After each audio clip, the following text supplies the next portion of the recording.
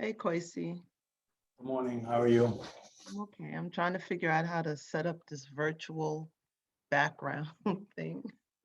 And you have Zoom the application, right? Yeah. So in preferences, go to Zoom, then under preferences, there's a tab that says background and images. So you select that tab and then it'll allow you to select the image that you want for your background. So I don't do it from where I am right here? No? No, you have to do it from the application. Okay.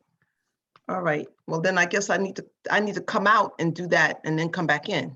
I don't know if you can do it while you're in the application. I never did it that way, but yeah, you can try it. Yeah, come out and come back in. But if you don't have it, I mean, look, don't worry about it at this point, you know. Okay, I'm gonna try. I'm gonna come out and then I'll come back. Okay, all right then.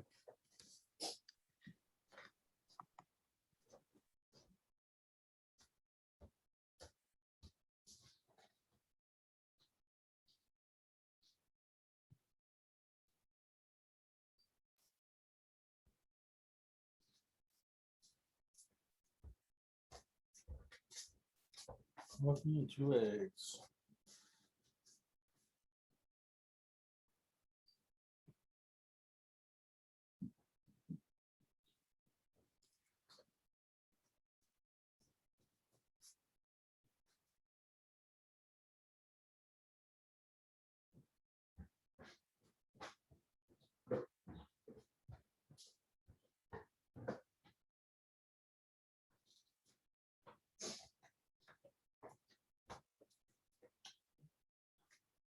Nobody's gonna see that. I'm just gonna sit down doing that. You coming in there? Yeah, I'm just gonna come in there with you because I can't get it on my computer. Put my calories in for the day. Where's my coffee? Put my coffee in and 2 eggs. You had 2 eggs already? Got 2 boiled eggs. Morning. This is Yasmin. I've been trying to register since yesterday on the website. So I don't know. So, What website are you going to? Akom Kese? Akom Center? Center. It's a con center. Center, yeah, center, that's it. So when you click on the concenter.org, there's a tab that says Akom Kese 2021. You click on that tab, and then when you scroll down, there's a button that says register. Yeah, I do all that. Put my name in, my, All right. and they ask you questions. Are you a pump folk? When you did you graduate and all this? You have there's two so you're probably leaving something out, and I'm not sure what it is, and that's why it's not allowing you to register. So you're probably not answering a question or something, or you're like something that you're leaving out that's probably a required field in order to do it. So what I would do is just put something in every field, even if it's NA or whatever, and then Okay. yeah. All right. All right. Okay. Okay. All right. Any reason why you shouldn't be hosting? Yeah, but everybody else hasn't stepped up to do anything, baby, so No, I can't understand do that. nothing about that. So. I know, but I'm just saying that this is the primary reason why. That's you're the tech guy too. Unless you can save for all questions to someone. Know where someone is, you can do it up. Look, this is really I mean, you can text him to see if he's available to answer any questions, and you can refer people to him. okay. Well, text me. I know a lot of people are having some problems, and I refer people to you. Answer questions.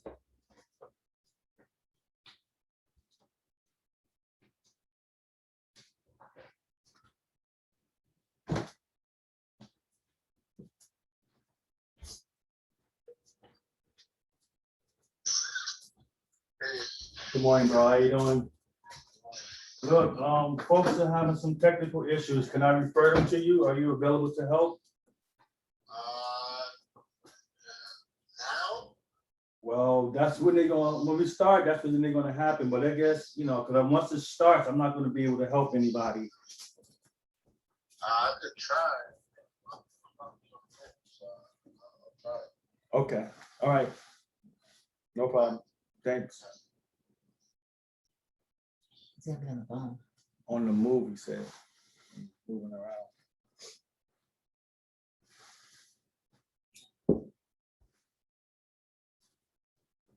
Did he register? I don't even know if he registered. That's a good question. He should have. Check it out for everybody.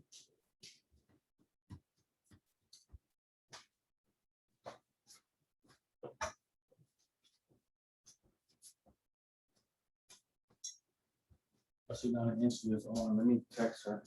See what she like to boil out. I'll just call her. I'm gonna call her.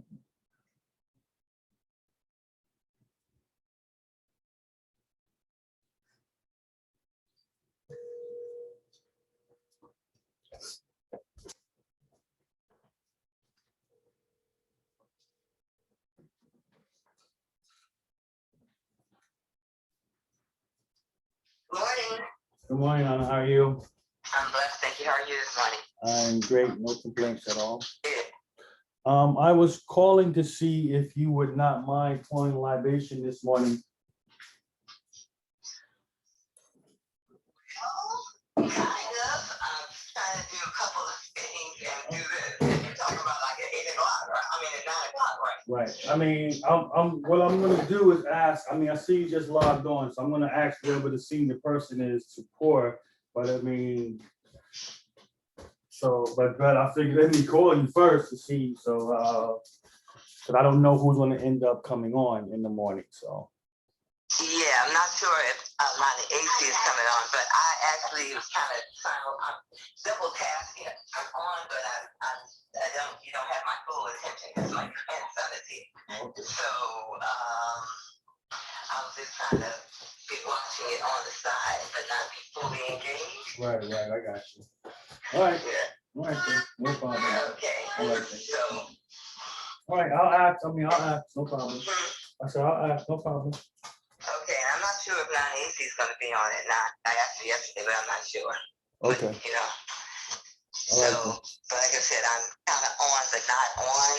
I got you. All right. No problem. All right then. Thank Okay, you. dear. All right. Bye-bye. Talk to you later.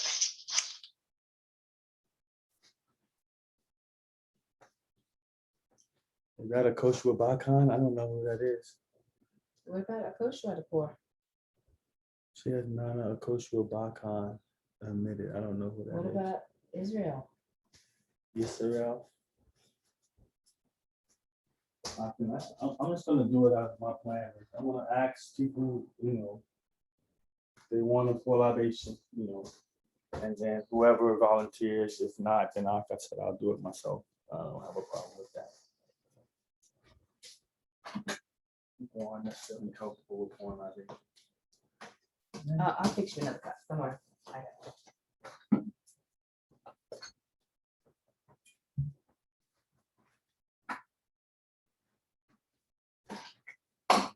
For themselves, What's that about, huh?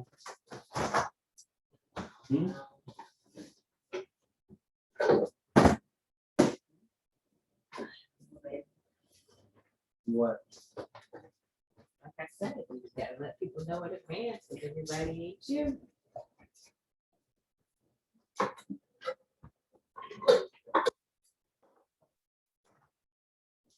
Oh, good.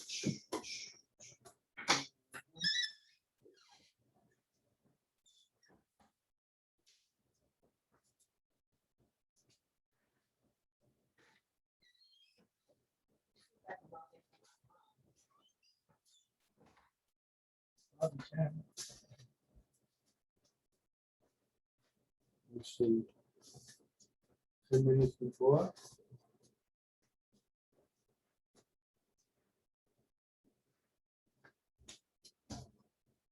Get another email.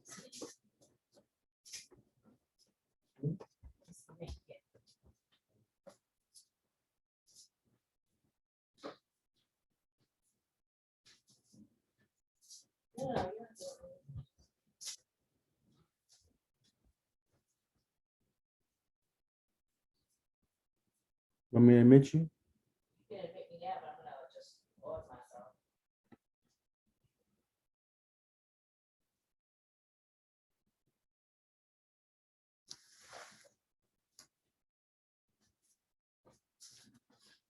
Turn off your video.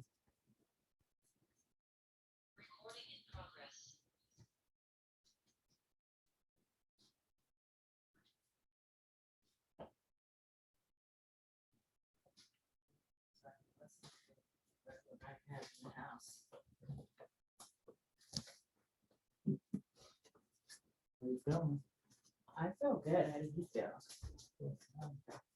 So you nervous or something? No. I got it, babe.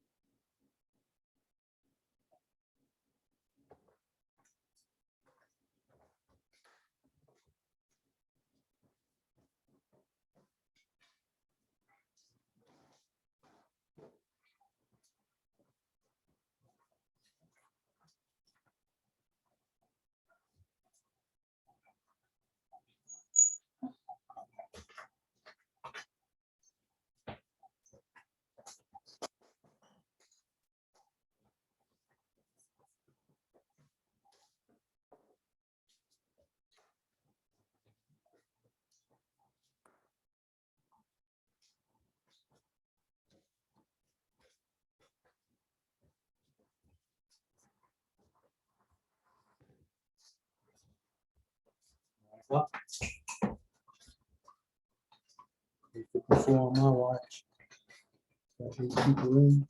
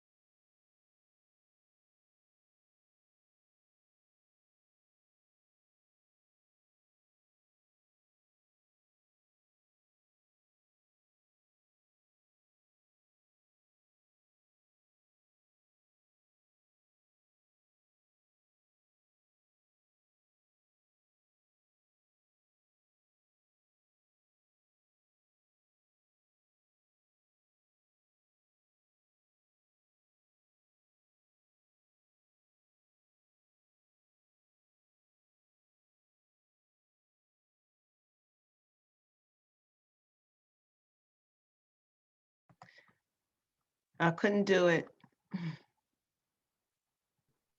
No problem.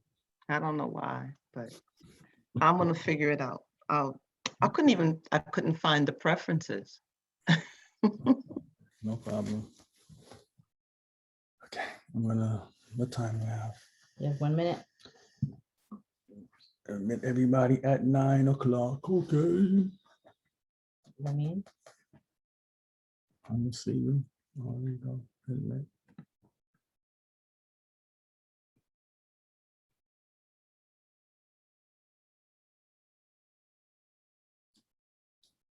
Recording in progress.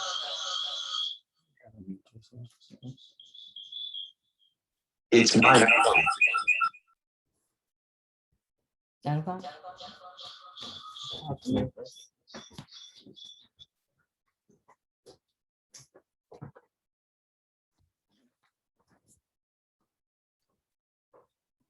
Good morning, good morning, good morning.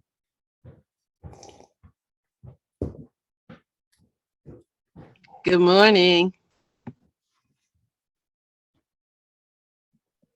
Good morning, everyone. Macho. Hello, hello, hello, everybody. Macho. Greetings. Yanya,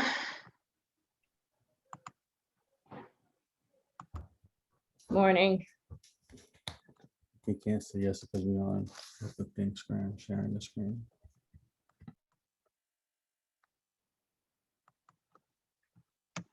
So we're gonna give people a few more minutes to get in, and then we will get started probably in about 5 minutes, 9:05.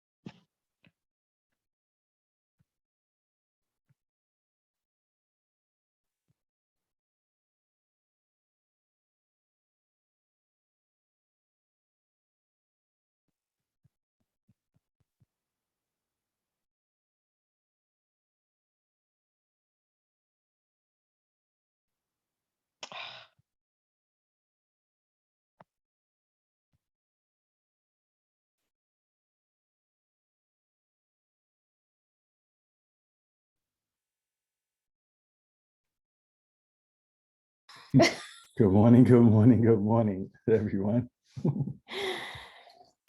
Nana Koshua Bakan, you're looking beautiful this morning. Well, thank you, thank you, thank you, thank you, thank you. You know, I try.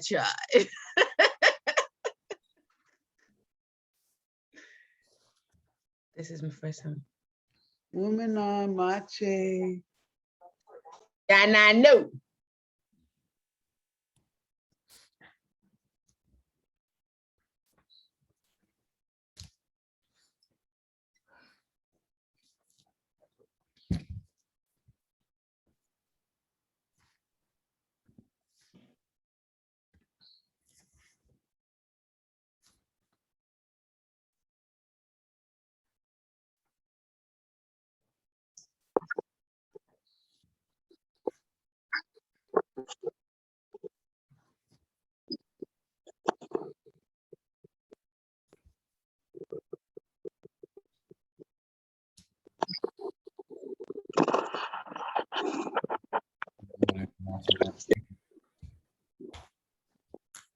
Let's see who's on participants wise.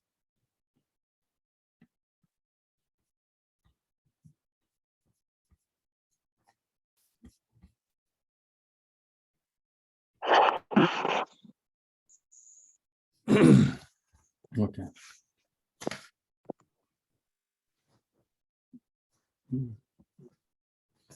All right. Quasi, Yes, look, you got it. Ah. All I did right. it from here. That's what I thought I had to do. It's okay, I got it. Good. I never did it that way. I've always did it. I think you can switch it, but I never did it that way. But I always do it from the program, and then I select it like that. But I never. That's what I was saying. But I don't know what type of setup you have. I have a Mac. Oh, that's what it is, because I'm not on a Mac, I'm on a PC. But I just said, let me play with it and see what happens, and I got it. All right. Okay. Well, we're gonna go ahead and get started. It is 9:05 now, so I want to welcome everybody to Akom Kese 2021. You can mute them right here. What we're going to do first is we're going to pour libation. So what I would like to do is ask for a volunteer, one of the senior priests or most senior person on board, to pour libation,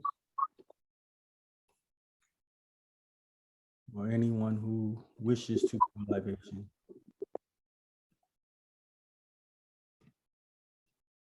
Come on now, I know you guys ain't.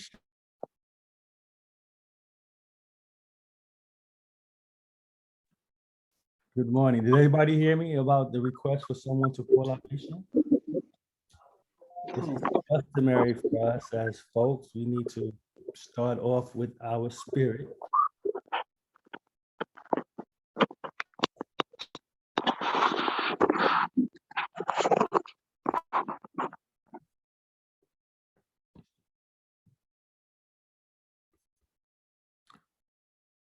Okay, then. So since we don't have any volunteers to pour libation, I will pour libation. Is that okay? Nana Noon, do I have permission to pour libation to all the elders? Yes, you do, my son. All right. Let's do this up here.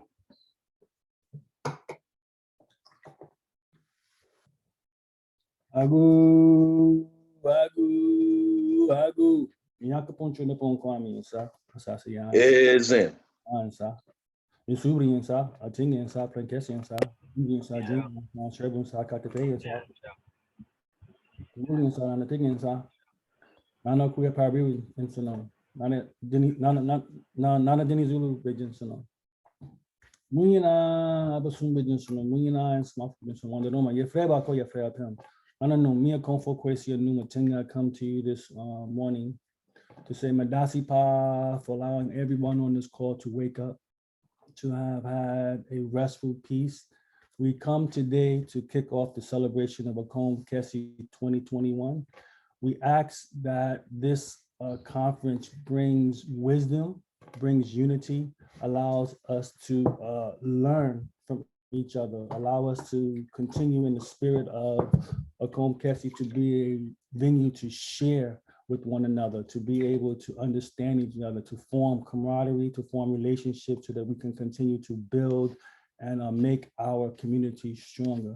We ask that anyone who's come who has bad heart, that their heart becomes good, that their heart is is changed, that whatever negative intent or whatever negative energy that's associated with it, that is down, and that we're moving forward together and we're holding hands and we're moving forward to continue to build our community. We're here in the belly of the beast, And we need everybody to join together so that we're strong and that we're all protected as a community. So we ask that all the Abosum, all the Insamafa, all the Motia, all the spirits, all of the forces that are around, that you come here and you bless, you witness what's happening here, and then you give your blessings and you allow the people to do their parts, do something small to continue to forge a relationship and continue to make our community great. So I say, Madasi, Madasi, Madasi. Chamanyaba. You. Monicasa. So, so this session here is our meet and greet session. So what we normally have done when we were doing our the conference in person, we would have the Friday would be a meet and greet, and we would have that evening. We would sit down, socialize, and things of that nature. So because we're doing it virtually, we'll do the meet and greet in about an hour. And we will, you know, just pretty much socialize with each other.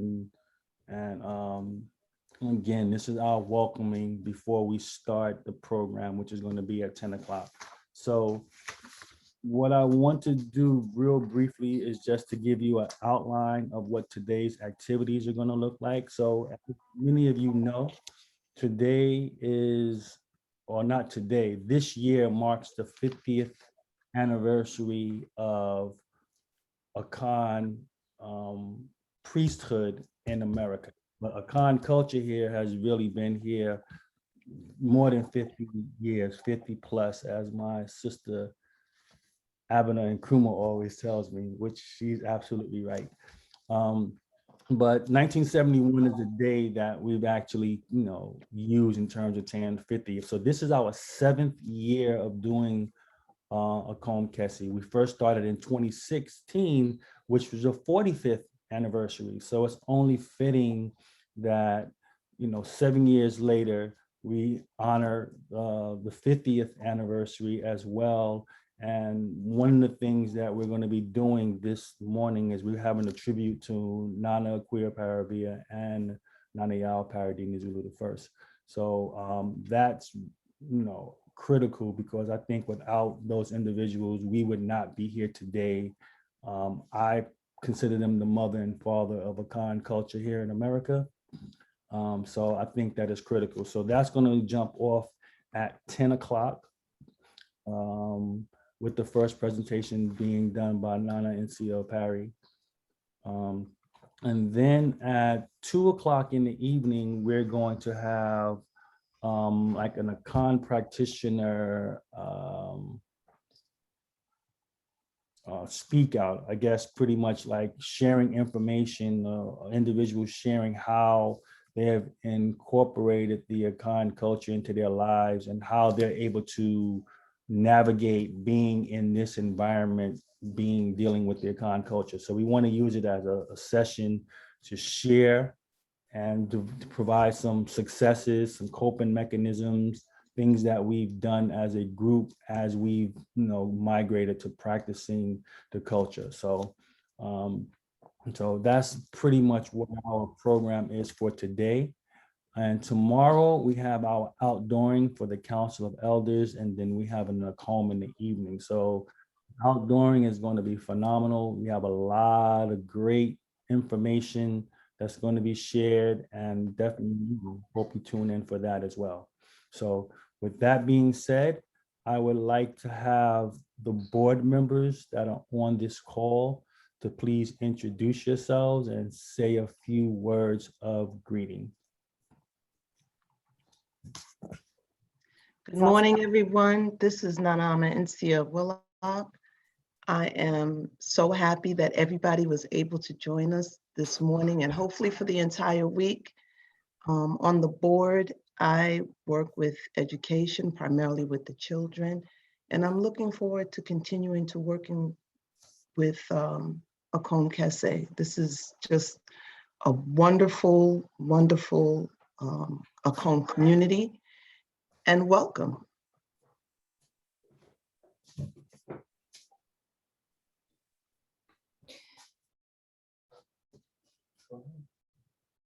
Good morning. My name is Andrea Amoa, and I'm a board member of Akom Kese, and I'm also Tracy Amoa's wife, support system, sounding board, et cetera, et cetera. I say welcome, welcome, welcome. I have enjoyed Akom Kese for the past many years, and I feel that it's definitely progressive movement, and it's encouraging to have a platform that facilitates this type of community gathering and information sharing. So I say welcome, and I look forward to many, many more years.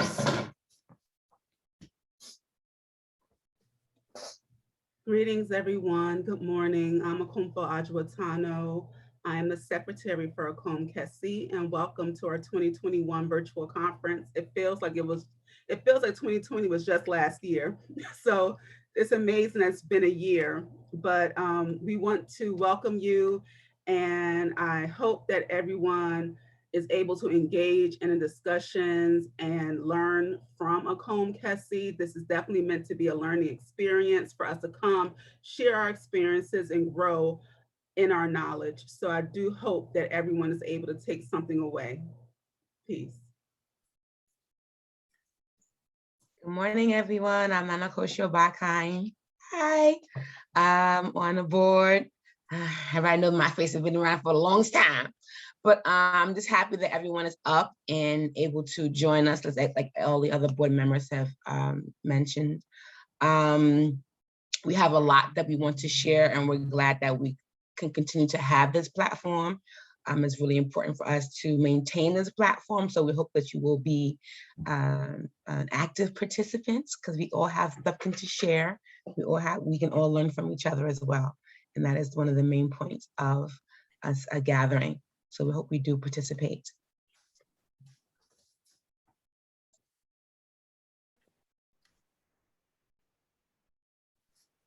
Is that it? And there's no more board members on? Yeah, I'll try it. I see. Okay. Good morning. This is Achami Yao Tyus. It's a pleasure to be here. It's a pleasure to support the conference each year with my work on the board, and I hope everyone has a great week. And I'll be one of the presenters later on in the week. So I hope you join me then also. Enjoy. Y'all fail to realize that he's the interim vice president of Akom Kese. So please, you have that title for a reason. So please, don't be shy. It's okay. Thank you. Thank you, my brother. Is that everybody? Okay. That's everybody. So thank you. Just a little bit about the board. So the board has been essentially the bedrock of this organization. No one goes into council by themselves.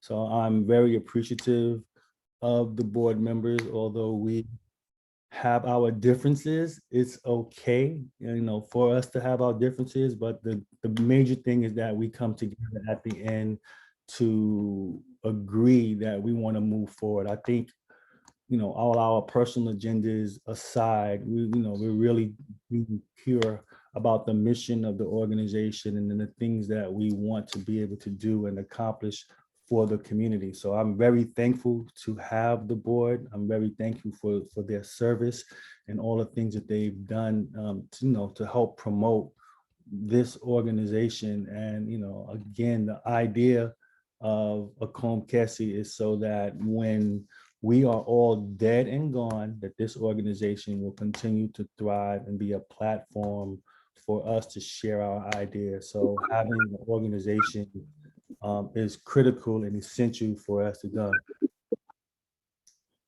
So thank you, and I appreciate the board for all the work that they do and have done over the last year and the number of years. I mean, this is our 7th year, so we've grown substantially. We've done a lot of good things, and we're constantly moving. So again, just thankful for the board, and I know our monthly meetings can be tedious. I know it can be a bit of a challenge. We all have lives. We all have things that we're doing. This is a volunteer organization, and it speaks to the commitment of the individuals who stepped up to the plate to do this. So I want you to have my heartfelt thank you for all the work that you do.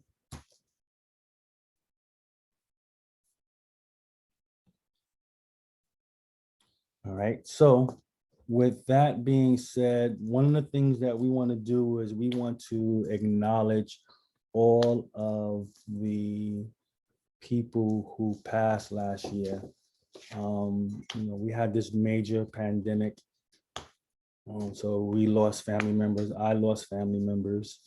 So we lost some giants in our community. So we want to provide a acknowledgement of those individuals who have gone on and transitioned. So with that said, we want to have a moment of silence for those who will pass, and a remembrance for them.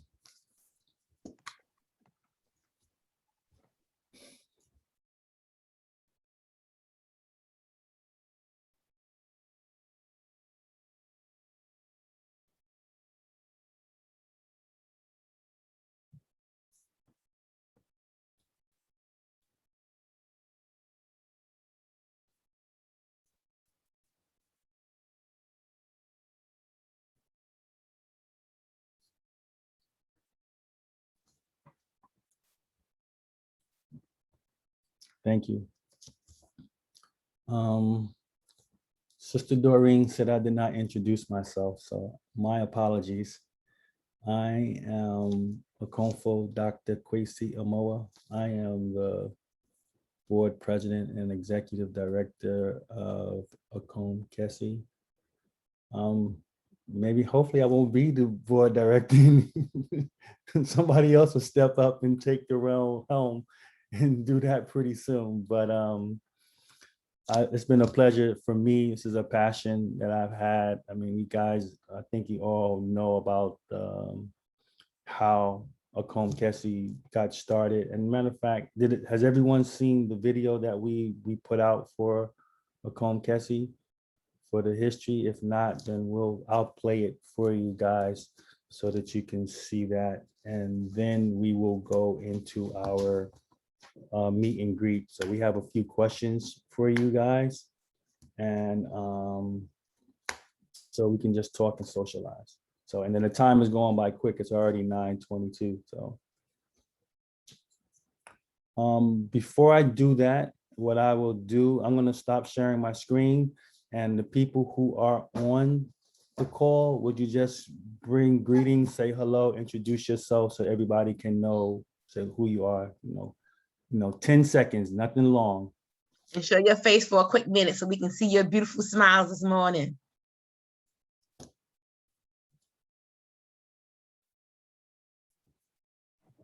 Hello, I'm Asha Amoa. I'm with my brother. We're driving.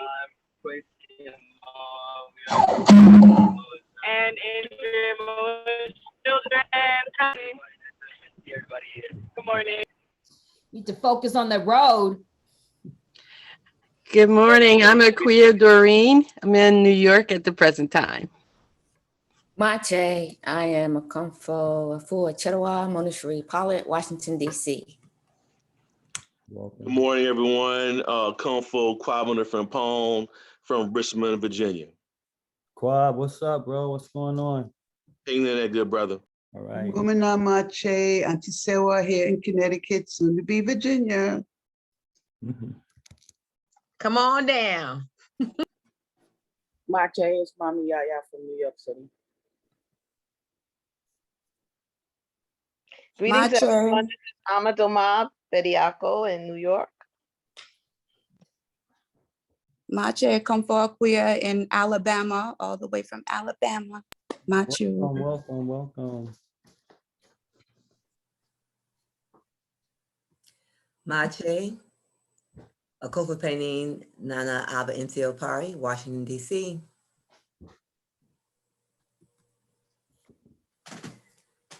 Greetings, I'm Okonfo Kwekubek Crane from Washington, D.C.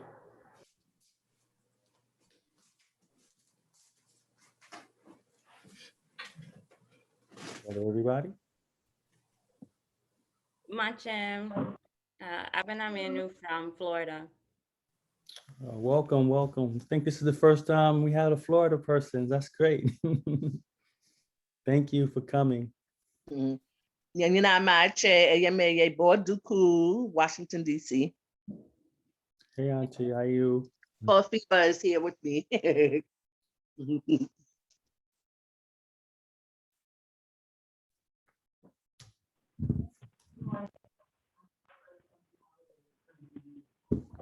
All right, so I'm going to show you guys the little video that we created. Okay.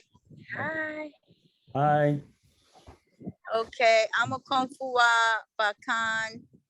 I live in Virginia, but right now I'm in Ghana. Good morning to everyone. Good morning. Thank you for coming. You're welcome.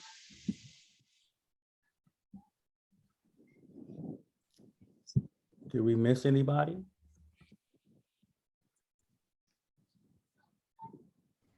Mache, this is Densua. I'm an NCO Foriwa Idawa. Mache. Where you from? Oh, DC. I'm in DC. All right, cool. Welcome. Udasi. Good morning. It's Abner Brempong and Amoa. Saying hello. Good morning. Thank you for coming. Good morning. This is Nana Kwesi Hodgman in New York. Have a good day, everybody. Mache. Good morning, Nana Kwesi. How are you? Thank you for coming. Good.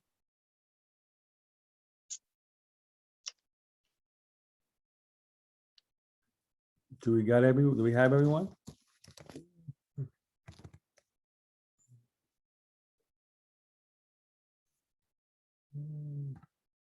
All right. So what I'm going to do now is I'm going to share a video with you guys that we put together that provides some history on how we pretty much got started. And then we'll go into our meet and greet or our stuff that we have prepared for you guys.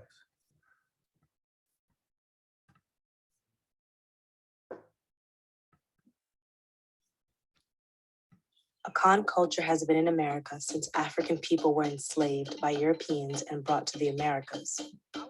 The culture was maintained by adapting to the times based on the circumstances. Everyone sees the video? All right, good. Yes. This can be seen in the language and culture of the African diaspora. For example, in the naming of the children or in funeral rites. Akom Kese was born out of the Akan culture presented by Nana Yao Opare. Good grammar and spelling are important, but if you want to write essays that inspire, messages that forge brighter connections, Dinizulu first, who in the late 80s and 90s organized weekend-long conferences at Howard University. These conferences focused on the tenets of Akan culture, namely the naming ceremony, puberty rites, marriage, and funeral rites. In addition to providing a venue to rekindle friendships and family ties. An Akom is a spiritual gathering of the community where the gods and ancestors are invited to commune with man. Akom is a Twi word that means to possess, and Kese is a Twi word for big. So literally, Akom Kese is the big possession. 25 years later, Akomfo Dr. Kwesi Amoa longed for the atmosphere that Nana Yao Opare Dinizulu first established. He thought long and hard of how to recreate the magic of Nana Dinizulu and decided to organize Akom Kese. The vision was to create a group of people who would carry this mission. In 2013, Akomfo Dr. Amoa began having individual conversations with community members about Akom Kese. During these conversations, he sought to assess the demand and wishes of the community. In 2015, Akomfo Dr. Amoa organized the initial planning committee. This committee was comprised of himself, Akomfo Koshua, Akomfo Afua, and Akomfo Fofi. The intent was to resume a conference that was dedicated to teaching the community in the Americas about Akan culture. He specifically chose the word Akoa to describe the gathering because many of the shrines that have since come to America are not of Akan origin, and the term poem is more universally applicable. The planning committee convened in 2015. Subsequently, formal presentations were made to the major Akan shrine houses requesting their participation and explaining the intent of such gathering. The first Akom Kese was in 2016 at Roy Wilkins Park, New York City. It also coincided with the 45th anniversary of Akans in America. The event was a beautiful occasion. In 2017, the conference was held in Washington, D.C. This conference focused on hearing the vision of the elders for the Akan culture for the next 50 years. The event was well attended and provided a time for our Akan nation to connect and reconnect. In addition to listening to the vision of the elders, the priests came together and created an agreement for their standard of behavior. In 2018, the format of the conference was changed from a one-day conference to 3 days. This allowed for greater interaction among participants. It was also hosted in Wilmington, Delaware, as this was a destination that was midway between two of the cities that have the biggest Akan communities, Washington, D.C. and New York. As a powerful accompaniment to the previous conference and its focus on eldership, a platform was instituted for the young people to have a voice to express their concerns to the community. Sessions were also conducted on songs and protocol. In 2019, the conference again was held in Wilmington, Delaware. With an eye on understanding and determining the role of eldership, there were also important sessions on the creation and maintenance of ancestral altars, relationships, and issues that were unique to men and issues that were unique to women. This conference also marked the first time a symbolic ritual was conducted from elders to young people. In 2020, due to the restrictions that were imposed throughout the country in order to prevent the spread of COVID-19, the conference was held virtually.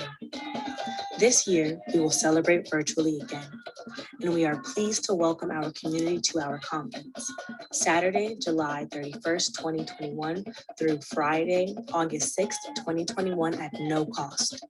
Register today. We look forward to a powerful virtual conference.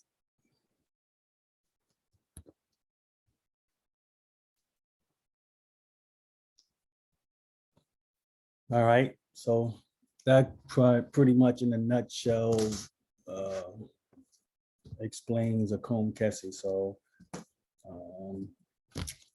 are there any questions for me right now? Anybody have anything they would like to say?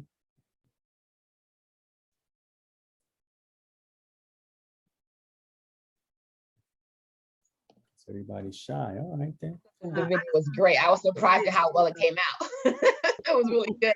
So one of the things of the history. Huh? I was saying it's a wonderful video, of course, and a great summary of Akom Kese. So kudos. Thank you.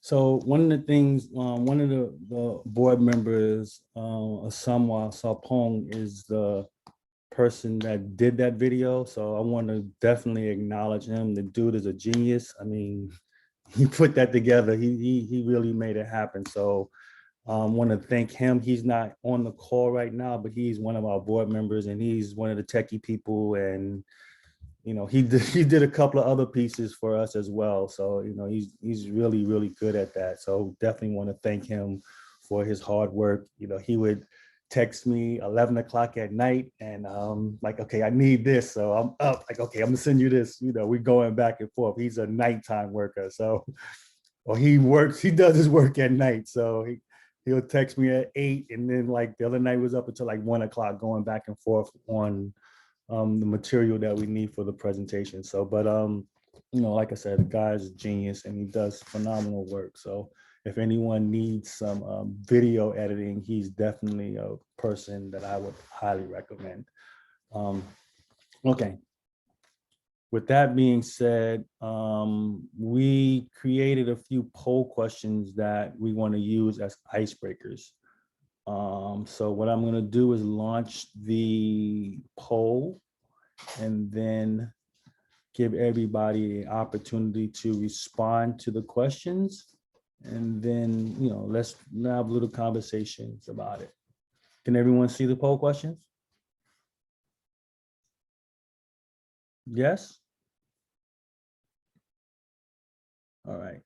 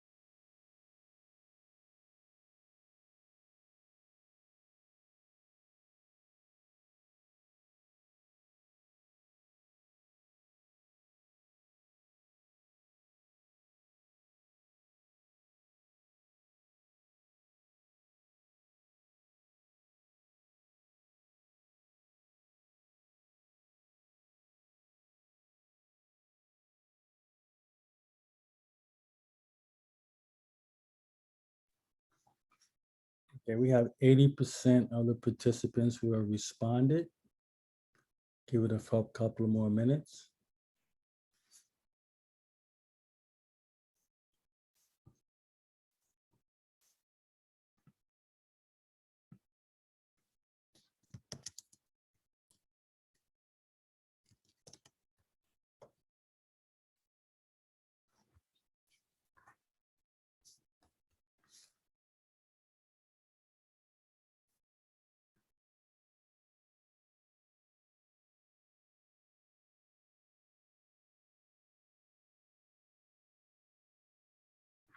Okay, we got 84%.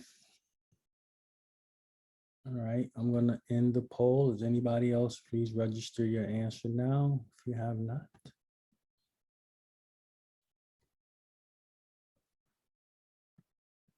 All right. So we're gonna end the poll and then we're gonna share the results. So 14% of you guys heard about us from Facebook. The overwhelming majority came from shrine houses. We have 3 first-timers, so that's a great thing. We're always interested in expanding the audience. Please tell your friends and people that you're associated with. We want the community to grow. And again, this is for everybody. This isn't, we say secular, I mean, we're religious, but we're secular in the sense that, we know it's really, we can't really separate the spirit from the business, but we try to, deal more on a secular thing, but necessarily really providing a platform for everyone to be able to share. I mean, and that's what it's all about. It's really about sharing. I've probably said it 1,000 times. I believe that we all have pieces of this. And if we come together and share that information, we will definitely be in a better position because that information can empower someone. So I strongly believe that, and that's really one of the reasons, why we have these events. So we have 23% of you guys have attended 3 to 5 events, and we have 9 people who can participated to all 7 events. So that's wonderful. And let's see. What's the major reason why you came to this event? 50% of you guys say you want to support Akom Kese. So that's a beautiful thing. We definitely appreciate your support. And with your support, we also like your financial support. So you can go to aconcenter.org and make a donation. That would be great. This year, with the board, we went back and forth on whether or not to have to charge for the event. But I mean, we came to the agreement that, this is our way of giving back to the community. Last year, we did charge, and that was to help offset the fees and things that to be done for the Council of Elders. So, this is our way of giving back to the community. This is not necessarily about money, but we all know that money is needed in order for us to accomplish the things that we need to be able to do. So again, please, we definitely appreciate your emotional support, but we also would appreciate your financial support in terms of being able to donate what you can. No one's saying kill yourself, just donate what you can, if you can. So, all right, having said that, Akoshua, you had something that you wanted to say to everybody? Nana Akoshua Bakan? Okay. Actually, I want anyone else to talk. So anybody else want to share what they're interested in learning this year, or what they're hoping to gain this year, why you decided to come back and join us this year, your experiences from previous years, talk to us about what you like about the Akom Kese and what you want to see from Akom Kese. Good morning, everyone. This is Amadoma.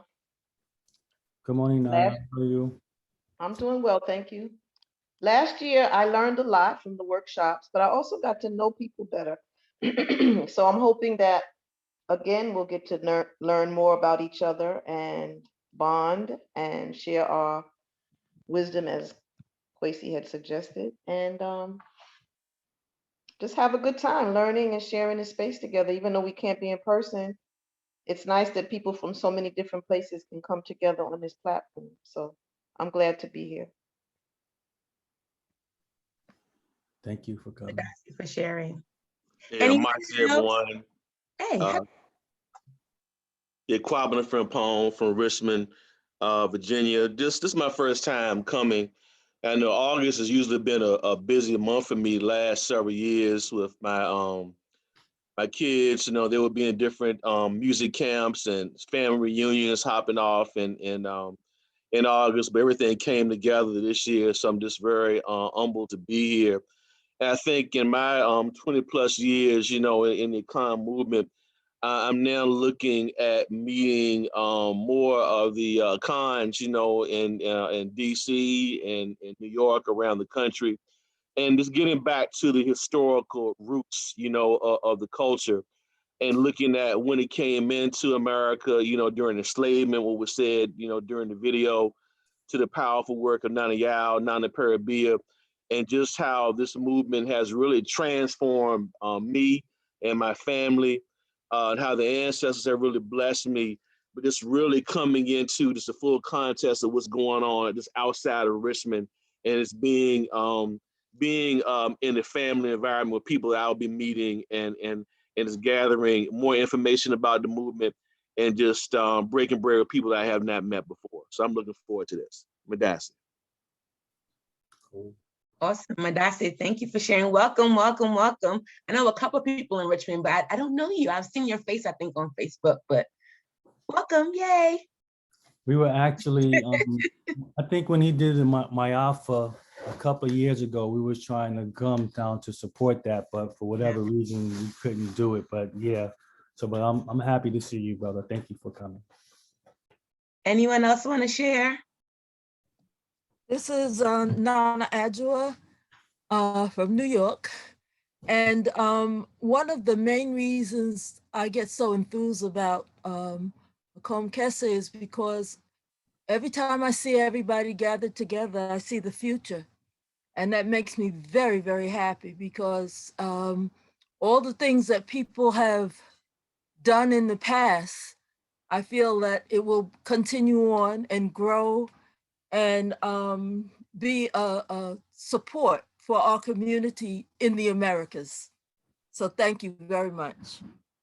So for those who don't know, Nana Adjua is one of the living legends of Akan culture. She is one of the first priests that graduated from Nana Yao Opare Dinizulu in, I think, 69. So she is a very revered person. And Nana Kwesi, me Pacho, this is Nana Nsia. I hate to interrupt you, but I want to correct you. She's not one of the first. She was the first Akan priest. Okay, no problem. She's revered in our community, so that's what I was trying to say. But thank you, Nana Nsia, for the correction. So yeah, she's very humble and she doesn't say a lot, but she's a giant. So we are very fortunate to still have her around, and she can continue to teach us and pass the knowledge on to us younger folks, or not so young folks anymore, as we I'm talking about myself. I used to be a young guy. I'm getting old now, you know what I'm saying? No. So, but yeah, she's a giant in the Akom community. I just wanted to add that it is because of her work and the work of so many other elders who came way before Akom Kese was a twinkle in anybody's eye. It was because of them that this has been able to come about, and we build what we build based upon the lessons that we learned from them. So Madasi Pa to you, Nana, and all the other elders that came before. And also, I want to say that Nana Adjua and all the other elders have been extremely supportive of what we're looking to do and what our vision was. We talked a lot, Kwesi and I and Nana when we first started, about how we wanted to put everything together. And like the video said, we went to all the different houses and talked to all the elders. And the response and the way we were received was wonderful. It was so far beyond what we thought. And we had community meetings in New York and DC, so everyone can understand really what we're trying to do. And it was really husband. But Nana Adjua actually was one of the people one of the elders who was very, very vocal. And I really, really appreciated her insight and her opinions and her willingness to share too. So Madasi Nana. And I'm gonna close my window now. We also should say Ronipa Busia with Nana AC and Nana Adjua have been staunch supporters from the beginning. Whenever we've asked them to step up and to help us, they never said no. They never turned their back on us. There's never any excuse as like, oh, we can't do it. It was like, yes, okay. So I really appreciate them for, for being there for us and continuing to help us grow. So thank you very much.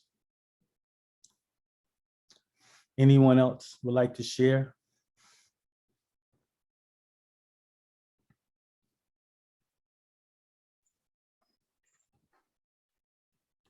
You can unmute yourself, that's fine.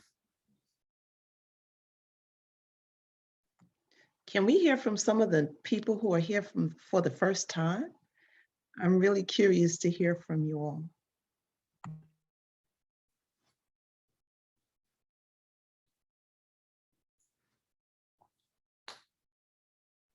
Come on now, don't be shy.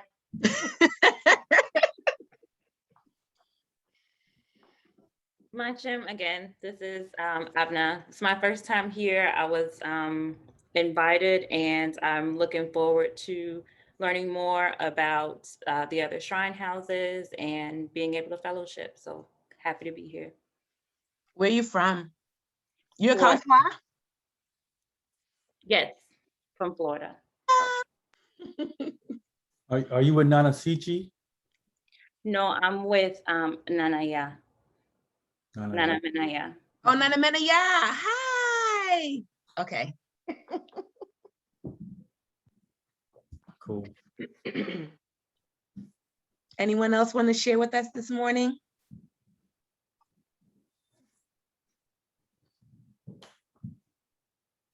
My name is Jennifer. I'm from the DMV, and I'm Ghanaian American. And what brought me here is I'm very interested in connecting with my Akan roots and looking for a spiritual community. How did you hear about us? Just like looking around on Google and seeing your faces. Oh, wow. Nice. Welcome. Welcome.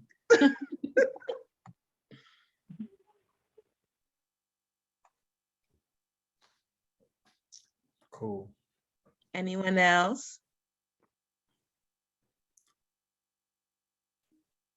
We have a lot of black screens I'm looking at today. I need to see some smiles, some faces, some cheeks, some teeth. Greetings and good morning. This is Akom Kese and Yamiche. How y'all doing? I just got here. I don't know what, but I'm saying hi. My camera will be on later, but not right this moment. My sister. Greetings, everybody. Good morning.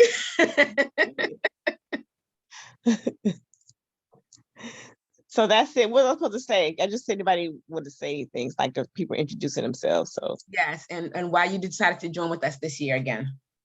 Because I love everything. I love everything. I'm a comfort. If you don't know, I'm sorry. My name is Akom Kese. I am in the comfort. I love Akom Kese. I love the culture. I love the fact that we are coming together, that we are building our understanding of the presence of Akom in this side of the waters and connecting to others. And so, yeah, that's it in a nutshell. Thank you, that's great. Anyone else? I'd like to share something if other people are not going to speak. Many years ago, Nana Kofi Nkrumah, who was one of the first Akan priests who joined the ancestors, had a vision of all of the different houses coming together out in the field, having a big celebration. And I think to a certain extent, Akom Kese is fulfilling his vision. So I'm really happy to see this within my lifetime, because this is something that he wanted to see. And I'm sure he's smiling now from the land of the ancestors. But yeah, this is something that he had a vision for many years ago. Nice. Thank you. Just Hi. to add to that. Oh, I'm so sorry. Go ahead, Akua, Doreen. Oh, good morning. My name is Akua Anima Doreen Brittingham. I'm in New York, and this is not my first time, but I started on other occasions, started having my family reunions or another event out of town. So I'm so glad that this is the format I can now attend and be there. So I'm looking forward to hopefully next year, you're probably able to have it in person and also have a virtual format so that people still can attend if they can't get into the city. But I love seeing how it's growing and being able to meet more people and just keep learning and learning. I love it. Thank you so much. Next year, we want to go to the Caribbean. Oh, I'm there. If the world is open back up. If the world is open back up, yes. Yeah. Based upon, I just want to piggyback off of something Nana Amadama Bediako just said. And I remember, I didn't think of it before, but I remember in at least 2 readings of the year, there were readings that said there was going to be a collaboration and people coming together who no one thought would come together. And I couldn't figure out what that meant. I never saw it come to fruition. But now that you made that comment, I'm thinking that perhaps this is what was being foretold. Awesome. Thank you for sharing. This is Nana Adjua again. I just would like you to explain, if you can, the words Akom Kese as you use it. Akom meaning to possess and Kese meaning big. So we have a big possession. It also means a large Akom, a big gathering of people in the form of a Durba, where messages are given to the community and information is shared. So that's another meaning of Akom Kese as well. And because we know Akom means to possess, so it's not just a spiritual possession, but actually possessing the culture in every aspect of our lives. So what does that look like, and how do we share information that way, and how do we interact with each other with that spirit of Akom within us? So it's possession on the whole, not just spiritual possession, but in our lives. Everything, every single aspect of our lives. And I don't know, Ms. Paltrow, I'd like to add that Akom can be a very small gathering. If one of our Abosom wants to come and give messages, it doesn't have to be a whole lot of people. Doesn't necessarily have to be a lot of drumming and singing. But if they come and bring us messages, that can be an Akom, or it can be a grand, as in the case Kese. It can be a grand event with lots of different shrine houses, lots of different Akomfoheni, people who have different positions, the Dinsuni, the Abrafos, and all the different people that make the Akom work come together. So it's big. This is big. We have people from many different walks of life in the Akom tradition that are coming together for this. So it's very big. And I think we should celebrate the bigness of it. So as I'm listening to everyone talk, so in Ghana or Tree, is a tonal language. So, and Akoshua, I think, is our language expert here. She hates when I do that. I know, it's okay. But you can say one word and have a different meaning, or you can say it with a different accent or a different tone and have another meaning.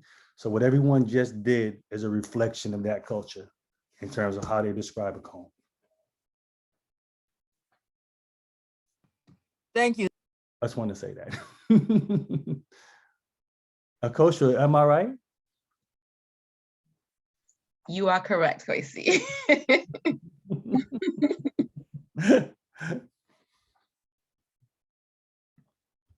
All right, so we're coming to the end of this session. It is 9:57. The next session will be the presentation, the honor and the tributes for Nana Yao Opare Dinizulu and Nana Akua Oparebea. So with that said, we'll take a couple of minutes, get everything queued up. Go guys, have a drink of water or whatever, something to snack on, and we'll be back. Don't log out. Don't leave the meeting though. But thank you. All right. Akosha, I want to come in on my computer. Can you let me back in? It will be either Kwesi or Nanama, and she'll let you back in, sure. Please, please.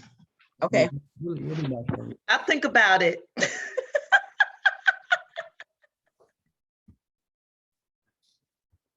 Nana Insia, where is she at? She over there? Yes, Kwesi, I'm here. I see her. Mm-hmm. I'm here, Kwesi. All right.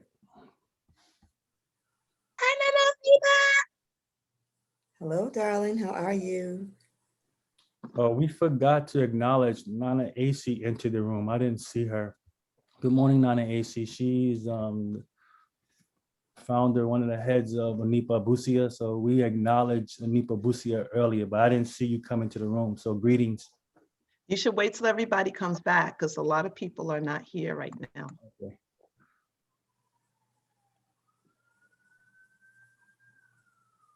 Hi, Ama. Okay, now I have my camera on. No. Yes. Hey, I'm into your house retirement. Don't even ask me that question right now. That needs a breakout room session. Yes. I will let you know once I start feeling it myself. Okay. We'll talk. Yes.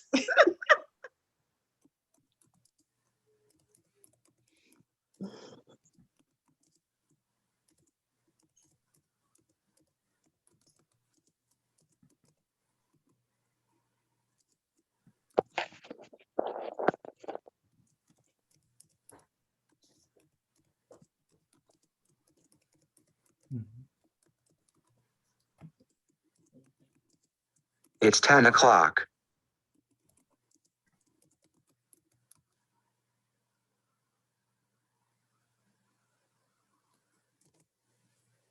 I'm waiting for someone to say, do you know where your child is? Because that's how it sounded.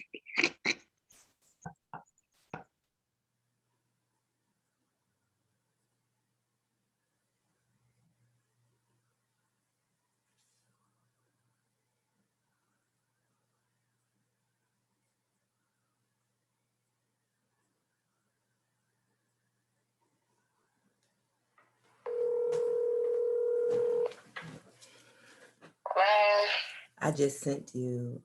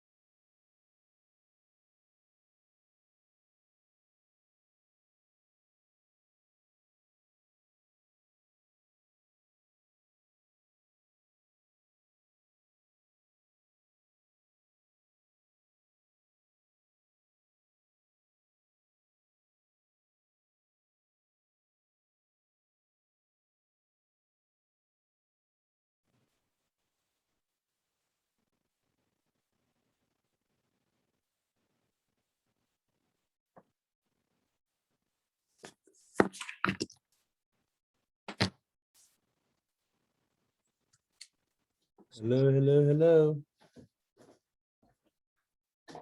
Yes, yes, yes. Can everybody hear me? It's 10:05. Sound is coming through, and so is the picture. All right, then. So what I'm gonna do, I'm gonna ask everybody to turn off their video. Oh, I guess you can't see it. I can see your videos. You can. I'll turn them off on my side. No problem.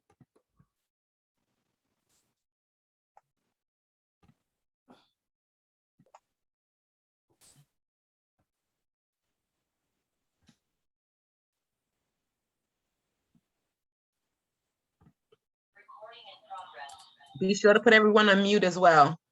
Okie doke.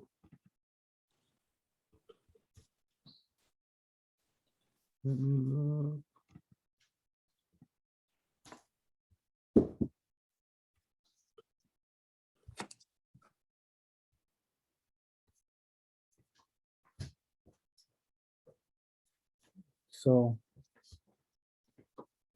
our next presenter, so let me go back. So we're going to start our next session, which is paying tribute to 50 years of Akan culture in America. So our next presenter is going to be, or our presenters, for our first presenter for the conference is going to be Opare Insia.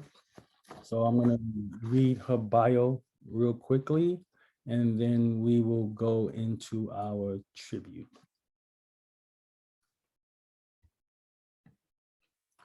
Opare Nana Aba Insia Opare is the representative of the Akom Hene Nana AC Dinizulu and Akom Hene Nana Adjua Opare, a senior priest of the Akan House on Nipa Busia in Washington, D.C. Nana Insia, a priest of the deity Nana Surgery, was a member of Nana Yao Opare Dinizulu, the first group of initiates in 1971, and graduates 1974 to the Akan priesthood. After Nana Dinizulu I established the first Akan shrine house in Washington, D.C. in 1971, he placed in its care, maintenance, and leadership in the hands of Nana Aba Insia Opare and Nana Yao Odum Opare. In addition to providing leadership, care, and maintenance for the shrine house, carrying out the spiritual works of an Akan senior priest and facilitating the perpetuation of Akan culture for over the past 50 years, Nana Insia is the author of 3 books and an international trainer of adults and youth. Nana Insia is the mother of 2 daughters and the grandmother of 3.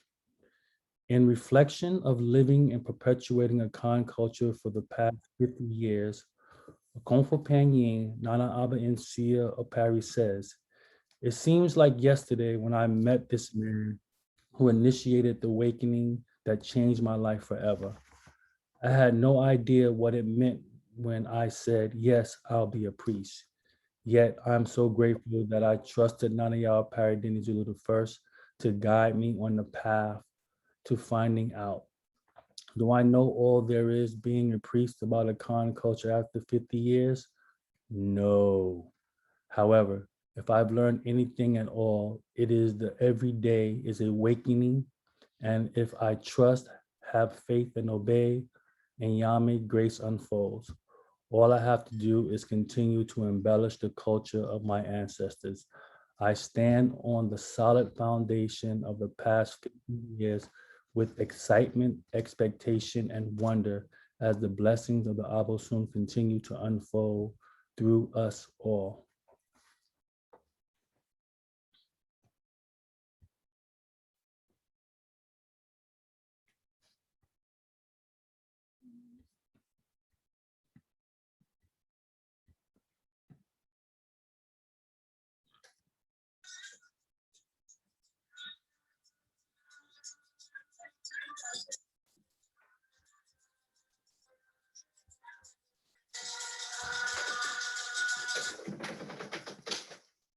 Good morning, everyone. As my introduction stated, I am Akua Nana Aba Insia Opare.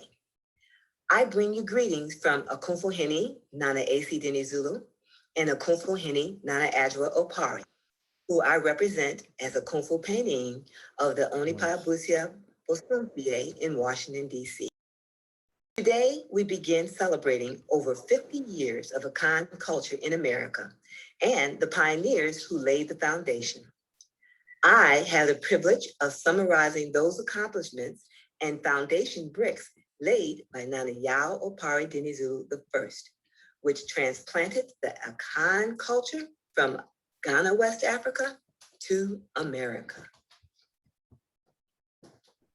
Nana Yao Opare Dinizulu I, lovingly called Nana, was a blessed man sent by the Abosun, the gods, and Insamanfo, the ancestors, to revive and disseminate in America the lost culture of our Akan African ancestors.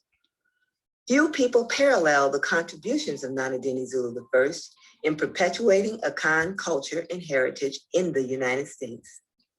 As a young boy, Nana Dinizulu I's grandmother spoke to him about a land far away that he would one day return to and claim his destiny. As a young man, Nana Dinizulu I began worshiping the gods and ancestors of Africa during the early 1940s.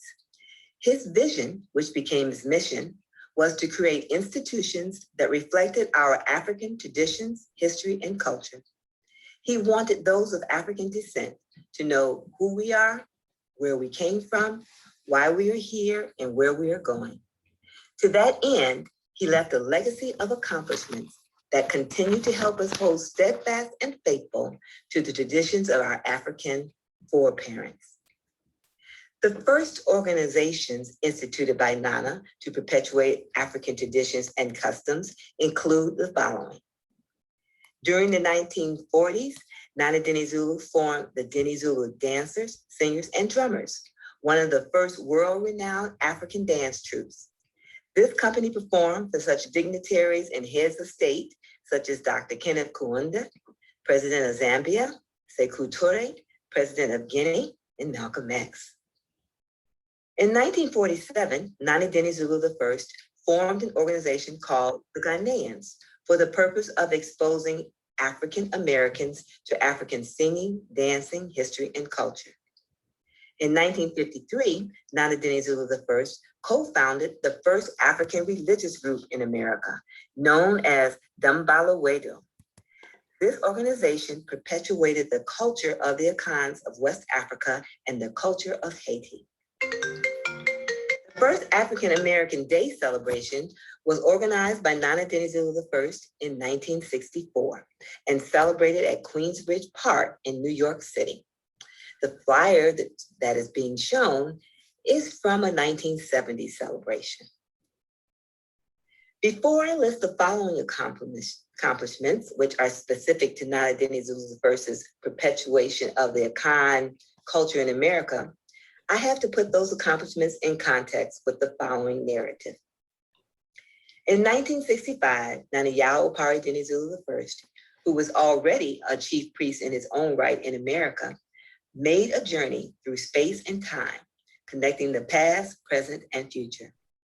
This was a year that he took his first trip to Africa, knowing that he, quote, had to go someplace and bring something back, end of quote.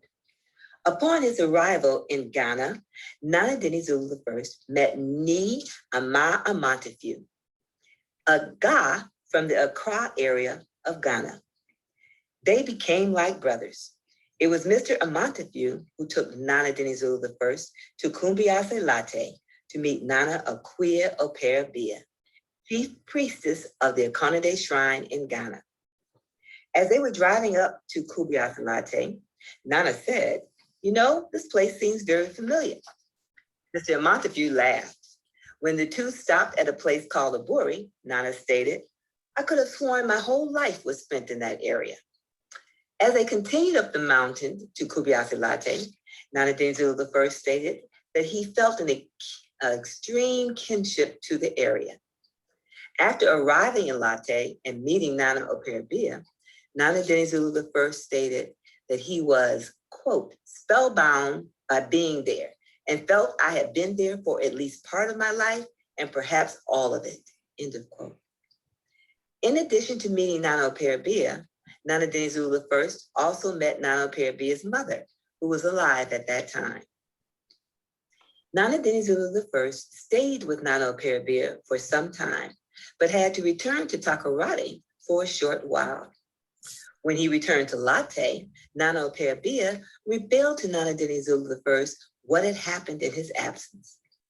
Nana Dinizulu I was told that Nana Oparebea's mother had gone into a trance of possession by Nana Atridan, a female ancestral deity from the Agona clan of Ashanti. Nana Atridan was one of the great founders and priestesses of the Akwa area in Ghana. And when she died, she, quote, didn't die. She climbed a magic rope and went to the heavens, end of quote. During the possession, Nana Atridan revealed that Nana Dinizulu I was one of the lost sons who came back to take the shrines of Africa across the waters. And she, Nana Atridan, was part of Nana Dinizulu's first ancestry, along with Nana Oparebea. Nana Atridan also revealed Nana Dinizulu's first family background, including how 2 of his ancestors were taken to the New World. That one ancestor, Nana Kwame Mensah, who was also an ancestor of Nana Oparebea, was a very important priest. And when it was discovered that the men were missing, libations were constantly poured and prayers were sent up repeatedly, asking the ancestors from across the water to come back home. Nana Dinizulu I later stated that he realized he was fulfilling the prophecy and answering the prayers of his ancestors, when now his family in Ghana is telling him, quote, your ancestors are calling you, end of quote. After a great deal of divination, the elders of Late asked Nana Dinizulu I if he would be willing to take the shrine to America and take the ablutions and medicines necessary to do so. Nana Dinizulu I agreed. The first deity given to Nana Dinizulu I to bring back was Nana Asujbi, the Abrafo, the executioner and healer, who was a very important deity of the Akanade shrine in Late. The other deities that returned with Nana Dinizulu I included Nana Esi Ketawa, the peacemaker in Ochimi, and Nana Adade Kofi, the warrior and protector. In summary, Nana's accomplishments during 1965 include the following. Nana Dinizulu I fulfilled a prophecy of returning to Africa, learned of his heritage, met some of his family, and reclaimed his destiny. Nana Dinizulu I established relationships with Nana Oparebea as family and as chief priest, respectively, which would enable them both to work closely together, propagating and perpetuating the traditional religion of their ancestors. Nana Dinizulu I was the first African-American to be given these sacred shrines of the Akan pantheon, Nana Asujbi, Nana Esi Ketawa, and Nana Adade Kofi, to bring to the U.S. Nana Dinizulu I brought these Apostle to America to be worshiped and revered by the African Americans, which laid the foundation and initiated the practice of the Akan religion in America. In addition to receiving the shrines, Nana Dinizulu I became the first African American to be given the titles in Late Ghana of Omanhene, King of the Akans in America, and the Akumfohene, Chief Priest of Akans in America. In the years to follow, Nana Dinizulu I was the first to be given other shrines of the Akan pantheon, including the sacred shrine of Nana Kanade Pani, one of the most powerful of all the gods of Ghana.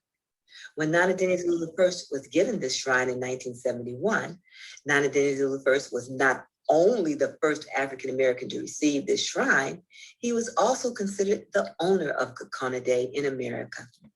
This shrine was given to him by the Asafo of Kubiase Late, who was the one in charge of Kakonade.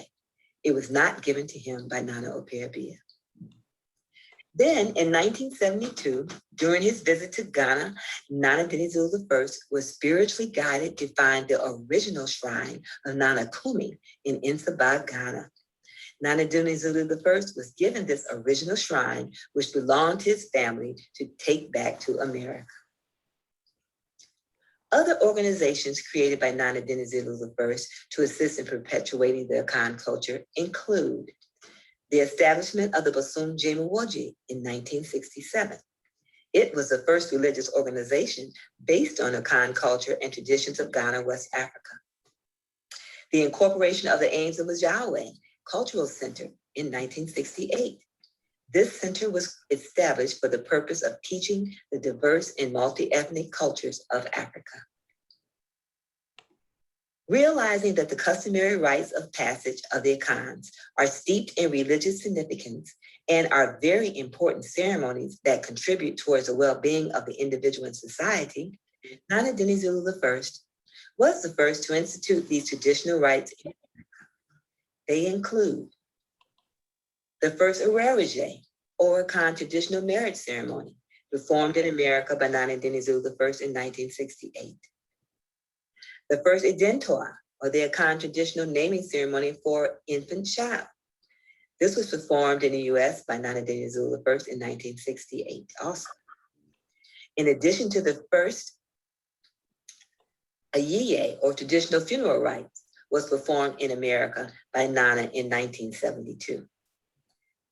The first Yegorabra puberty rites ceremony, or the Akan coming of age ceremony for young girls, was performed in America by Nana Dinizulu I in 1982. Nana Dinizulu I instituted the profession of Akan priesthood in America in 1967, when he initiated his first priest, Nana Adjua Opare, whom he trained and graduated in 1969. The second person initiated as an Akan priest in America during 1967 was Nkobia Hene Ajabo Waldron. The first group of Akan priests was initiated by Nana Dinizulu I in 1971, then trained, graduated by Nana Dinizulu I in 1974. Since that time, Nana Dinizulu I trained and graduated many groups of Akan priests in America. Most of the African Americans initiated as Akan priests were initiated by Nana Dinizulu I, or by someone who was initiated by Nana Dinizulu I. If not initiated by Nana Dinizulu I, or by someone who was initiated by Nana Dinizulu I, they became aware of the Akan priesthood as a result of Nana Dinizulu I's efforts.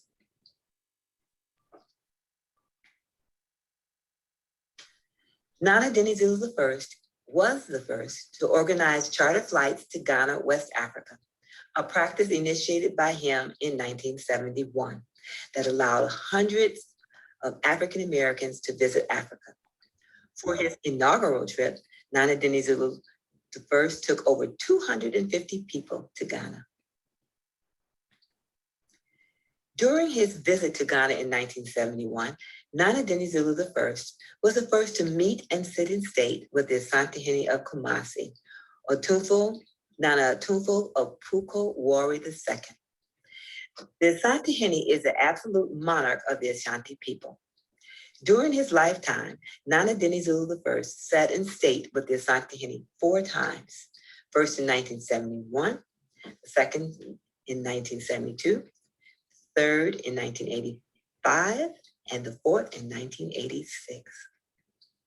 Nana Dinizulu was also the first Akan American to be permitted by the reigning Agona Hene, Nana Yedom Bwache II, to enter the sacred shrine of Akumfu Anache.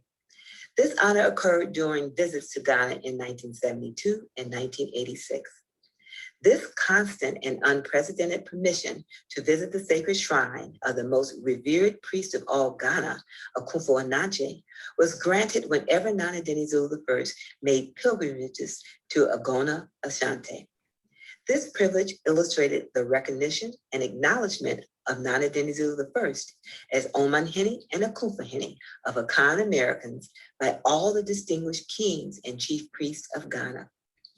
In addition to being permitted to enter the Akumfu Anache shrine in Agona in 1986, Nana Dinizulu I and his people were permitted to enter the Akumfu Anache shrine in Akua, where the entire priest population put on a great Akom in Nana Dinizulu's first honor.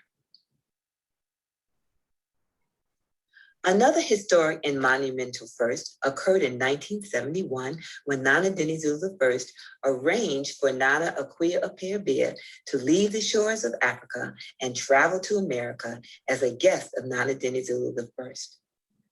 This was such an important feat because chief priests were forbidden by their Abasum to travel more than 50 miles away from their main shrines. However, for this historic occasion and the family recognition being made, Nana Oparebea was given permission to travel by the Abasum and Impaninfo. This accomplishment of Nana Dinizulu I opened the door and paved the way for Nana Oparebea to make later trips to America and for others to establish relationships with her, which assisted in spreading the Akan culture. This accomplishment of Nana Dinizulu I also made it possible for other priests and dignitaries to travel from Ghana to America for the first time as guests of Nana Dinizulu I. These priests and dignitaries include Akua Dankor, a Kung Fu Tanana surgery, traveled here in 1971. Akua Chedawa, also a priest to Nana Asperby, who traveled here to 1972. Jayesa Heni, Nana Dada Subahini, the divisional chief of Ashanti, one of the paramount chiefs of the Ashanti Jayesi clan, who came to visit the shrine and strengthen the development of the chieftainship and laws of the shrine. You see Nana Dada Subahini on the far right. And here you see Nana Dada Sobahini standing with Nana Akua Oparebea and Nana Yao Opare Dinizulu I.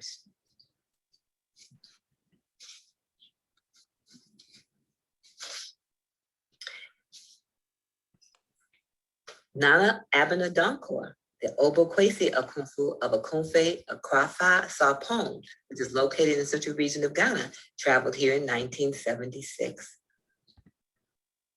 Nana Sewa, a powerful Adadi Kofi Akunfu from Ejisu Ashanti region of Ghana, traveled here in 1981. Akunfu Akosio Foriwa, a Nana Asi Akunfu, also traveled here in 1981.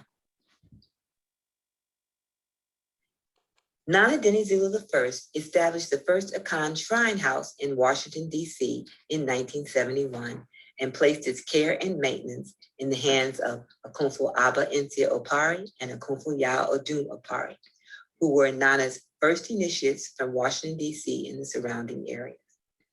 Nana Dinizulu I was introduced to the Washington, D.C. community by Nana Kwabena Brown, who held forums in his home where Nana Dinizulu I was invited to speak about the Akan religion and culture.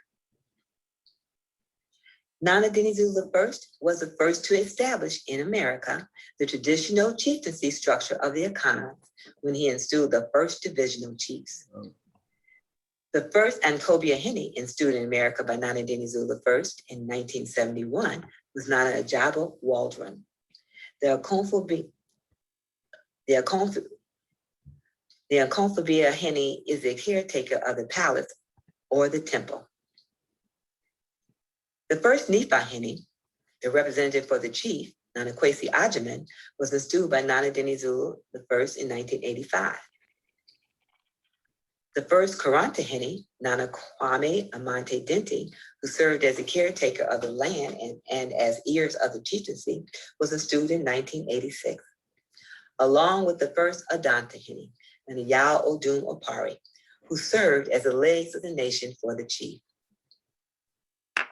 While Nana Dinizulu I was the first to be given shrines of the Akan pantheon, in 1972, Nana Dinizulu I became the first and only Akan American to discover an ancient shrine previously worshipped by his own ancestors. The shrine discovered was that of Nana Kumi. It was the original shrine that belonged to Nana Dinizulu I's ancestors in Aburi in Sabah, Ghana. This original shrine was given to Nana Dinizulu I to bring back to America to be worshipped and revered. I have mentioned Akan shrines that Nana Dinizulu I received In addition, in 1972, Nana Dinizulu gave Nana Oparebea the powerful shrine of Eshu to solidify the bond between the shrine in Kubiase Latte and the Sunje Miwoje in America. Nana Dinizulu was also the first to institute and celebrate in America Akan religious ceremonies and festivals, including the Ojira, the Akan New Year Festival, first celebrated in America in 1968. In 1970, there was a Bimbe held in honor of Nana Asurjabi, Nana Dadi Kofi, and Nana A.C. Ketawa. The Akom officially took place in 1971. In 1972, the Nana Asurjabi Festival, celebrated in honor of the Obasun Nana Asurjabi, was instituted. In 1973, began the celebration of the Nana Kumi Festival in honor of the Obasun Nana Kumi.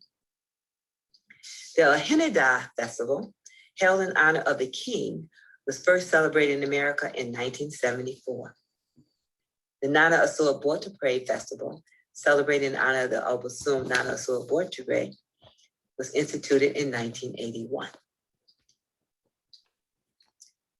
Nana Dinizulu's first birthright, his genuine love and admiration for African culture, and his institution building gained him much recognition in America and from Africans abroad. As a result, Nana Dinizulu I was the first to be installed in Ghana, West Africa on numerous occasions and given 6 chieftaincy titles, including Omahini, King of the Akans in America, bestowed upon him in 1965. Akufo Hene, Chief Priest of Akans in America, bestowed upon him in 1965. He was installed and given the title of Mankrado, a divisional chief of Nsababori, which is located in the eastern region of Ghana, in 1972. In 1985, Nana Dinizulu I was the first African-American to be installed as a divisional chief and given the title of Asimwahini of Agogo, and appointed chief representative in America of the Agogo state by Nana Akua Ko Sapon, who recognized Nana Dinizulu I as one of the most important kings in America. Nana Sapon met Nana Dinizulu I in 1982, after being appointed by the Asante Hene to visit America on behalf of the Ashanti Nation. Nana Sapon is the paramount chief to over 200,000 people and more than 60 minor chiefs who swear allegiance to him as he does to the Ashanti Hene. In 1968, Nana Dinizulu I was installed as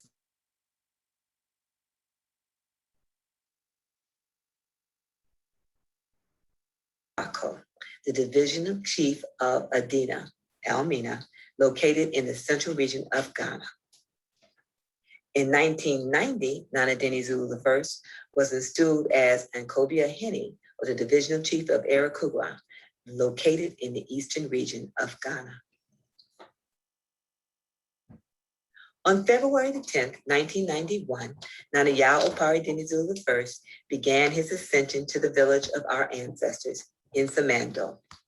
Nana Dinizulu I's accomplishments, his legacy to us all, remain visible testaments to his commitment to African culture, and they enable us to maintain and continue to perpetuate Akan African heritage here in America. However, Nana Dinizulu I's accomplishments are more than just a list of firsts.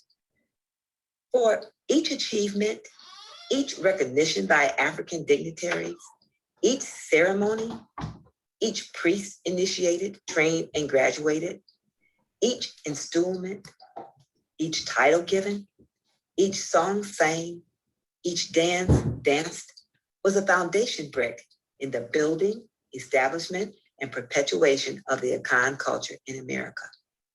Those bricks were laid by Nana Yao Opare Dinizulu I. They were the foundation of Akan culture that he left for us to benefit from, perpetuate, and maintain here in America. A culture that we must embellish, for as Nana says, and I quote, We must embellish upon what our ancestors have done. End of quote. I close this presentation with a comment about Nana Yao Opare Dinizulu I's relationship with Nana Akua Oparebea. The vision of Nana Yao Opare Dinizulu I was to create institutions that reflected our African heritage and culture, and for those of African heritage to know and perpetuate the culture of our African ancestors.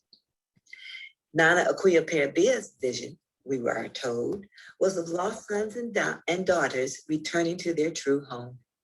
Because of the visions of these two chief priests, Akan culture and religion took root and flourishes in America. It was not by chance that these two, moving simultaneously on different spectrums of the same path, descendants of the same family, were brought together by the Abasun. It was the reunion of family from the past, acknowledgement and fulfillment of prophecies in the present, and merging of two complementary visions which paved the way for the two to work closely together in the future to establish and perpetuate the traditional religion and culture of our African ancestors here in America. It was the intertwined destinies of Nana Yao Opare Dinizulu I and Nana Akua Oparebea to open doors for each other and support each other. For after all, they were, as Nana says, Abusia Bako, Mwaja Inso Bako, one family, one blood. Adasi.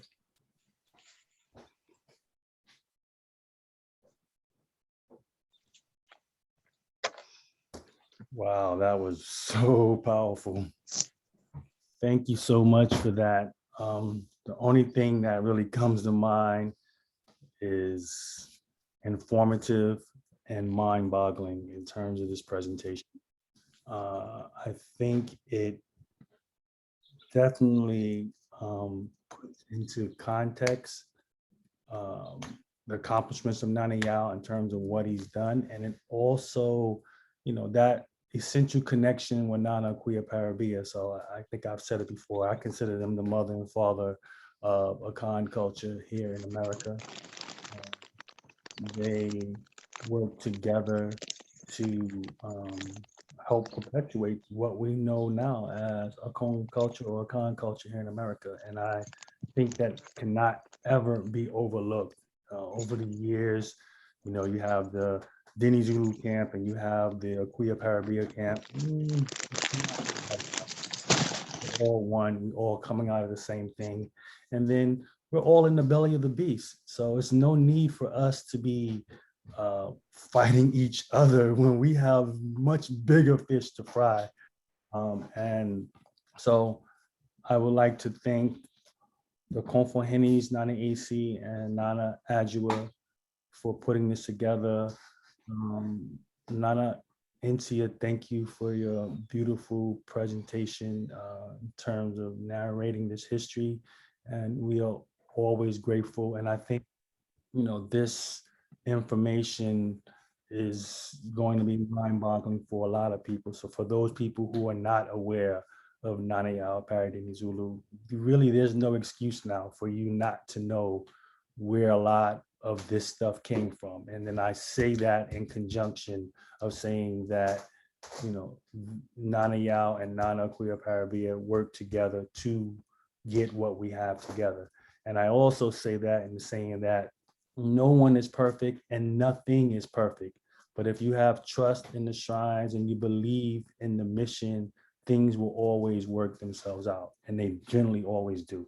So having said that, we also have a presentation for Nana Akua Oparebea. So as you know, she was born in 1900, and the information that we have from her is really from her obituary. So we were able to put together a presentation based on her obituary. We had the Akom Kese board read parts of her obituary, and we put together a montage on her. So at this point, what we're going to do is we're going to show that presentation. And then after the presentation, we will give the Shrine House heads an opportunity to comment. So please bear with me. Let me queue up my screen and we'll go from there. While Quasi is getting that together, I know I'm not the only one whose mind is whirling right now. I need a minute to absorb all that. You know, take a couple of deep breaths. I don't know about y'all before we get into the next one. What y'all think? That was a lot. Put in the chat, I'm waiting for the book. Like, I need to see this in a book that everyone can purchase. So I don't know. And especially since Nipa is doing the. Please. That's a fundraiser for the building. It's coming. The book is coming. Yay! Yay!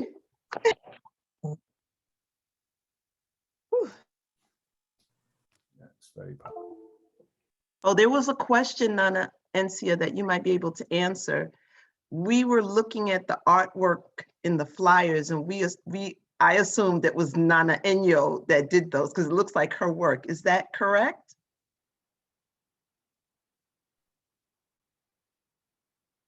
Nana Encia?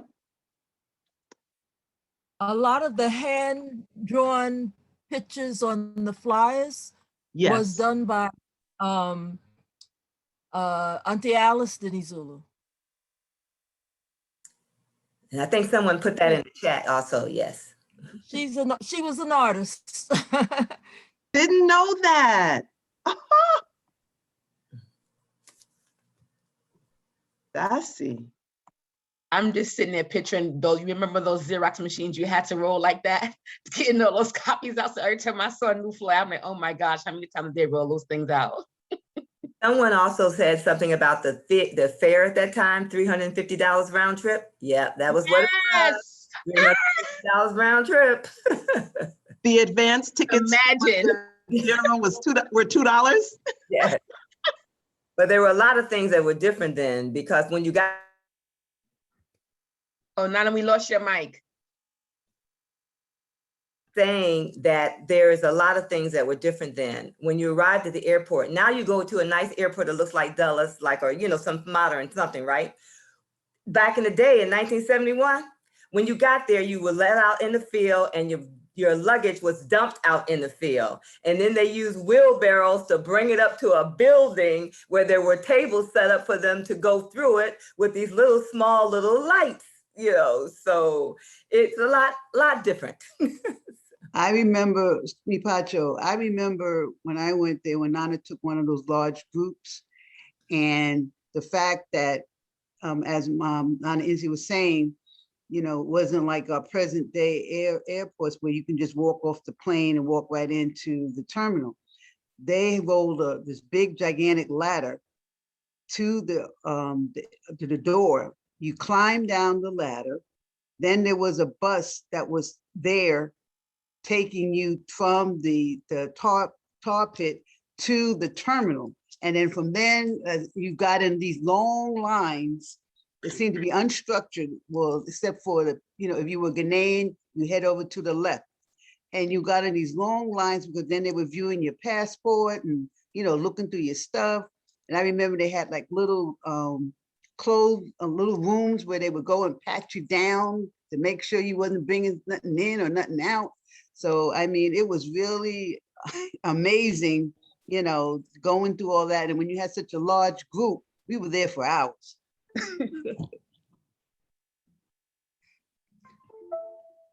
Just to piggyback, my father was on that trip with Nana Opare Dinizulu when he first went. So he told me there was 2 planes full of people. It was Pan Am airline. And he told me they were there for 6 weeks. And he also told me that part of the trip, they did classes in Ghana. They took some classes in Accra or whatever the college was, University of Ghana. And then they went to Togo and Nigeria as part of that initial trip. So, which I didn't know. He had told me about it, but I recently spoke to him again about it. And he was saying, it was a, really powerful trip. So, all right. If there are any other comments, if there aren't any other comments, I would like to start the tribute to Nana Oparebea.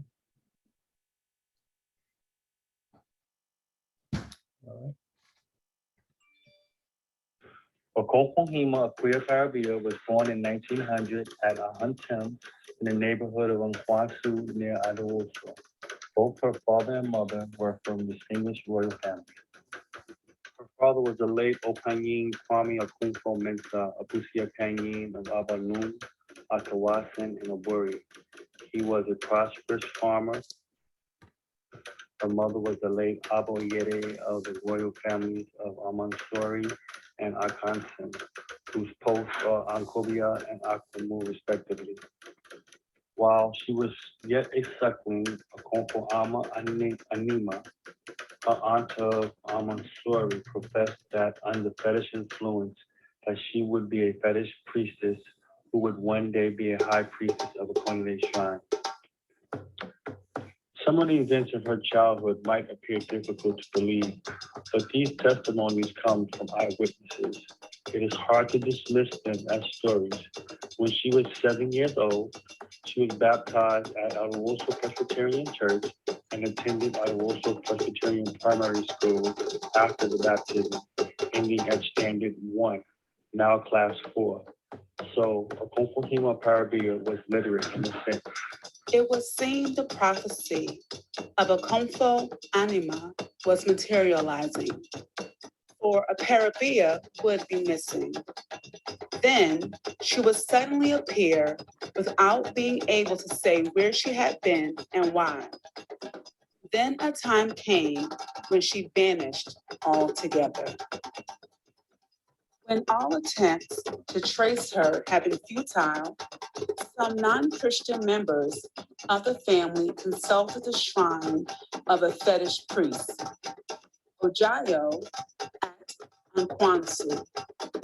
The shrine and Ojayo's village are still there, but have lost their popularity and prosperity. After there had been fetish drumming and dancing continuously for 7 days, she reappeared. This time she spoke and said she had been possessed and led away by the fetish Akua, but her parents did nothing about it.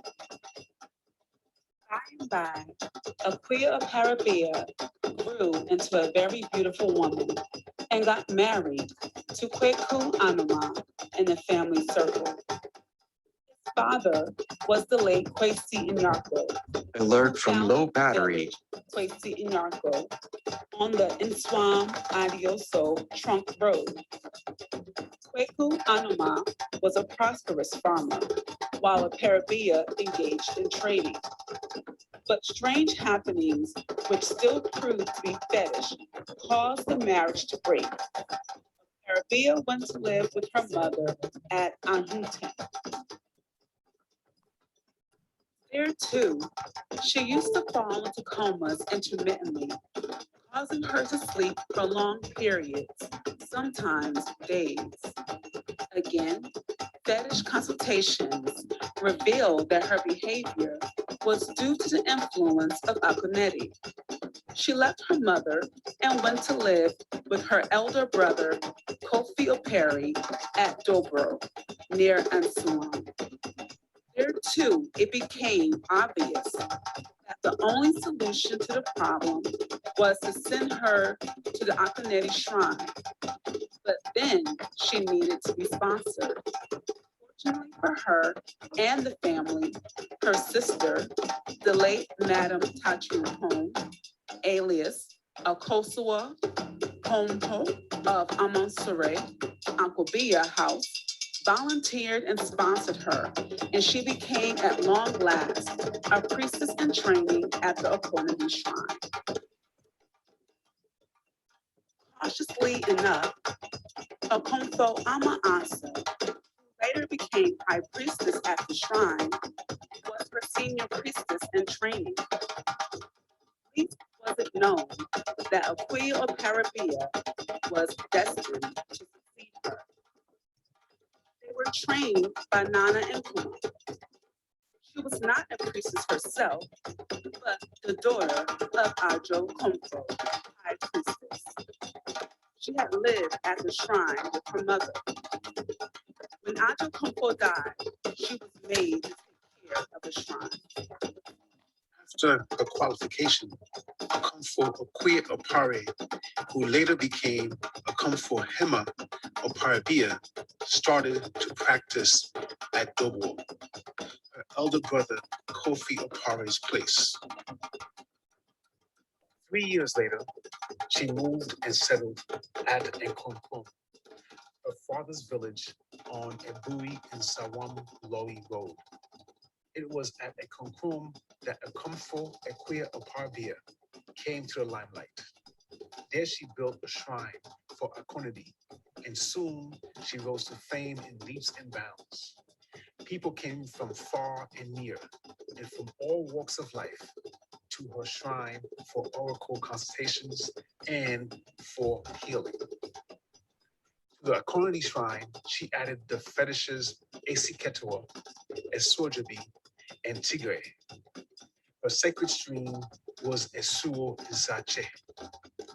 In addition to the oracular consultations, Akomfo Hema cured diseases of all kinds, ranging from serious physical and mental disease, charms, as well as childbirth and common diseases like fever in its different types.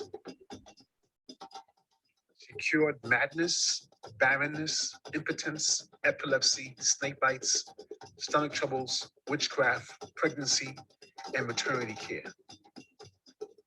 She freed people who have been cursed and those who were tormented by unseen forces and spiritual complications. Every true fetish priest or priestess, apart from a shrine, sacred groves, and sacred streams and wells, have a group of elders who are his or her counselors and supporters and courtiers. In addition, there is a staff of drummers, singers, dancers, and waiters.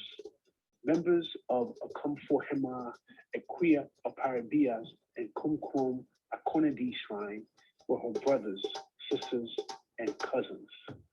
Chief among them were Kofi Opare, Kweku Opare, Kwesi Opare, and her own sister, Auntie Sisi, who deserves the singular honor of having been her closest personal attendant and confidant during her training, for passing out and everywhere Akomfo had been thereafter, till her passing away. The pillar behind Akomfo and these elders and courtiers was the late Nana Osai giant, Oduntunhene of Akua. With these elders, Akomfo Hema did not dispense physical and spiritual matters only, but social and economic aspects of life. Help the poor and resolve civic and matrimonial troubles. Akomfo Hema was a capable and effective trainer of newly possessed fetish priests and priestesses. At the Akomfo shrine, she trained hundreds of priests and priestesses methodically and thoroughly.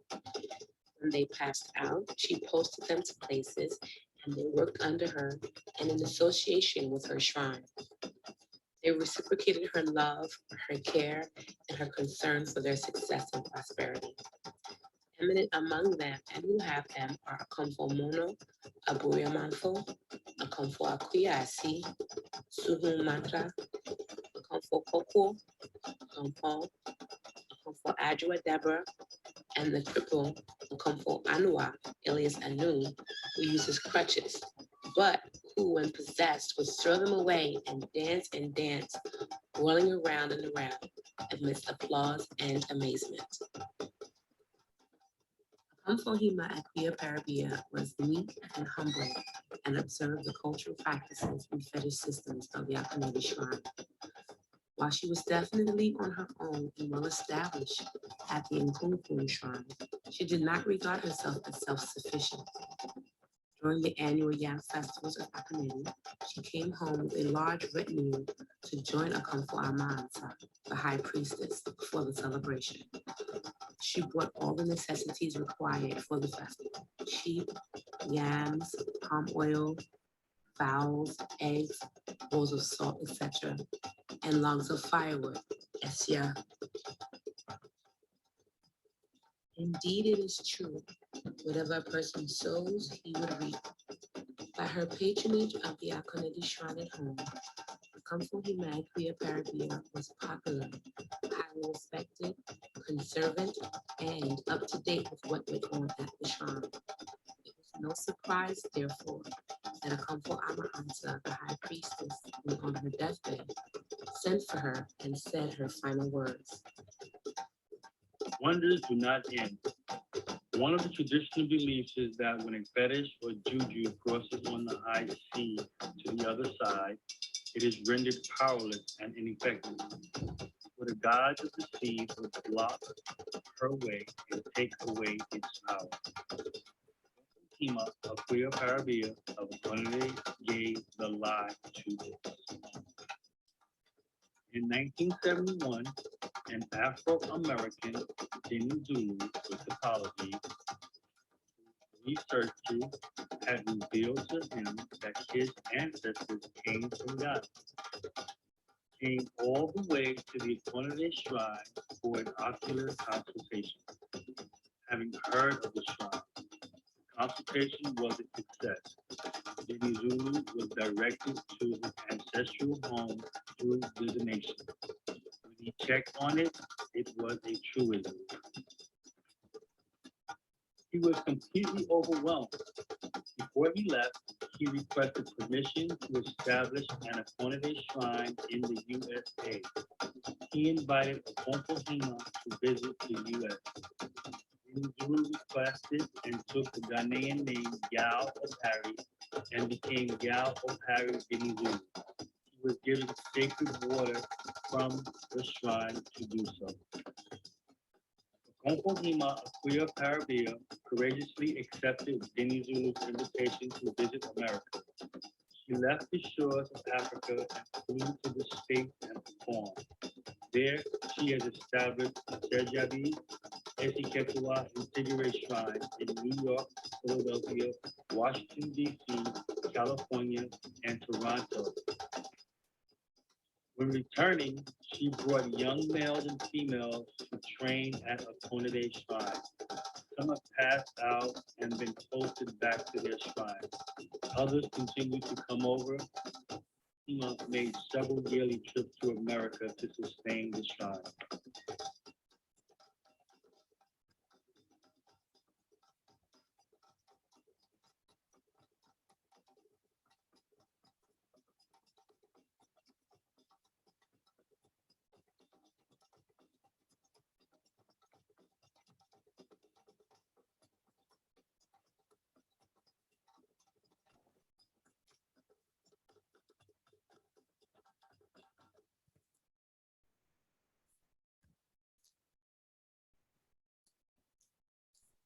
So thank you. That's our tribute to Nana Akua Oparebea.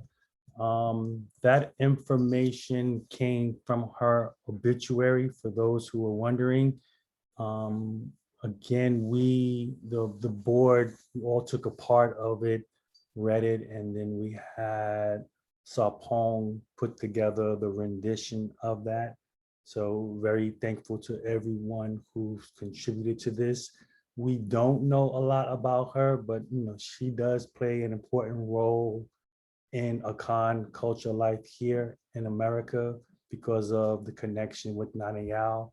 And we definitely wanted to highlight that. So thank you again.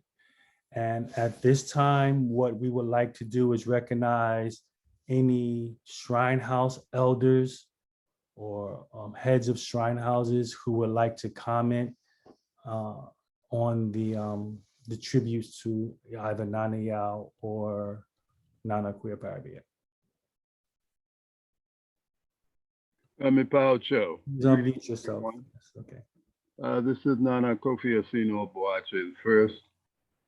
I want to congratulate and praise the Akom Kese people, all the staff and members who put this conference together and these outstanding tributes. It's very important that people know the history and how things started, because this isn't something that just fell out of the sky and boom, it was there. So I thank you. I thank you. I thank you for your good work. Madasi.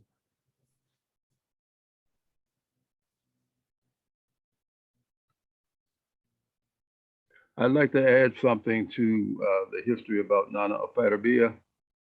In 1971, 11 o'clock. In 1970, yeah. I'm sorry, go ahead. I'm sorry. In 1971, Nana Opare Dinizulu the first organized a charter flight to Ghana, West Africa. I was a DC-10, 250 people on that plane that went to Africa. Some went to Nigeria, but most went to Ghana. When we arrived at the airport, Nana Oparebea was waiting for us. Nana Dinizulu had made arrangements for places for people to stay, but she was there with a bus and took us up to Lache, which became our headquarters for the time that we were there.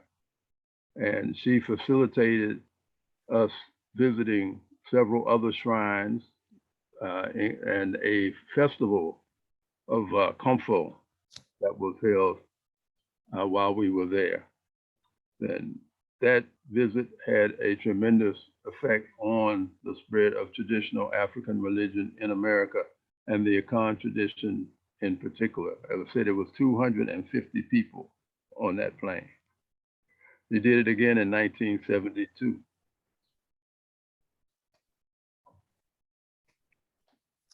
So we got living legends among us, guys. And so we need to pick their brains and get all the information we can so that we can continue to pass on the legacy and the information to our children. Thank you, Nana Kofi. I see that now.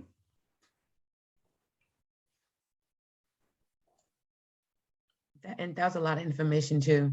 I don't know. My head is really whirling right now. It really, really is. So we invite the Panifo to comment or to add to the information. Everything helped, and whatever you're interested in sharing. The inside scoop. This is a sharing platform. We want to share the information so that people will know. I think the information is complete in terms of it does tell a whole picture, but I'm sure there are always little nuances that we probably miss or just aren't aware of. So for example, knowing that Auntie Alice was an artist, I didn't know that either. And also feel free to share your personal stories because like Kwesi said, we have a lot of people here on the call and on our Zoom that were part of those trips. So please feel free to share your personal stories. Auntie Sarah shared her story about the airport back in the day. So please feel free.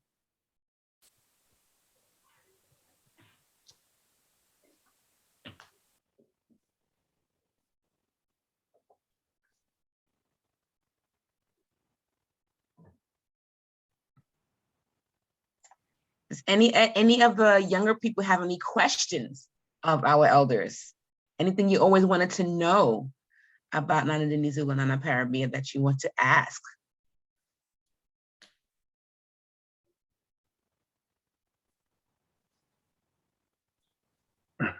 Yeah, I have this is Kwabena from Poem from Richmond. And I tell you, this is the stories I'm hearing and the videos are just really powerful and transformative. You know, there was a lot going on, you know, back in the 60s with the Black Power movement, Civil Rights movement. But I just wanted to just ask the questions to the elders with all those different things going on.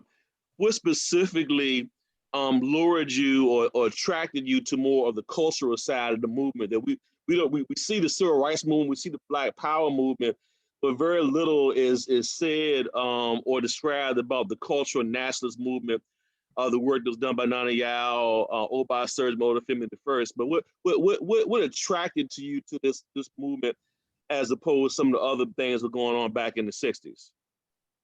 Medasi. Me, Pacho, this is Auntie Sewa. I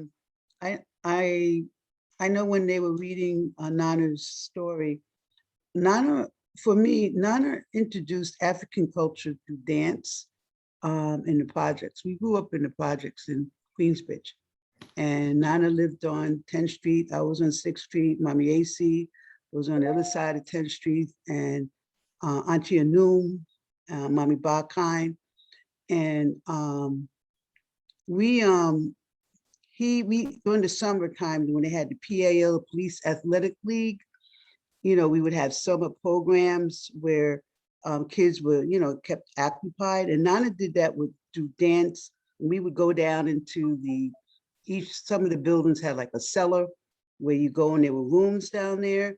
And we were taught with Barbara Surgeman, we were taught about African culture as well as dance. So my introduction to the culture was through dance. And from there, it just, you know, spread. And each time we were exposed to it, either by even when other groups, when they had the world, what was that? The World Fair down in, I can't think of the name, the World's Fair, I'm sorry. And they would have different groups and so forth. We would go down there and just be associated just with seeing Africans, because for a lot of us, only knowledge that we had of Africa was like on television with Tarzan, which, you know, was in Florida. But you really didn't have that much exposure to what African culture was all about. So for me, I was introduced through there, and it just grew. I remember times when we would dance on Wonderama, which was a program back in the 1960s, it was a kids program. And it was like hundreds of young adults that we performed, you know, and so for me, I don't want to be redundant, that was my introduction. That was what motivated me. And the more I danced, the more, you know, I wanted to know more. And I remember we were in Jacob Reese Center. That's where we moved to once we came out of the PAL Public Police Athletic League program. You know, Nana would hold dance class in the Jacob Reese Cultural Center, where many people, you know, had other activities there as well. And I remember the first time that Nana introduced having what we would call now was the introduction to Akom. You know, had candles there, it was dark. A lot of us did not go in because we didn't know what the heck was going on. But, you know, you know, we were young, we were 10 and 11, you know, so forth and so on. So, you know, but back then he was starting to introduce more than just dance, you know, the religious side of the, you know, of the Akan culture. So for me, that was my introduction. I'd like to ask a question of the elders, if I may.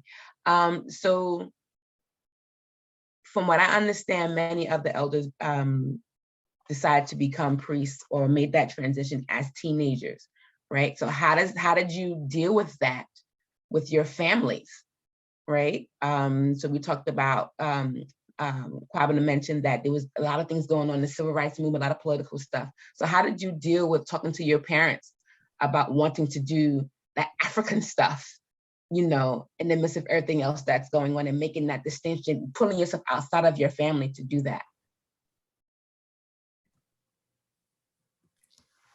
This is Nana Nsia.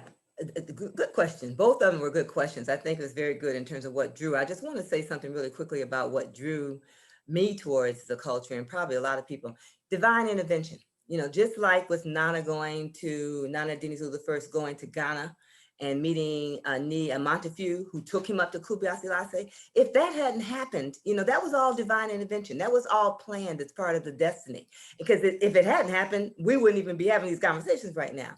And the same for us coming into the culture. You know, I'm a product of the 50s, watching dogs bite people go to school.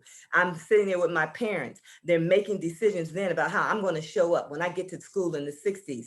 And then when I'm in the 60s, you know, there's sit-ins. I go to all white, predominantly white school, but we sit in, you know, and the band Panthers are starting and all this stuff is going on. But I'm out of school. I'm in DC. I go into an African shop, Zaro's, was owned by Nana Kwame Brown and his wife at the time. We're talking about African culture. They invite me to some meetings. I go to some meetings that are held in Melvin Dill's house. He starts talking about the African religion and everything started clicking. It made sense to me. You know, it was more than just economics. It was more than just politics. It was now this cultural piece and it was all making sense to me. And then, you know, from there, I'm going to Combs and, you know, history then went on.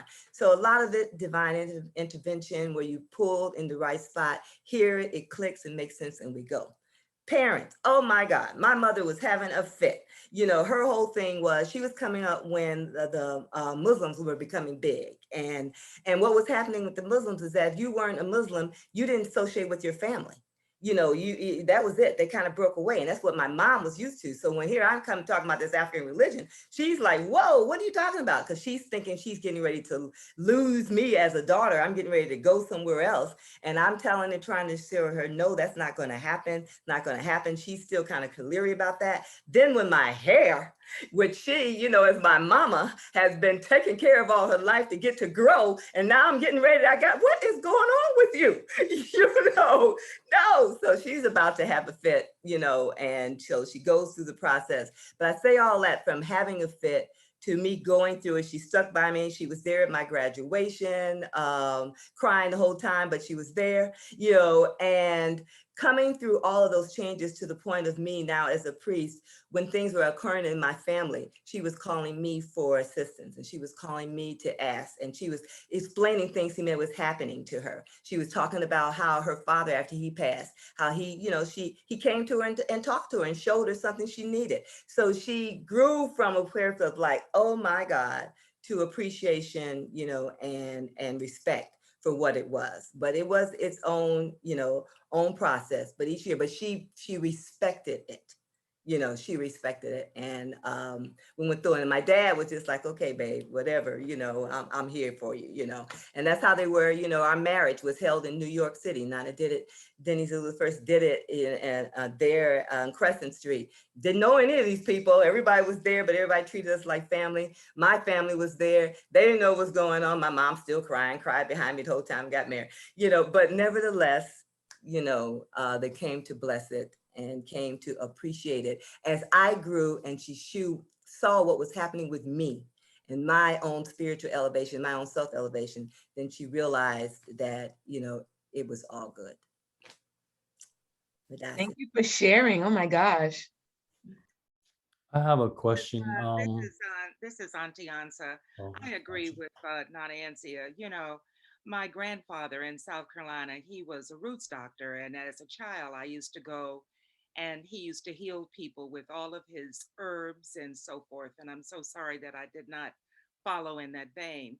But however, when I was 12 years old, he said, out of all of his grandchildren, that I would be the one who would follow the culture. And I looked at him and I said, what is he talking about?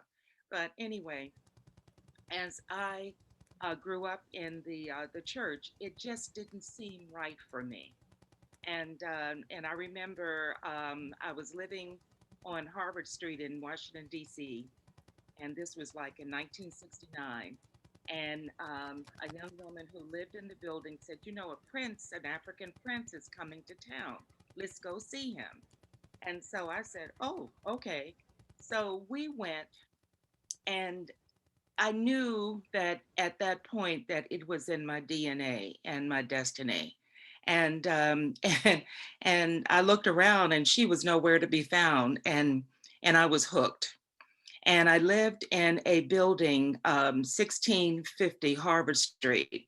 And it was a very political building because Kwame Ture and Bob Brown and a lot of the all African people, Revolutionary Party's people lived in that building. And they went the political route And Kofi and I, we went the spiritual route, and we knew that we had found home. This was something that we wanted to participate. We wanted our children to be a part of. And now in terms of my parents, they just didn't understand. And especially when I became, went into training, Aunt Geneva said, "Oh my God, you look like a pickaninny. Oh my, what are you getting into?" And they were just really not, on board with it, but I was persistent and consistent, with it. And as the years passed on, I remember when I graduated, my hair was down my back, and they began to cut my hair. And Aunt Geneva came over and said, what are they doing? Why are they cutting your hair? It's so beautiful and everything. I just don't understand. And they had to actually ask her to move back because the one thing that my father said, and it brought tears to my eyes. He said, we were wearing traditional clothes each and every day. And I was a professional. I worked at the university, and it was very interesting because we stood out. We stood out as we wore our clothes every day. And I remember my father saying to me, "I don't understand much of what you're doing, but I do know that you and the children are doing very well. And I'm really proud of you." And that really brought tears to my eyes.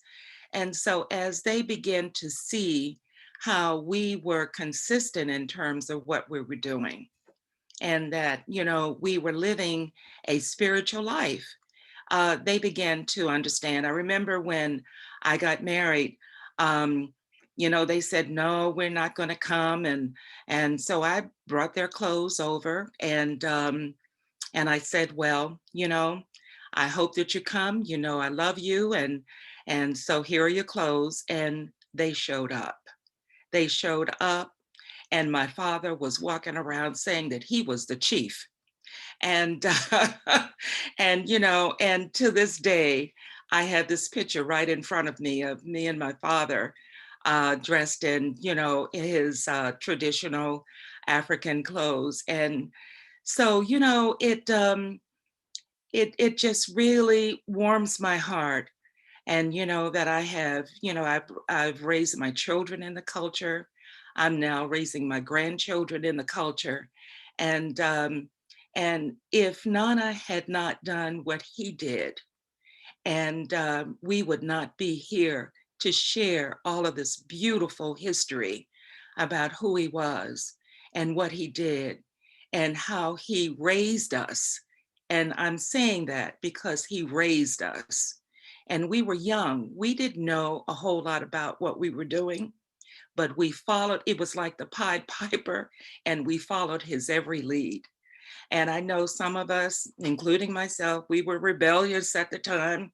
I said, this is not what I want to do in my life. And here I am after all these years. And so I'm so very blessed to be in Akomfo. I am so very blessed to be in a position where, I can help other people. And people do come to us. A lot of times they don't understand particularly who we are and what we do, but they know that we are there to assist them, and they continue to come. And so I say Madasi to, to all of you who are putting this together, and it's really beautiful. And I say thank you. You. Thanks for sharing, Tiansa. That was I see. great. My eyeballs over here getting all moist. I don't know what's happening. Greetings, Sister everyone. Pacho, I'm sorry, but Sister Abimbola Wali, she had her hands up. Can she go before you?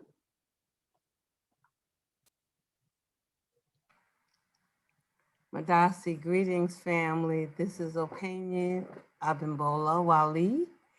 And when Nana Kosua Bakan asked that question, I had to reflect back 43 years ago and just share my experience with Nana Oparebea. In 1969, I became the member of the East organization. and was introduced to Bobby Shangi, Razaki Shangi, who presented African culture classes, and I attended every week. And through Bobby Shangi, I was introduced to Nana Oparebea. Now, when I was at the East, I was introduced to the African tradition, but through the Yoruba culture. And I had all these questions and they couldn't answer those questions. And then I was like, well, if we came from Africa, why are y'all dealing with Cuba and Cubans? Why not go directly to Africa? And so when Bobby Shangi, when Nana Oparebea came to Queens, to Bobby Shangi's house, it was like an eye-opener. Wow, this is original. I can go to Africa. I can actually experience the direct culture as opposed to going through Cuba. So it was just wonderful. And then through there, I met Nana Ansar. I was married in 1972. And Nana Ansar was part of the ceremony in my marriage. And then from there, then I had a child, and that was when in 1978, I decided that I wanted to embrace an African value system and raise my child under that system. And that's when I decided that I wanted to become a part of the Akanade Shrine. And so Nana Oparebea offered me to become an Akomfo and train, because at that time I had M-Pesi. And I said, no, I didn't. I just wanted to become a part of the Shrine family. So I was blessed. Nana Oparebea gave me my marks. I have my marks by my mother, Nana Oparebea. And so 43 years later, and then of course, like I said, I raised my daughter. And but just wanted to share something with the family in terms of Nana's power. So I had M-Pesi, and she said, no, you shouldn't have M-Pesi unless you're training. And so, and at that time, my then husband, Mensa Wali, he had M-Pesi. And so she cut his M-Pesi. And she asked me if she could cut mine. And I said, no, because she was over across the water and this was my protection here. Well, I want the family to know every day after I said no, I would wake up and my locks would be on my pillow until all of my hair fell out. I want to tell you the power of Nana Oparebea. And so after Nana Oparebea, she gave me my marks. And then when she went back, she left Nana Nsia, and then I was under Nana Nsia's leadership. And then when Nana Nsia left, then I became a member of the Obatapa House of Hope with Nana Bakan. But, and I did go back and forth to Ghana. I did go to Latte. My daughter went, and at the age of 9, she went to the shrine, and Nana Oparebea said, what's your mission? And you know, my daughter said, I want my marks. And I was shocked. And Nana Oparebea gave my daughter her marks. So I just wanted to share that with, you know, the family. And then one other question that I had that I've been conflicted with for many years. I've been to Ghana, and I've been to Ghana with a lot of the family from Onipa, from Nana Dinizulu Shrine. And so with this here, the video with Nana and knowing the different shrine houses that he belonged to in Ghana, now I have an understanding, because I couldn't understand how when members of the Dinizulu family go to Ghana, they don't go to Latte. So now I do have a better understanding that there were different shrine houses that Nana Dinizulu was affiliated with. But I have been conflicted with that for a long time. So I received my answer today. So thank you, and I'm complete. Medasi for sharing, Mama Bambola. Pacho. Oh, I'm sorry, Coach. Go ahead, Kwesi. All right, so I want to say two things. Auntie Dooku has her hand raised up, so we'll recognize her. I also wanted to say, for the people who started and went into Akom in the early days, this also was a form of protest. So you had a lot of the Black Panther movement, you had a lot of those issues that were going on with the turmoil in the community, and the way this protest formed or started was that it went into the religious thing as a way of rejecting mainstream culture. So although it's religious and cultural, it also was a form of rejection of the mainstream society in terms of what they said you needed to be and how you needed to be. So, you know, I think it's the same path, but the way it diverged when it's still in that form of protest. So I just wanted to add that to the conversation. And with that, we can recognize Auntie Dooku. I think Auntie Omadun was before me, so Oh, I'm can. sorry. I didn't see her hand raised up. So if you want to be recognized, just press the reaction button to raise your hand so we can see who would like to speak. I just wanted to say, I'm just blessed and grateful right here where I am. I had the most marvelous mother. So when Auntie Encia talks about divine intervention, I came about as a very young girl to the organization. I was probably about 9, but my mom had a African dance group in the community of Southeast Washington. And we performed all over Washington, DC, Chattanooga, Tennessee, and a bunch of other places. So I was always in African culture. And we were performing one day around 13th Street Southeast, where we got a flyer that there were going to be some African dance group on 11th Street Southeast.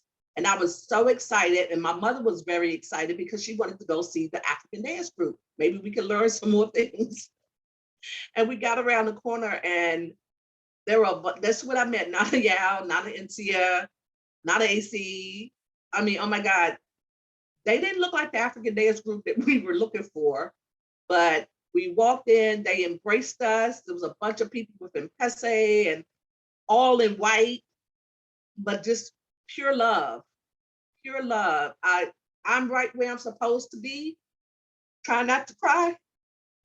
I'm feeling blessed and grateful for the Abasum sending me the mother that I had and sending me and directing me to Nana Yao and my beautiful family that I have now and children that I have that I'm raising in the culture. I love where I am. I wouldn't be anywhere else. I also wanted to mention that I was one of 2 priests that were the last 2 graduates of Nana Yao in 1990. So Madasi Kwesi and the committee for all that you do and for all these memories coming up.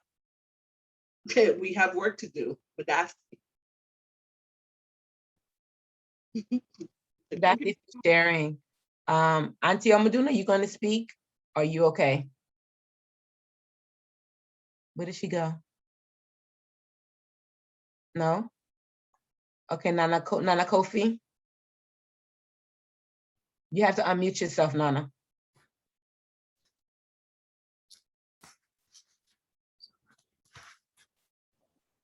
All right. Can you hear me now? Yes. Yes. Brother Frimpong raised a question about how things were back in the beginning. Nana Encia Opare was very correct, I think, in saying that it was divine intervention that brought us together.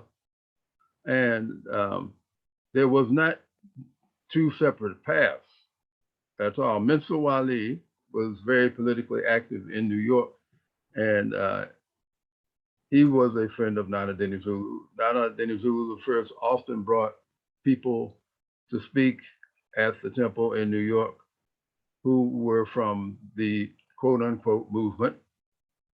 And in my own path, I was a student at George Washington University. I became president of the Black People's Union there. And we decided to put on what we called Black is So Bad expose. So we went around DC to find Black businesses and presenters for the 2 days of programs we had. One of the presenters was Zorro's House of Africa, which participated in the fashion show that we had. That was run by Nana Kwabena Brown's family. And some of us began to spend time there, go to the shop and see what new things they had from the Congo or Ghana or Nigeria or wherever in Africa. And during the winter break in 1970-71, I got a phone call from Bob Brown about going to a Bembe. He had asked about having a Bembe at the building we had on campus, and I had asked him, well, what is a Bembe? He said, well, there's drumming and there's dancing and there's food, you know. I said, oh yeah, we can do that. We can do that. So he called me up. It was a Sunday, and he asked if I wanted to go to the Bembe. I said, well, sure. So he came, picked me up, took me over to 1501 T Street Southeast, which was Nana Kwabena Brown's family's house, still is today. And I didn't know what was going on. I was familiar with the African liberation movements on the continent and with some of the organizations in the US, but I had no idea about the cultural and spiritual aspect. So the Bembe was held downstairs in the basement. I went down there. Baba Ngoma, who people in DC know very well as a drummer. He was there, and some of the other drummers, and with Nana Dinizulu. And you know, the drumming started, and we started dancing around. And I don't know what happened after that. That, I guess, was my first time being possessed. Now, I grew up in the AME African Methodist Episcopal Church, and some of the people there thought I was going to be a preacher. I had entirely different ideas. But after that experience, I wanted to find out more, and we started having meetings hosted by Nana Kwabena's family at the house there on T Street, and looking into various aspects of traditional culture. But the following day, when school opened up, I was walking back to school through Lafayette Park, and I felt something over here on this shoulder and something over here on that shoulder. And then this video started playing in front of me. I had never had an experience like that before, any kind of visions or dreams or whatnot. And I'm walking through Lafayette Park in the middle of Washington, DC, and I'm seeing a vision of a village or town being raided in Africa and people being taken away, and hearing a voice say, "This is your first ancestor that came to America." So I definitely had to find out more about this. And that was how I got in. It was just, it was divine intervention, because it was not a path I was seeking to follow. And when the trip came up in 1971 to go to Africa, to Ghana in particular, I had to go. I had to go, and it was divine intervention that helped me as a struggling student raise the money. I was also trying to feed my daughter and keep a roof over our heads. And I landed in Ghana with $150, $120 for room and board, and $30 for whatever I might want to purchase. And it was an amazing experience to be there at Latte, to see the training, to get training as an Abrafo, to see Nana Oparebea possess over and over again at the crack of dawn in the morning. It was amazing. And that was in 1971. I was put under as a priest in 1972 to Obo Kwesi, and I would not be anywhere else. But all of us have not had it easy with our families when it comes to accepting this. It took 2 or 3 decades before my mother would call me Kofi. And my father asked me about my name. He said, well, what's wrong with your name? I said, nothing wrong with it. Nothing wrong with it at all. But our ancestors didn't know. That had been taken away from them. They didn't know their real names. And that's why I'm doing this. And he accepted that, but it took mother about 20 years before she would call me Kofi. But she has accepted it and come to peace with it now after seeing how good it has been for my family. My daughter, Akua Badu, is also an Akomfo, and her daughter, the late Ya Abajua, Akomfo Enyo, became a priest. And it's been good. It's been good. It's a blessing, and there is no division between the political and the spiritual. It's all one thing. It's all part of our liberation, as Nana Dinizulu would talk about, the redemption and uplift of our people. We have to pursue all those parts. We have to pursue all those parts. The way the legal structure is here, your political organization has to be separate from your religious organization.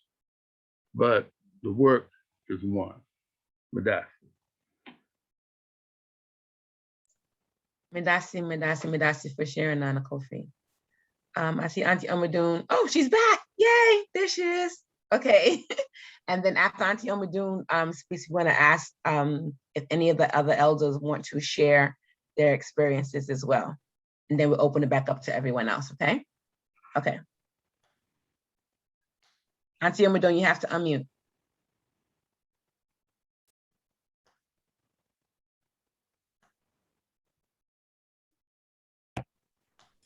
Yes. Greetings, everyone. Blessings and all. Just want to share a real short story about my introduction to the culture and to Nana Yao Dinizulu the first. So I have to give initial credit to Nana Aisi Dinizulu, who we lived in the same neighborhood, sort of in Brooklyn. And Nana AC was known in the area. Number one, she had one of the flyest fros around. She had the regal walk, and she wore 72,000 silver bangles on her wrist. So I thought that was like the most wonderful thing I had ever seen. So in getting to know her, she invited me to a dance class out in when we're in Long Island City, I think, or Queensbridge. Anyway, we used to have, Nana would have the classes down in the basement of the complex. And when I first, I don't know, I saw them perform first because I saw them perform at World's Fair and all. And I had never seen African dance like that. The interpretation, the movements, the pride in what you saw, because it was Nana AC, Auntie Newman Tim, Afiba Howard, who's no longer, it was so many, but it was so beautiful. So anyway, so I met Nana AC, and then I went to the dance classes, and then I was introduced to, at that time we had bembes, and had bembes on the full moon every month on a Saturday. And on Sunday mornings when we left out, thank God it was New York, because you could go home on the subway and no one looked at you because it's 11 o'clock in the morning, you had powder and stuff all over you. Folks kind of looked at you and just kept going. I was put into training as a Nana AC Ketua priest by Nana Yao, the first time by Nana Yao. And I was young and didn't really understand the beauty and significance of it. And I'll have to admit, I was a little disappointed because everyone else was going under to Nana surgery. And at that time, the knowledge that I could retain and remember is I thought of Nana AC Ketua as this old woman. I'm thinking I was like maybe 17 at that time, maybe 16, I think. I was like, why you put me under this old woman? Everybody else got a surgery, he's all fly and dancing and stuff. But when I left, one of the things that anybody who has left and come back realized is that yes, we do. I'm on Chroma. that you can leave the religion and culture for a while, but you will always come back. That medicine and that spirit is with you always. I left for 25 years, and I can remember when I was coming back into the culture and trying to find out, where did I go? Where did I belong? Nana Kwabena Brown had a festival, Tika Day Festival, and the bus pulled in from New York, and I hadn't seen Nana AC in like 20 something years. And Nana AC, Nana Adjoa, they all came in, and I have to say with pride, everybody went down and kowtowed to them. Okay, they acknowledged the seniority of these beautiful women priests that came in, and it was my whole thing that I just said, I want to go home. And I remember I kept telling people, I want to go home. So I was blessed to be able to come back with my initial teacher, mentor, example for us all. And I said, I honor and I respect Nana AC, Nana Adjoa, Nana NC, because they are Auntie Bakai, Auntie Inyo, because they have stayed the course for over 50 years. I'm 68. So they have stayed this course. They have not wavered from it. They have set the perfect example for all of us, even though I'm a truly Friday child, so I'm very wayward, but they know where my heart is. And I remember when I decided to go back into training and had to start from the beginning, it was okay. It was okay. So I'm open, so that was, and Nana Yao, one of the things I can remember him about our classes was, and him was his laugh. He had the most infectious laugh that just made you want to laugh, or you definitely couldn't help but smile. His dedication to the culture and the religion, again, he set the example for all of us that came behind him, because he never wavered. And the people who walk in his footsteps, because we all walk in his footsteps. He is the beginning of the Akan culture and religion here. Okay, if it wasn't for him, I doubt if it would ever been here. So I give him honor and praise first and foremost.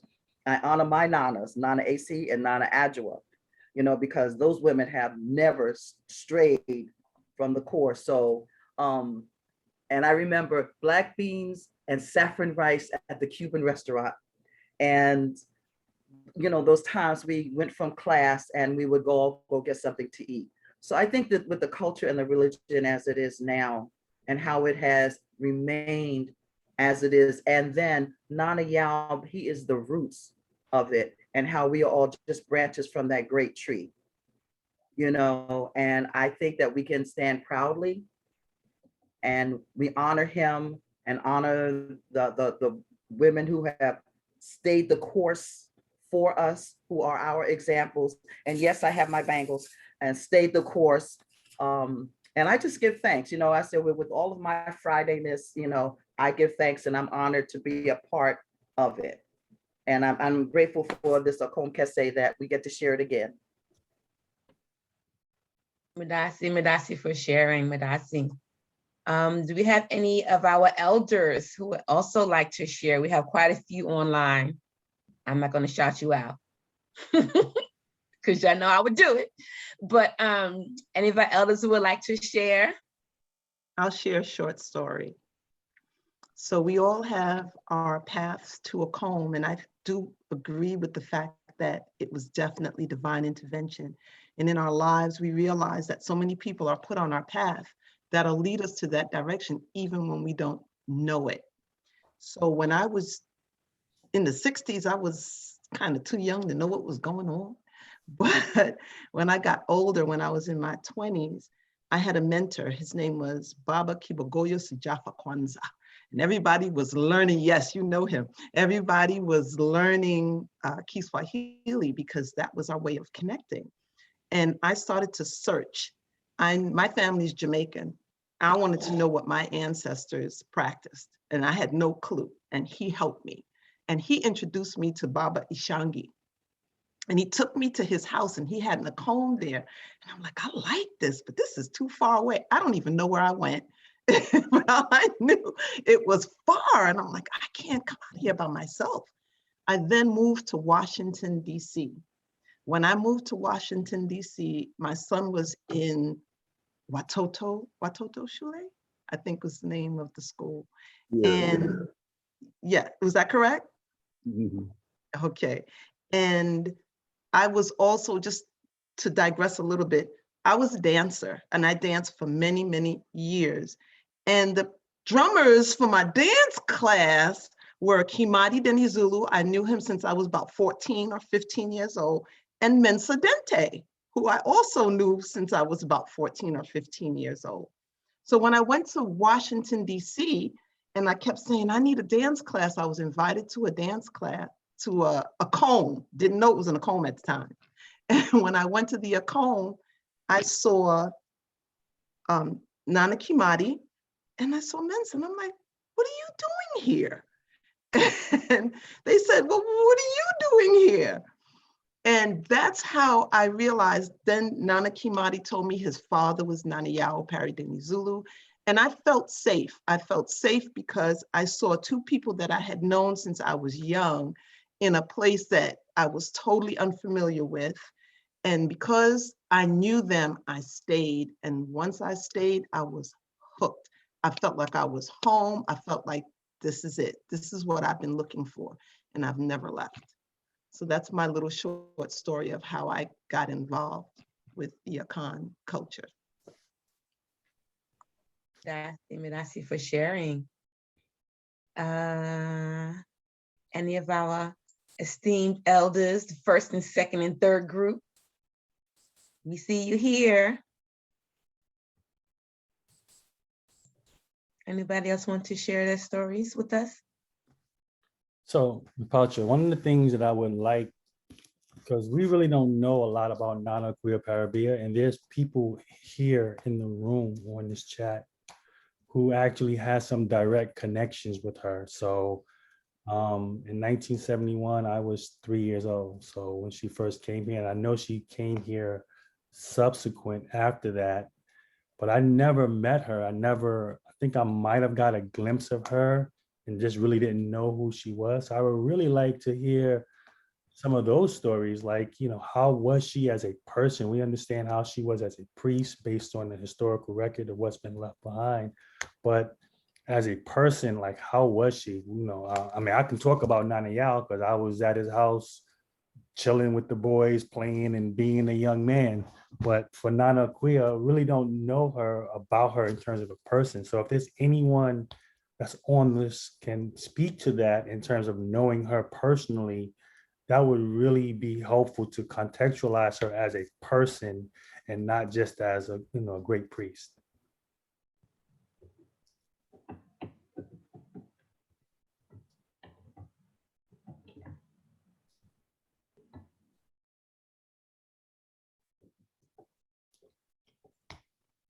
We have some people who know her on this call. Yes, we do.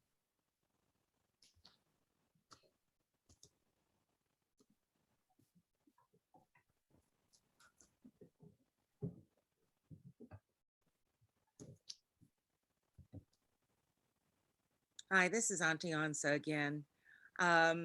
When I met her, she was like bigger than life.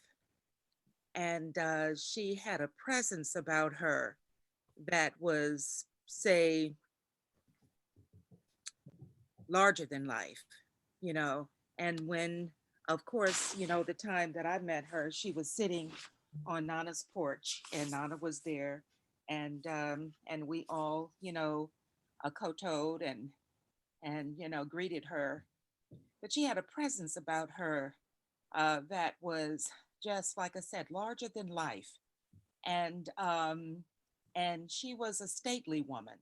She wasn't a small woman. She was a stately woman.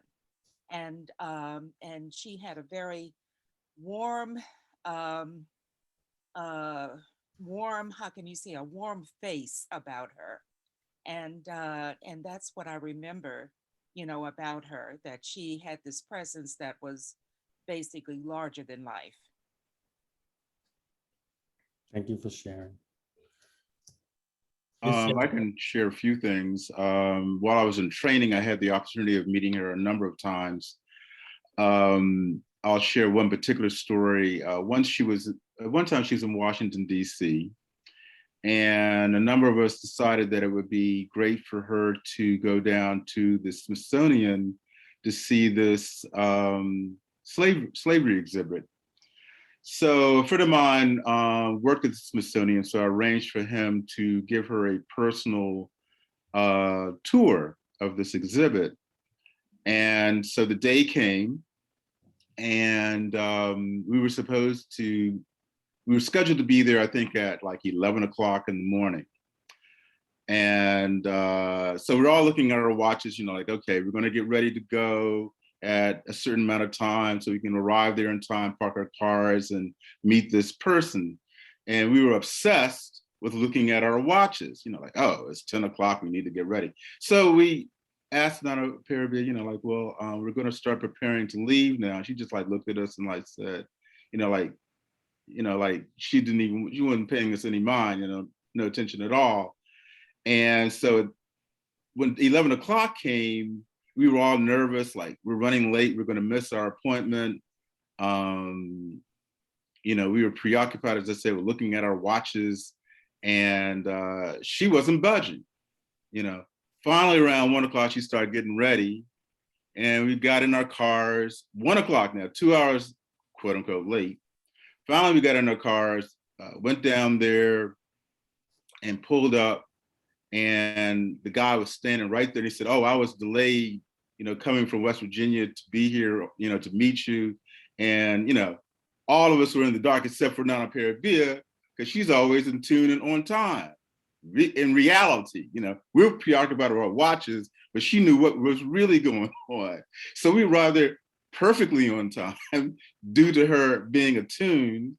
And so finally, when we went into the exhibit, I remember the person who was giving the guide explaining how our ancestors were packed into the bowels of these slave ships. I think that was the first time that was explained to her, and she was shown the pictures of, what took place. And I'll never forget the expression on her face of disdain and for what happened to our ancestors. I mean, she was fully aware of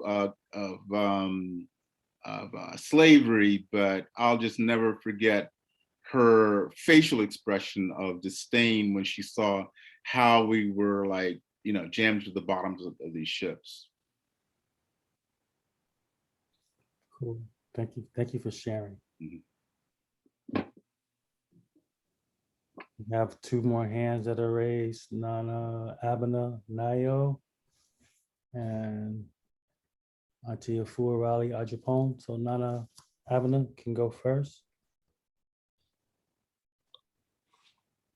I don't know, Paucho. I greet everybody. I hope everyone is doing well. The first time I met Nana Oparebea, I had already traveled to Ghana. And so in my first trip of going to several countries in Africa, Ghana being one of them, and actually being at my family shrine, I already knew about the Ghana face, right? There's this face when people are sitting in state and they always look so serious. And so I remember meeting Nana Oparebea. She was at Nana Nsia's house in Brooklyn and staying, and they had some big festival that had happened at the African Sheep Festival, and I was back at the house and she was there. And I remember experiencing her without the Ghana face. And she was smiling and she was laughing and she was so thankful for everything that you did for her. And I remember trying to understand the things that she was communicating as she was talking to me and other people that were in the place.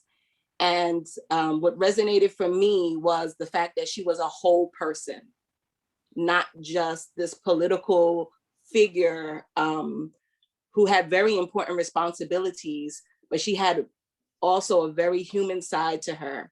And she, while she didn't have a lot to give, she tried to make sure that her interactions with people were going to be impactful, and you were left with a positive feeling when you were dealing with her on an individual basis.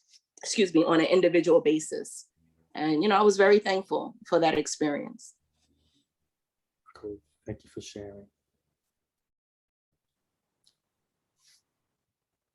Auntie Afua Achapon. Greetings. I just wanted to share a quick story. Like, I get nervous, I talk real fast, so I'm trying to slow down so I can remember my thoughts. But I was remembering when, and I think it was the beginning of Basum Jamawaji and our initiation into Basum Jamawaji. And the energy was so powerful with all of the offerings made, the sacrifices, the incense, I mean, everything. And something happened where the police showed up. And so here you have people possessed and, you know, all of this going on. Nana Yao Dinizulu, he got up very calmly, went over to them, talked to them, and they left. I mean, they didn't say one thing, to us anyway, or like, you know, what's going on here, turn on the lights. Nana had complete control of it. The Abbasoon had complete control of it. And the ceremony went on and the policemen left. And it just showed, you know, how he didn't have to act larger than life.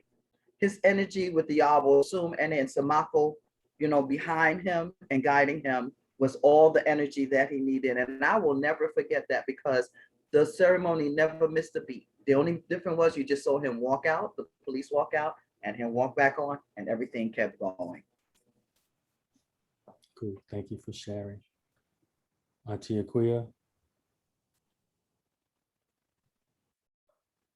Hi, thank you. I get a little nervous too and talk and, you know, get mixed up and stuff, but I met Nana Akua Anima on 2 occasions. I went to Ghana in 2001 with Nana Bakan out of Brooklyn. And it was interesting to see how their, what do I want to say? I guess how the location was set up and how the priest sat here and the drummers were here and the dignitaries were here, and when they did different baths and things. So I saw that she had, I guess, status there that I didn't know, because you couldn't tell because everybody looked like they was dressed the same, but you could see how people approached her. And then back here in the US, when she came over to visit in New York, and I was with Nana Bakan again in Brooklyn, and how her Ochami was introducing and stating, you know, translating what we said to her so she could understand what we were saying.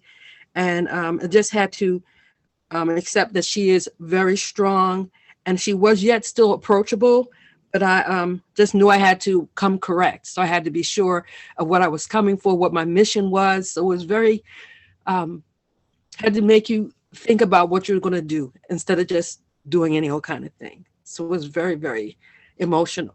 Thank you. Cool. Thank you for everybody for sharing. It is 11:57. So we're going to end this session. So we want to again say Madasi to all of our speakers for taking the time to share with us. I believe this has been a very, very powerful session in terms of putting a lot of historical information on the record that can be passed on for generations, and then clearing up any misconceptions that might have or might exist. We have another session at 1 o'clock, which will be with Nana Kofi Ofori. This session is a presentation on the stool history. It is for priests, Abosumfo, and like shrine initiates only. So you are welcome to attend this session. And then after that, we will have a session at 2 o'clock, which you are welcome to join with the same link, which really speaks to the experiences you've had as in the con and the challenges that you faced in terms of con practice and how you integrated and what successes you've had and what obstacles you had to overcome. So we look forward to participation in that session as well. So at this time, we're going to break. And if there's anyone that would like to make any comments before we leave, you are welcome to do so.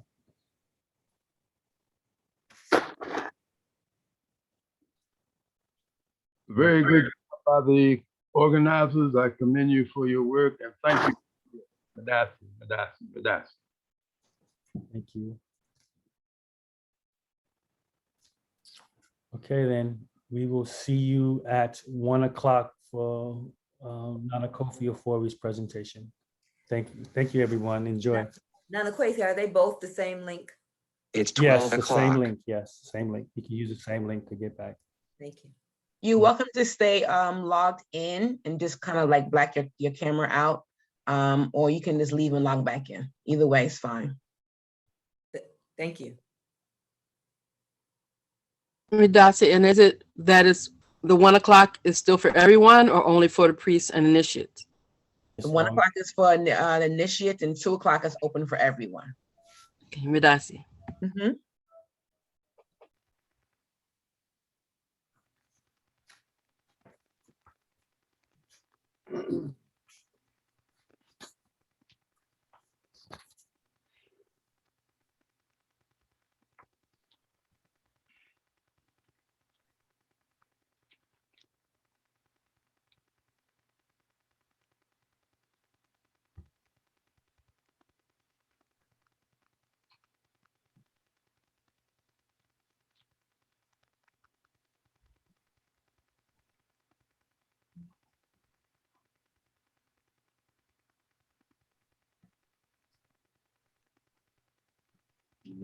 It's 1 o'clock.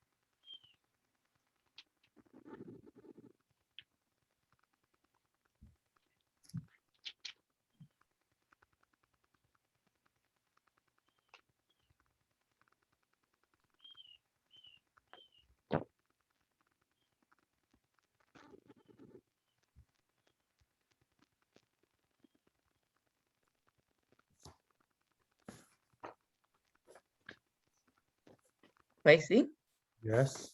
you ready? I'm gonna give it a couple more minutes. It's 1:01. Give it a couple more minutes. Unless everybody's here, ready to go, ready to rock and roll.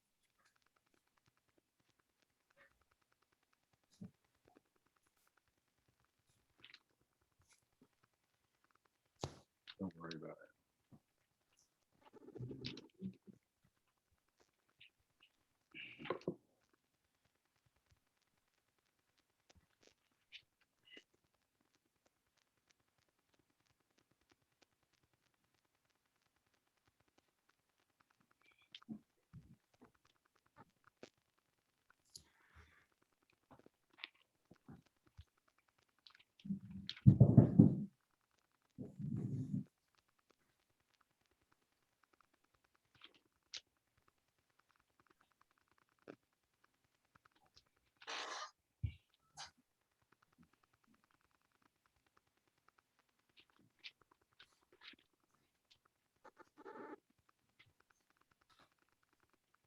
Okay, it's 1:03.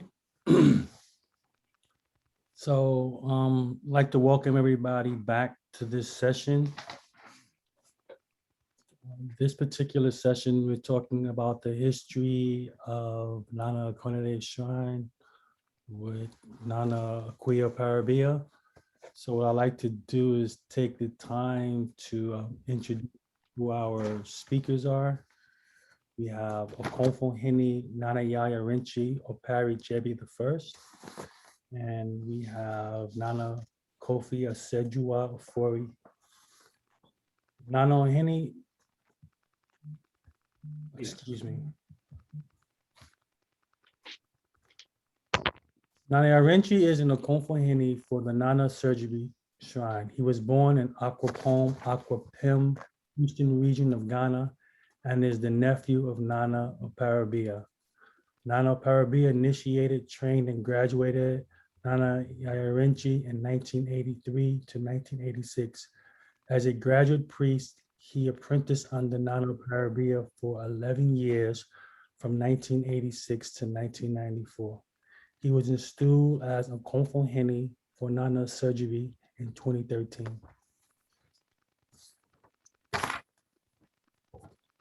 Nana Kofi Aseju Ofori is Abosumfo, keeper of the shrine for the Motia dwarf spirit Nana Kwekua Deku, which comes from the sacred grove in the mountains near Jamasi, Ashanti, Ghana.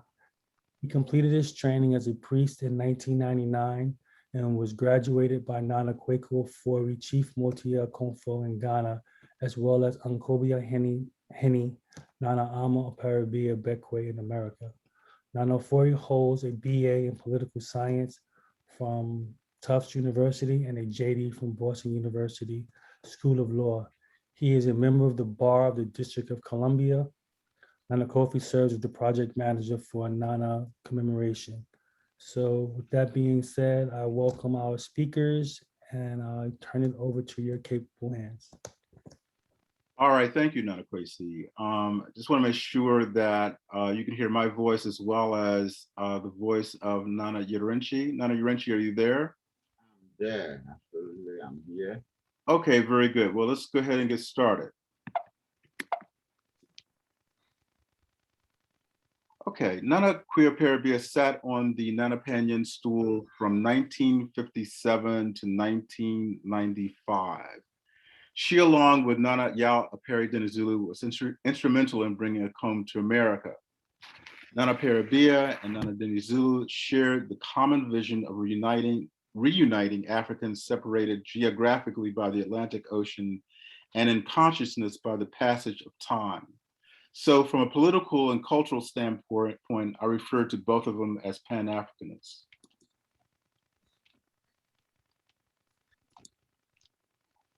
In this quote, Nana Oparebea describes the need for African Americans to relearn the traditional ways of their ancestors. It's from a newspaper interview that she gave in 1973 while visiting Washington, D.C. at the home of Nana Kwabena Brown.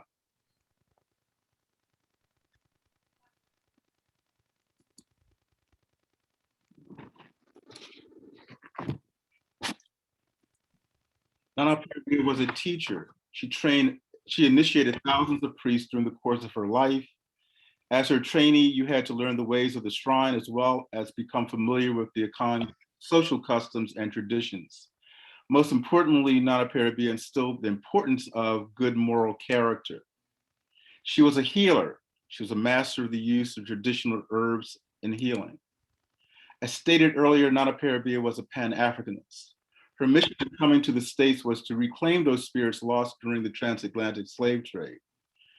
It is reported that Nana Panyan appeared to Nana Oparebea in a dream saying some of her people were missing in America and that she wanted her missing people found. Nana Panyan consented to allow Nana Oparebea to come to America because she wanted her people found. During her many visits to America, she established Akom houses in New York, Washington, D.C., Philadelphia, and those shrine houses in turn established branches in Canada, the Caribbean, and Florida. I just might want to also mention she was a confidant of Kwame Nkrumah. Both of them worked to advance the as well as other priests, to advance the vision of Pan-Africanism. As chief priestess, she was always in touch with the divine spirits that surrounded her. You could feel that she was a keeper of the ancient wisdom whenever you were in her presence. So this fall, we're going to do a commemoration for Nana Oparebea, both her and her 50-year legacy. And what I mean by that, we're going to talk about her personal history.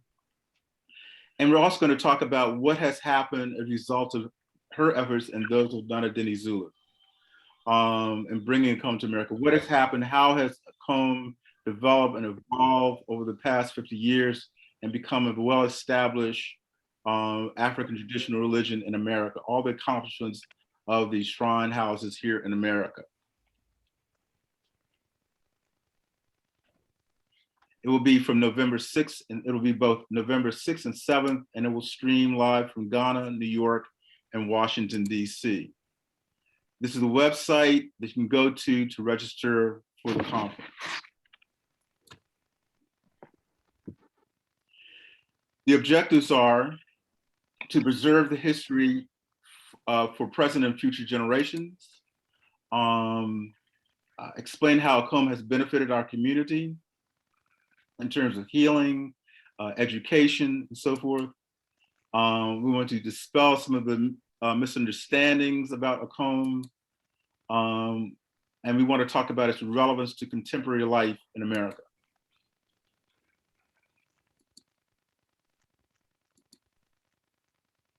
We also want to raise money to repair the Aburi Road and establish a healing center at the Akanade Shrine. If there's money left over after that, we wanted to use it as seed money for a future Akom conference in the Asante region. And finally, the overarching intent here is to ensure that the priesthood are in fact custodians of their history and culture. So in preparing this, we're going to talk about to some extent about the succession of the Nana Penyon stool, and the references we use here is a dissertation written by Nana Ama Abochua, and her sources were Nana Kwesi Asari, the Ankobiahini of Kubiasi, as well as Nana Befo Jubi Labi, chief priest to, this is the past chief priest to Nana Surgery, as well as one of the Akom there and at Kubiasi named Nana Ama Amobia. Also, a lot of that was supplemented and augmented by information from an interview we got from Nana Yorenchi as well as Nana Afuabakai. We're also going to be talking about the significance of our traditional names. As everybody's aware, when during the course of initiation, we were given traditional names, and that was for a reason, to help connect us back to our ancestors, back to the meanings and significance and the qualities that were related to those names. And finally, we're going to talk about Nana Surgery. So at this point, I'm going to ask Nana Yorenchi to come in here. Do you want to talk about the meaning of the stool? And on the right is not the actual stool of Nana Penyon, but it's a stool that resembles the stool for Nana Penyon. Nana Yorenchi, do you want to speak to this? Well, the stool which we, Latarians, Akonfo, sit on. Right. Do you want to explain to them the meanings? The name of the stool is called Sikim. These are 4 legs, and the middle is another with holes penetrated into the stool. That you should be truthful to everything that you open your mouth to say. Don't let anything penetrate through you if you are confident. Don't let holes penetrate you through you. Yes is yes and no is no. That's why we have the house, the truth house. So this is a symbol for us to which latter Akunodi shrine we sit on, to divine, to do everything. This is the stool called Sipim. And it's a long time generation stool for the house. So that is what it is, okay? Okay, thank you. I just want to mention also, Not Opinion is a state shrine. It's not limited to any one particular clan. Okay, so the first Akomfo to sit on the stool was Nana Ama Aja. And we believe that was estimated to be around 1850. She was from the Guan Esetra clan. She in turn gave birth to Nana Akomba Atiapa. And she trained Nana Atiapa, trained to Nana Opinion, but there's nothing to indicate that she actually sat on the stool. Now, the next people we're going to speak about, I want to be clear, we're not representing that they were the only people to sit on the stool. We are simply saying that they are one of a number of people who sat on the stool, either in the capacity as chief priests or regents, taking care of the stool for another person while they were training somebody else. So, and before we get to them, I want to mention that this daughter of Nana Adjo is known to possess, even during these days. She gave birth to Nana Ama Ansa, who gave birth to Latebia, who gave birth to Nana Ama Amobia, who at one point claimed the stool based upon her ancestral lineage. Nana Oparebea was said to be her regent. This Nana Ankomba trained someone named Koko of Aheniase, whose son married Nana Abochua, who established the Aheniase Ekanadi Shrine. So there is the information that you might need when you, of course, go into Latte and you're traveling up the hill to Kubiase, you first pass the Aheniase Ekanadi Shrine. You might wonder, well, how did that come into being? Well, this explains how that came into being. Included in the line of succession was Nana Anima, who was Nana Oparebea's grandmother. Now, I might also mention that Nana Adjo was Guan. Nana Anima was Akan, I believe, Fanti Akan of the Amansori family. And I need to clarify about what I mean by Amansori. Amansori is not necessarily a family name, but a brong or neighborhood or a collection of houses in Kubiase. Anyway, Nana Anima was Nana Oparebea's grandmother. Also in line of the succession was Nana Ama Ansa I, who was Guan in terms of her ethnic group. She brought Nana Kwesi Karma and Nana AC Ketua to the shrine. And then from 1957 to 1995, Nana Oparebea took the stool.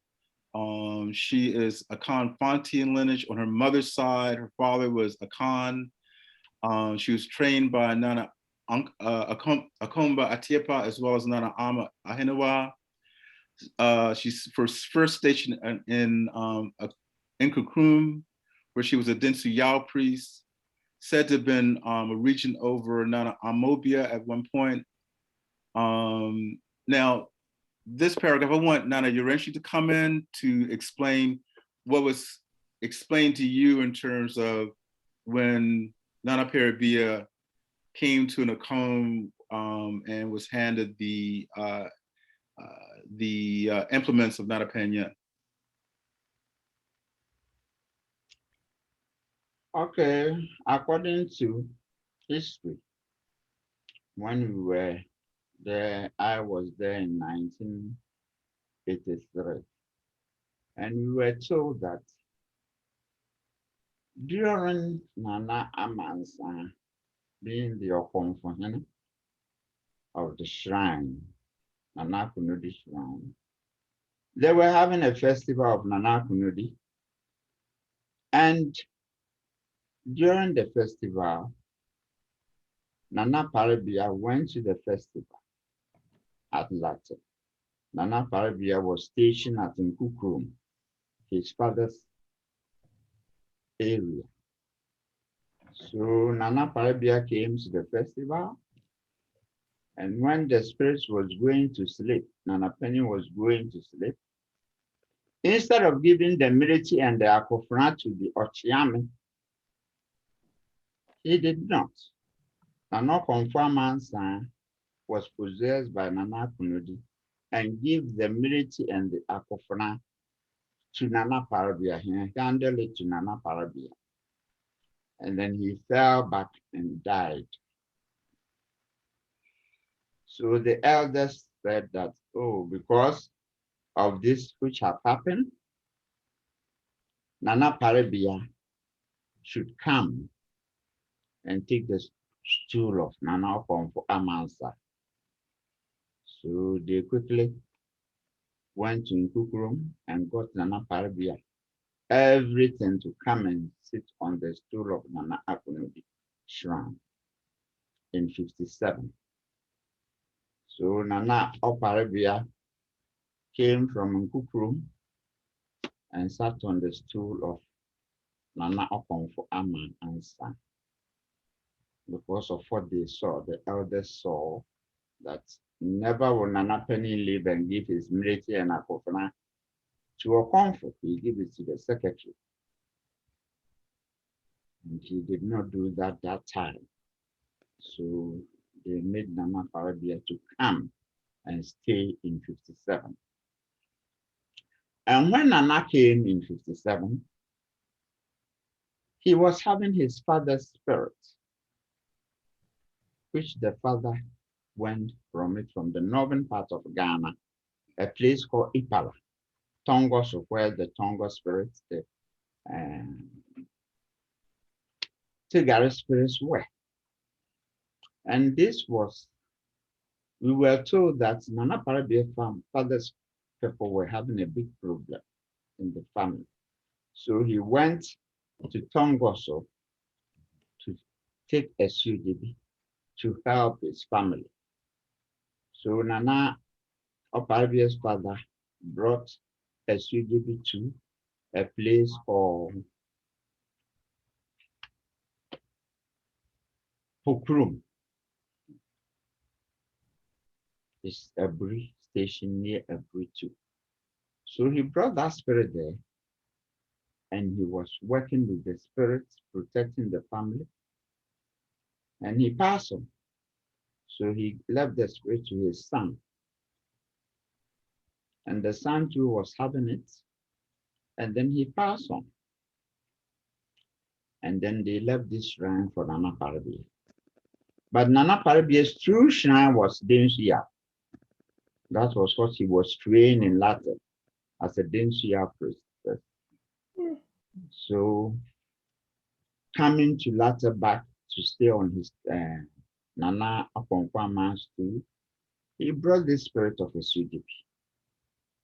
And whatever the spirit life is what the shrine at the top to, we don't take it, like a cow and a goat. That was Kwejibi's favorite. And Nana Penny saw something about a SUDP when Nana Oparebea came to Latter. So he loved a SUDP, and Nana Penny appointed a SUDP as his obrafo. So he gave a place for Kwejibi to stay. And the place Nana Penny gave to Kwejibi to stay was called Asomilabi. So Kwejibi stayed at Asomilabi. The place was not named Esujibi because the name was there before Kwejibi moved to Latte. So the Asomilabi was where Kwejibi was given to stay. And Kwejibi have been there as at now. So after that, they gave a land for Nana Oparebea to build something for Kwejibi. Because whatever Kwejibi loves is what she have to take. And they too, they don't like the goat and the cow. So they gave a land for Nana Oparebea to build a house, which Nana Kwame Nkrumah, the first president, helped to do this building. So they named the place Ebri House from his father's lineage. The house is in Latter now, but the name is Ebri House, where Kwejibi is now. So during the festival of Nana Akonodi, they do whatever that Nana Akonodi wants to have, the sheep and the fowls. So they separate the festival to be two. When it's time for Kwejibi in January, they will do the cow and the black goat for Kwejibi. And they've been together till now. No one can separate the spirits. They are still together as spirits of Latte. So we all belongs to SUJB and Nana Penny. So I saw Nana Oparebea in 83, which was, he was at that time 84 years. I met Nana Oparebea. The spirit came for me. I went to Latte. Immediately he saw me. He shouted and said, "Oh, this is my brother's son," which my father did not care for this son. That's why the spirits have come on you. Everybody heard it, but nobody will say it. It's me, I have to let people know. So, Nana Oparebea took me as a nephew. I stayed with Nana Oparebea for 11 years. And he passed on. I was in the shrine helping, always helping the shrine to grow. So 2013, Nanejri told me they have been to places, and all he have to tell me is I have to sit on Nana Oparebea's stool. I said, really? Well, I saw this when I entered the shrine, and Nana Oparebea to open the mouth that my father was his lost brother, his father did not take care of. That's why this thing have happened to me. So there was nothing to say no. I was installed in 2013 as the Okom for SUGB Shrine and working hand in hand with Okom and Anamwa Bofe, helping to keep the shrine up and making it happen every year. So what I will advise all of you who are meeting with you today, that we are all family. The spirit moves with family. Everybody should make the shrine as a family and help the shrine to grow, because we are all together as a family. So that is what I know And my teacher was strict. Nana Oparebea was very strict, even on me. He will never let me be out. Every blessed day, he want to see me. And it was a pain that I don't go for cycle. So anytime, every blessed day, yeah, where are you? And at times I get mad. I was plucking chickens when I was a Okonfwa, and it was so much for me. At times 30 bears will come and I'll pluck everything. And I was feeling something bad in my head, something very nasty. When I explain, people say they don't hear it from my mouth like that. Because it was so much for me. Then I said, Sujibi, you brought me here to learn, you are not teaching me nothing, and always plucking back. Tomorrow, don't bring any fowl. Let me rest. The next day is 40. So I stopped bothering myself and doing whatever the spirit will bring that day for me to do. But I was enjoying the feat very much. That was my bonus. So this is how he was, and he was strong, powerful woman. He will command you when you go to festival. He will ask you, did you bring a sheep for Kwejibi?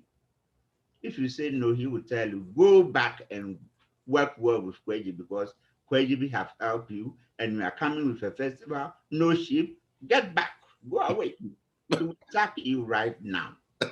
So that makes everybody strong and having faith to have a sheep before he enters the house. So festival time, Nana will pick about 200, 300 sheep.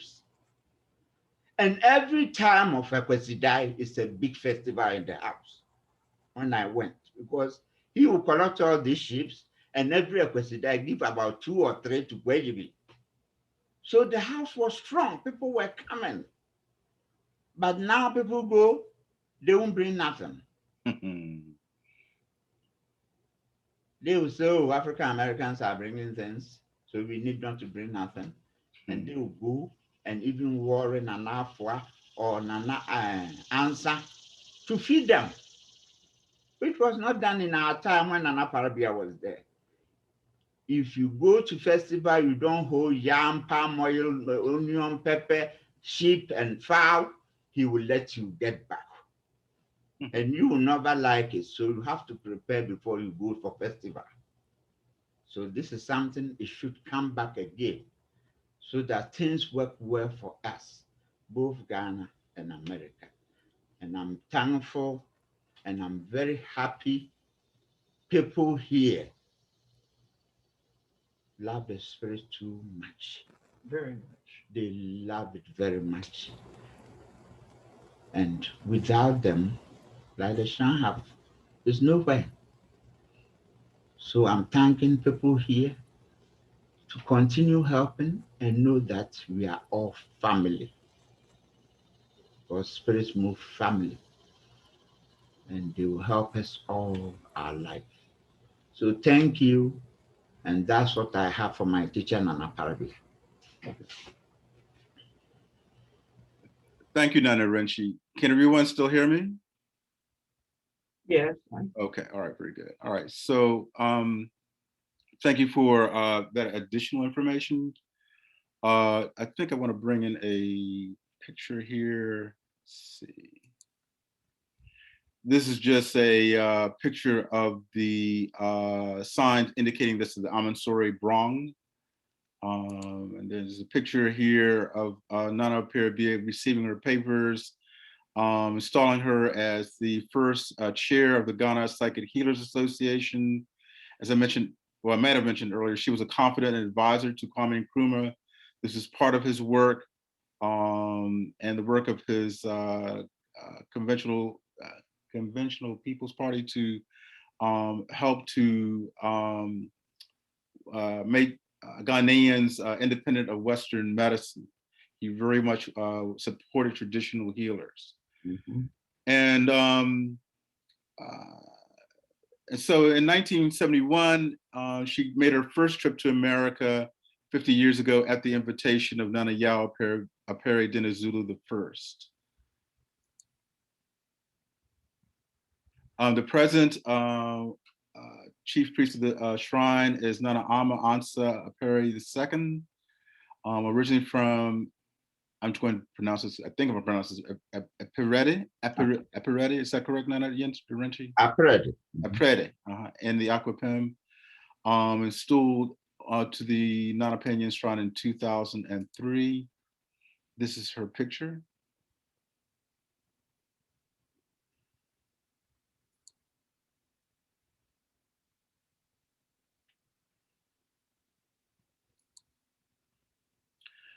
So now we're going to turn to names and their meanings. Now the meanings that we're going to discuss are not definitive or exclusive. You'll hear different meanings and appellations depending upon where you might travel. And even the Guans and Akan people have different meanings assigned to these names. But all the names that we're talking about, most of them are Guan. But the main thing is that it's important to understand this was part of Nana Oparebea's way of connecting those in the diaspora to Ghanaian families, traditions, and the qualities of these names. So we can start with Opare. Nana Yorenchi, do you want to discuss this one, please? Yes. There is something coming to me for us all to learn and know about the Akans and the Guans. The Akans and the Guans are together as one now because of Okomfo Anoche, who was a Guan person. But this Okomfo Anoche didn't help the Guan people. He befriended Nana Osei-Tutu and went with him to stay in Kumasi. And he helped Nana Osei-Tutu to conquer the big empire, which was bordering the Ashanti people. And after they conquered the big empire of the Ashantis became strong, the Ashanti king Nana Osei-Tutu told his queens and kings that we always know God, we pray to God, but God have never done anything for us to know that he is still with us. So Nana Okomfo Anoche said, today I'm going to make God show you a sign. So he sat all the queens and kings and started Akom. And he told Nana Osei-Tutu that God is going to descend a golden stool for them to know God loved them and he's with them. So they did the Akom and they saw the stool coming from heaven. And then it landed on the ground. That makes the Ashantis very proud of Okomfo Anoche. But Okomfo Anoche said to the Ashanti king Osei-Tutu that, do you know I didn't do this for my people, the Guan people, and I've done it for you. Never fight with them. Be friends with them. They need help, help them. So he brought unity, which was lost between the Akans and the Guans, back. So Nana Penyon too did well by taking from any part of Ghana, all his Akomfo, some are from the north, Ashanti, Bron Ahafo, every part of Ghana, Nana Penyon have a wife there. So the religion was not only one religion of the Latarian people. It was Guans and the Akans. When Nana Penyon comes, he sings in Twi Akan. Adadu Kofi comes, he sings in Twi Akan. Eswejibi comes, he sings in Twi Akan. Nanesi comes, he sings in Twi Akan. The only thing Nana Penyon does is to speak the Guan language when he is telling of a business. and Nandadu Kofi the same. A Sujibi speak the tree, right? A Sujibi tree speaking is like those from the northern part of Ghana, how they speak their tree.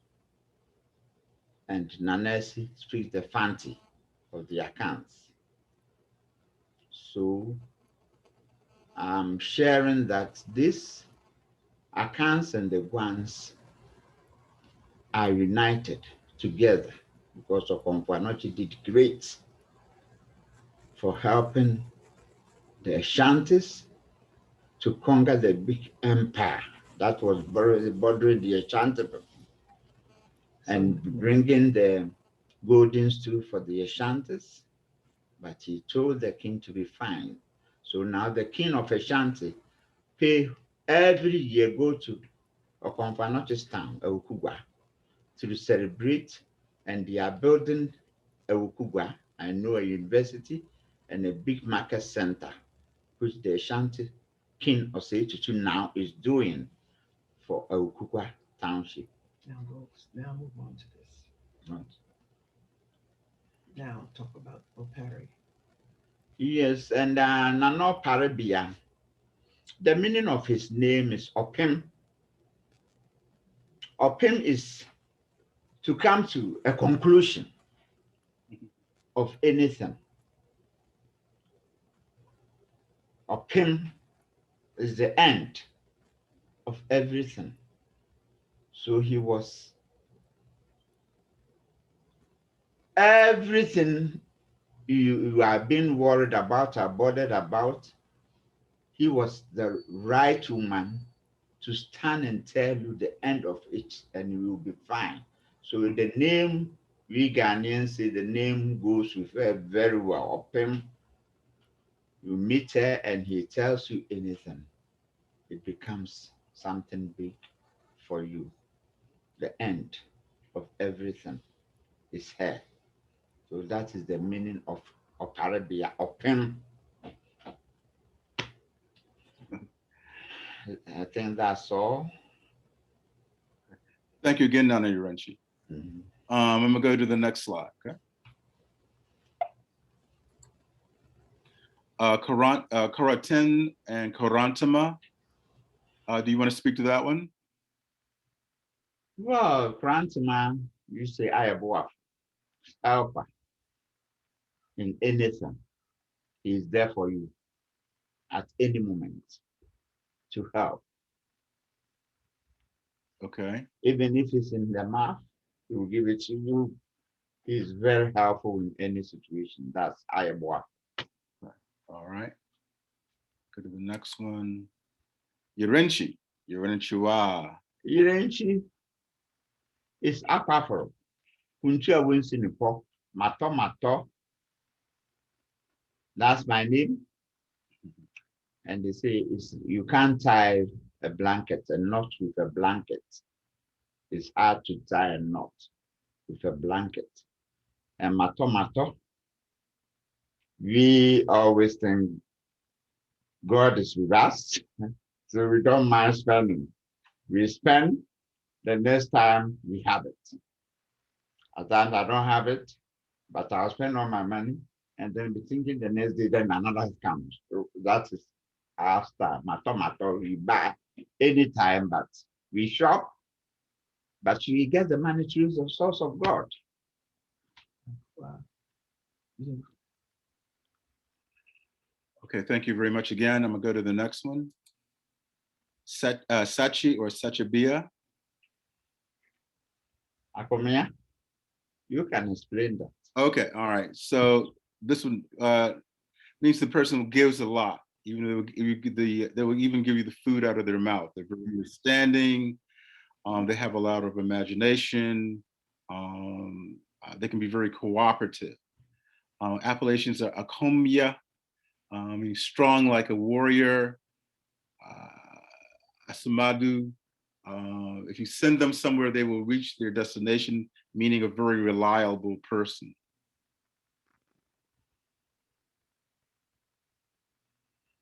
Wachi, Wachiwa, and I think Nana Kofi Bochi is on the line. He could probably confirm this.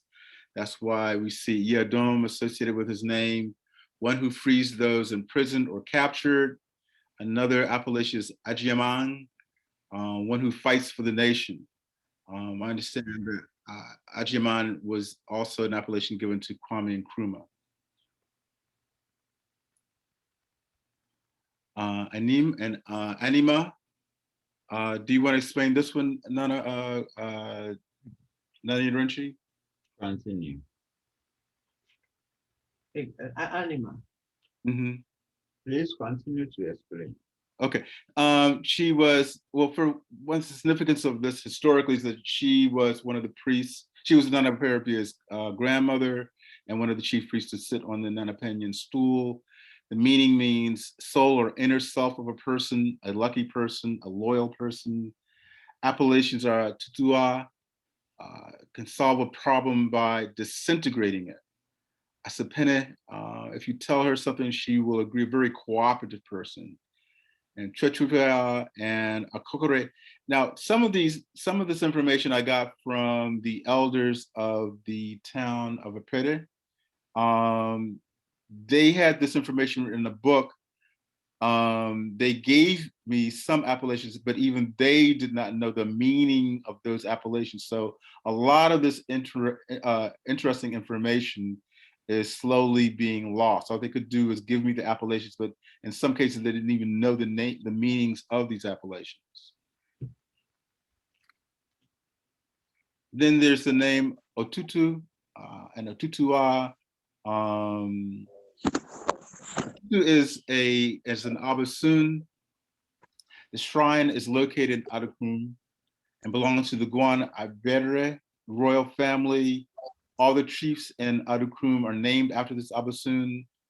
The history here is that the mother of Asante Hene Otumpo Osetutu the first came to this Abasun to help her and to give birth to a child. And when they were successful, she named the child after this particular Abasun. So the name of the Asante Hene is related and connected to this Abasun. The meaning of the name means that if there's a problem, they will solve it by disintegrating it. They can root something out from, if something's anchored, they can root it out. A mysterious person, very spiritual. Also, there's an Otutu shrine, it's one of the original shrines of Kubiasi Latte. The appellation is Adade Okokofo, warrior fighter.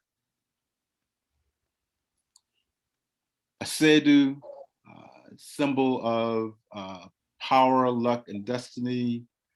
One of the appellations is, I'm going to try and pronounce this, Obonseye.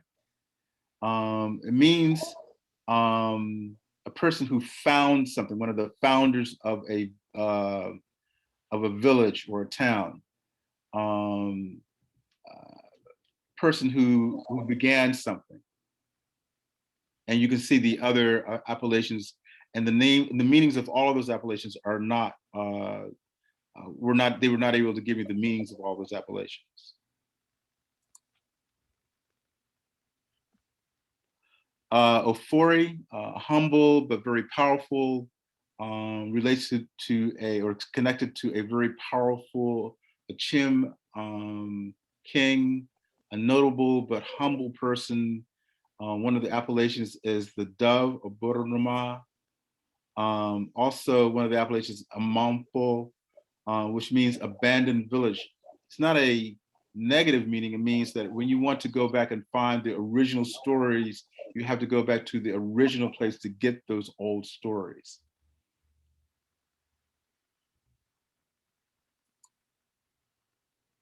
Guatemala, one of the appellations, Achinim.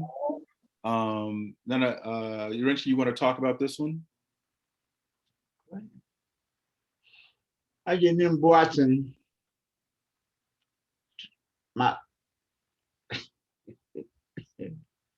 He have everything. Okay, jack of all trades. Jack of all trades, but master of none. He help in everything. But it's a way he is. He will help you do everything, but he's master of none. Okay. All right. And Boyton, Ajinum, so bold that they take responsibility for the good and the bad. No matter what it is, they will stand. It means a very honorable person. They will take responsibilities, big responsibilities. Opare Cheriwa was my wife's name. She called her grandmother and provided this information. It talks about the ahomachem tree that wraps itself around a palm tree so it cannot bear fruit. In other words, it's a very powerful name, just like in this powerful medicine tree. Grows everywhere, is very powerful. Appellation Sebo means boldness can smash stones.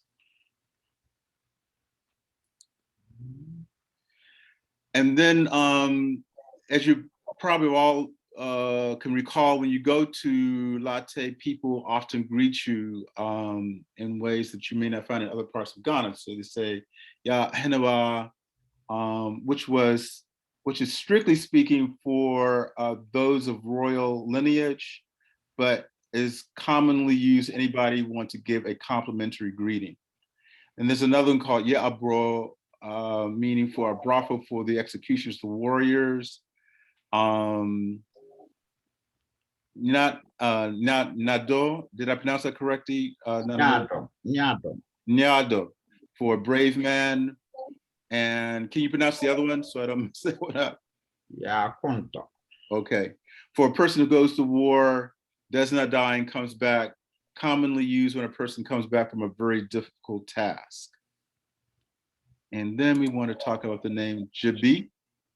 Nana, you want to speak to this one? JB. Okay. Well, last spirit is JB. His name I know from Nana Oparebea was Akua Ajibi. A servant of God have helped several people, plenty people. So Akua Ajibi, when they say it, then they shorten it to be Kwejibi, Kwejibi, Kwejibi. And Kwejibi too means Ofe. Anyone called Ofe in Ghana, you shout Kwejibi, he is there with you. That's their second name.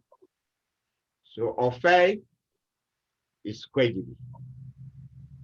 So my teacher told me Akua Ajibi was a Shijibi's name, that the servant of God have helped several plenty people. And they shorten it to be Akua Ajibi. Kwajibi, Kwajibi.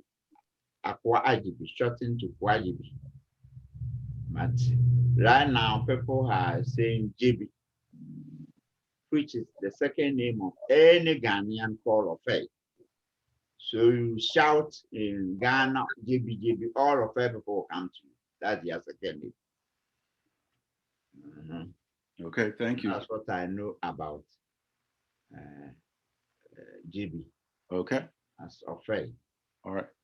Akwa Ajibi is for Kwajibi, or Kwa Kwajibi, Kwa Ajibi, Akwa Ajibi. Okay. I'm going to go back to talking about Nana Surgery, some of that you've already gone over. Originally from Impala, said to be the godfather of Tigray, and you basically covered everything that's on this page. People can read it again, but you earlier covered this history about how Nana Oparebea's father traveled to Impala seeking protection and acquired the shrine and brought it back to Aburi.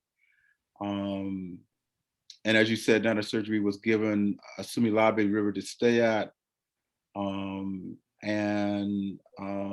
land was given at the bottom of the hill to build a shrine house for Nana Surgery, and it's called Aburi, meaning the house of Nana Oparebea's father. Yes, that is it. Right. And then as you were explaining, Akua Ajibi is the original name, meaning servant of God that helps plenty people. Yes. Akua Ajibi. Right. Akua Ajibi. So in my conversation in United Ranch, of course, the conversation had to steer to, well, what is the nature of endowment surgery? You know how we like to put things into classification. And I was relating to him, well, you know, I'm not another surgeon be priest, but, you know, he's appeared to me in dreams in many different forms, taken on many forms. Like I've seen him as a python, I've seen him as a bird, I've seen him as a rock, or big stone.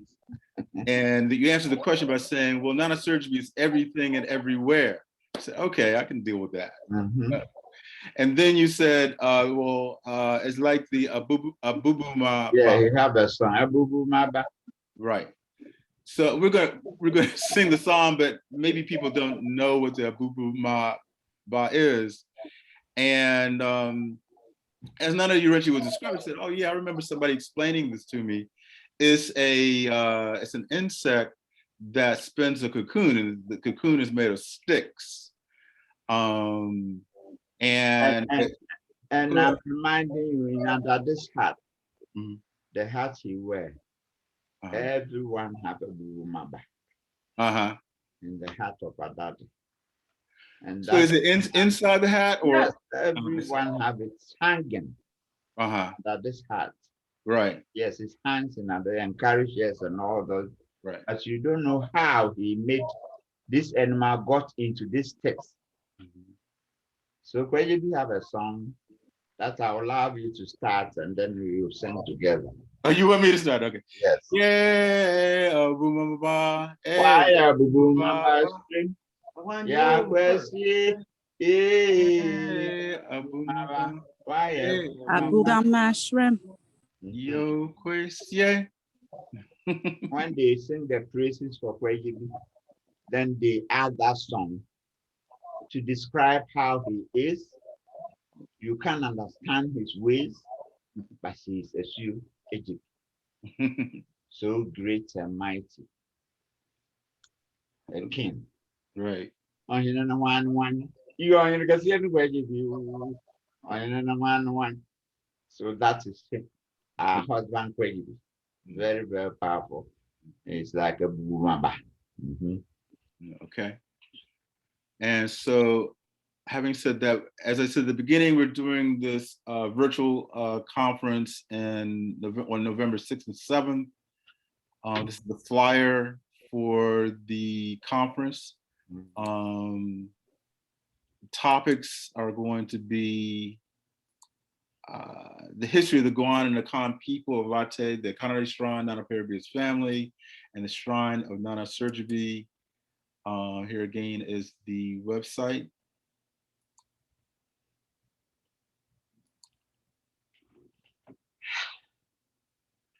How the family lineages within the Bronx influence the social and political structure of Late. I thought this was important because when you go there, people are constantly referring to the Amansori family and to the other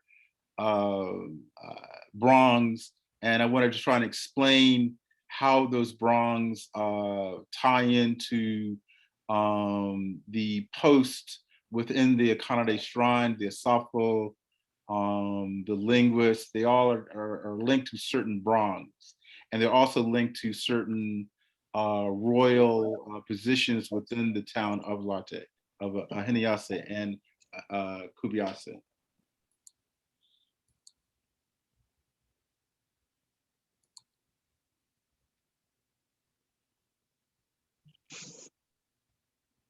How the work of Nana Yao Dinizulu, along with Nana Oparebea, worked to establish a home in America.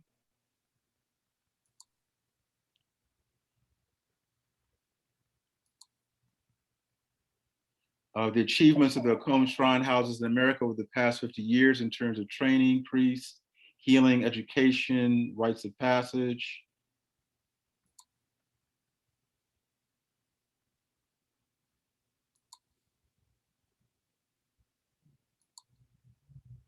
how Akom has become integrated into contemporary professional life. And I've asked Nana Adwa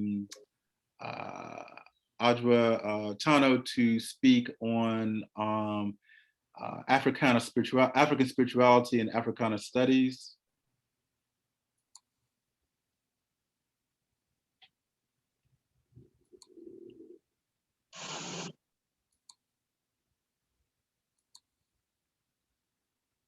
This is a list of presenters, and this is growing.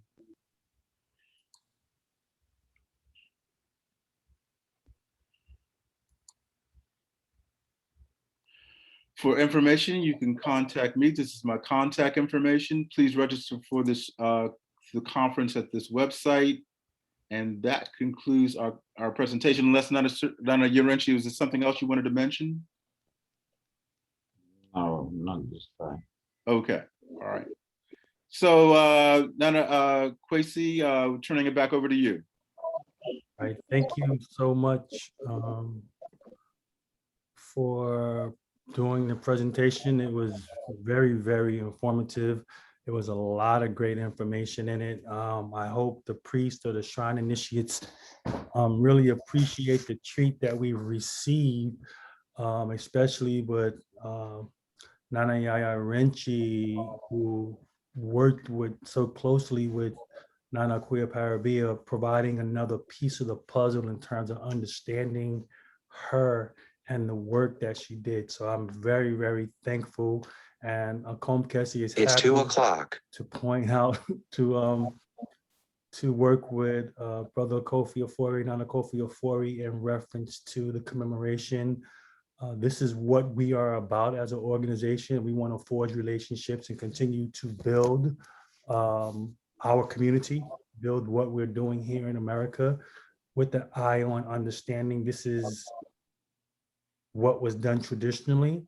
However, because we're in this country, we might need to modify it or change it, but understanding the historical context, like what our ancestors would have done, or in the spirit of our ancestors always being a place where we're coming from in terms of the things that we do and move.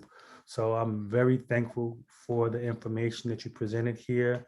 It was wonderful. And we'll take a couple of questions because we need to move on to our next session.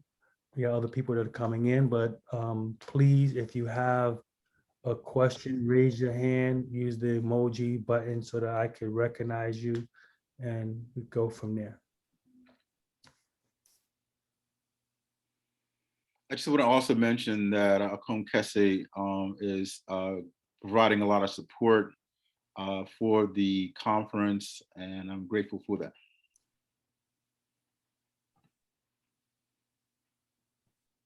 Someone has put a message in the chat that we're hoping to have access to this information later, and we will see how we can work that out, because there was a lot. I took notes and I missed a couple of things, so I definitely wanted to get those names and meanings and appellations and stuff too. But we'll figure out how to make that information available to everyone. Okay, one of the takeaways that I get from this as well is, like, although Nana Panyin and Nana Okurjbi had different taboos, they still work together. And I think that we should take that as a lesson for us as a people. You know, this is spirit. I think Nana Okurjbi takes cow, and what was the other thing? Goat. Goat. Black goat. And Nana Akua Oparebea doesn't. However, they work together in the spirit. So I think if there's any, at least for me, a major takeaway is we can be different in terms of the things that we do and or say, but we can still work together in terms of building. So, you know, I don't have to specifically do it the way you have done it or the way you were taught to do it, but I can be respectful enough to understand this is how your way is, and I have to respect that. And the same on my end, this is how I do it on my way, and you have to respect that. So if anything that can come from this is understanding that you have two spirits that have different taboos, yet they're working together as one. And Nana Yaya Rinchi said it several times. We're family, we're one, we're working together. So if there's any takeaway from this, I think that's one major one that we should have. So having said that, I thank everyone for this session. I thank the presenters, Nana Yaya Rinchi and Nana Kofi Ofori, for sharing this information. Just wanted to add something just to piggyback on what you're saying. If you even look at the history in Haiti and how the Vodun religion worked in Haiti, in the context of that, in terms of overthrowing their oppressors, they had many, many, many people from a lot of different traditions in Ghana, from West Africa, I meant to say. And of course, the issue of taboo came up, but they were able to nonetheless work in a cooperative fashion and unite all of those gods to overthrow their oppressor because they had one common enemy. Yo. I'm good. There's a lesson to think about. So, does anybody else have any comments? There was a question, Kwesi, from Akomfo Amanyamache. She asked, how are the appellations used in other ways in addition to the songs? So like the appellations, so like, how are appellations used? So we know that we might use appellations in songs. Sometimes when you're greeting a person, you might use that appellation, but are there other ways in which appellations are used? My understanding, and Nana Yarenchi, I'm sure will come in here. My understanding is basically in the greetings, like in other words, you say good morning to somebody and they use the appellation because they know your last name. You say, yeah, Henwa, or they use the appellation Abudanwa. They know your last name is Ofori, to call upon that, to praise that quality about you. But Nana Yarenchi, you want to comment further? Yes, this appellation is about our left feet. Everybody's left feet. There is a sign for your mother's side, and your right foot is for your father. So when you enter an elderly house, they want you to remove your shoe. The removing of the shoe is for the elders to get where you belong to. And then they respond to your greeting. So the moment they see that on your left foot, the longest one is after the toe, the big toe, the longest one, then they know you are Oyoko family. So they will respond to your greeting a different way. And when they see that all your left leg, the longest is the thumb, followed by the next to the last, they know you are Asuna. And Asuna people have their response. And when they see that your fourth and the third foot is the same length, they know you are Aduana. When they see that your tone is curved to the right, they know you are Asachira. So we Akans, we see this through your left feet and respond to your greeting. So we don't have the left feet, everyone the same. Everybody have different, but that is your mother's lineage. So whenever you go to the elder's house, they want your feet to be out so that they respond to your greeting. Hello. If you are Suna, they will say, yeah, I'll call you back. He's on the Zoom. If you are, are you out front? Are you okay? If you are, okay, Adriana Abrao, Yobro for the Ashantis or Yobro. So there are so many, about 7 response, and they look through your left leg, your left foot, to determine where you belong. The right is for your father. They don't care about the right, but the left. So you look at your feet on the left, you see different, and I know how to let you know where you belong. It's something we study. So everybody is never lost. Mhm. Your feet determines where you are, your left Where you feet, come from. you come from. Okay? Nana Madasi. You know, everybody's looking at their feet right now, right? Yes, I'm telling you, the left feet is wonderful when you observe. It tells you a lot about where you come from. You are never lost. We belongs to a group of family, and everybody belongs to that. May Paucho, may I say something quickly? Nana has so much knowledge, and he would be very happy. And he welcomes all of you to come and learn. That's all I got to say. He's not Madasi hard to Anano. talk to. He'll charge you for an hour and give you two.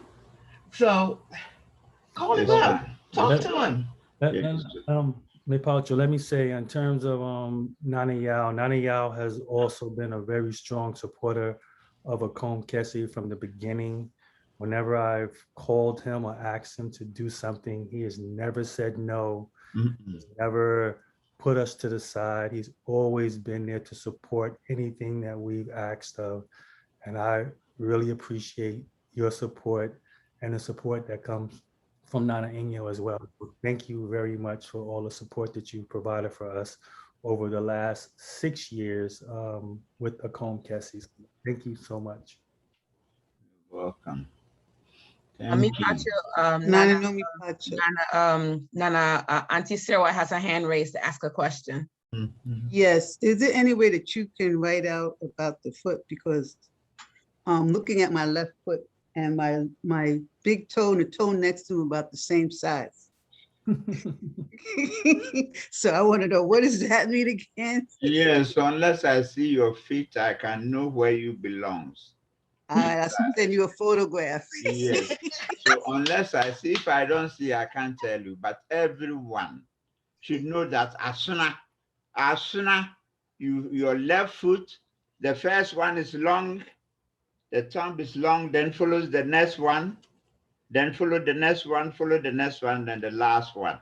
If your feet is like that, then you are Asuna group. You are in Asuna.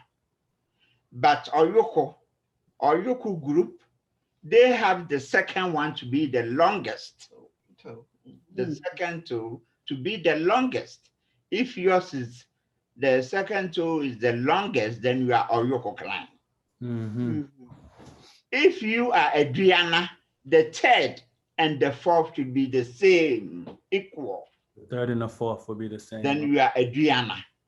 If you are Asechira, then the last toe, the smallest one, is sleeping on the fourth one. Lays on it. He lays on it. Then you are Asechira. So I can give that and then you'll be observing it. I think I'm a Suno. Yes, Asuna, then you have the first one to belong, followed by the next to the last one. That's yes. Asuna people. Yes. No, that's wonderful. That's wonderful. And Oyoko, the second one is the longest. On your left, the second one being the longest, you are Oyoko group. You belong to Oyoko family. You know it already, where you are. Oh, Nana, yeah, you will be getting pictures of feet on your phone for the next 6 months. Well, like I said, he's here to teach. So that's why we learned when we were there. So the elders taught us all about that, and I know all about it. So any person I see, I look at your feet. Oh, then I tell you where you belong. Yo. And you have your people. Yo. Cool. So with that wonderful information, I'm going to turn this over to. Hey, Paucho. Yes. Had her hand raised. I just want to. Oh, I'm sorry. That's okay. That's okay. Mine is a quick question. I would everybody else. I'm trying not to stick my foot up in the screen there. But what happens when your second toe is the same length as your big toe, but your little toe is resting on the toe next to it? Where do I belong? her first two toes are the same, but her baby toe is resting on top of this. So where does she belong? Aquana. It's Aquana. You're Aquana. Yes, I will check Aquana? the book. Yes, Aquana. Akwana people have that. But that's Nana. Mhm. Okay, so thank you again. I'm gonna turn this over to Akomfo Dr. Adjuatano, who is going to host our next session. Okay, Quasi, co-hosting. Co-hosting, okay, Yeah. co-hosting. Okay, greetings everyone again. So this next session is about life as an Akan practitioner and what that has been like, what that is like. And we're seeking to hear stories about successes living this life, some struggles you may have had, as well as some solutions to those struggles. We know that there are people on this call that have been in this have been practicing Akan culture from the 1960s, and there are all the way up to people who are just now learning about it and just now getting into it. And so, as we stated earlier, Akom Kese is meant to be an educational experience as well. So we want to share our experiences, share our stories, and really learn from each other. It's meant to be a safe space, a space to ask questions, to share your own experiences and how you have learned and grew from those experiences to share with other people. So we have a list of questions that we're going to just pose and put out there. And again, it's meant to be a conversation amongst family.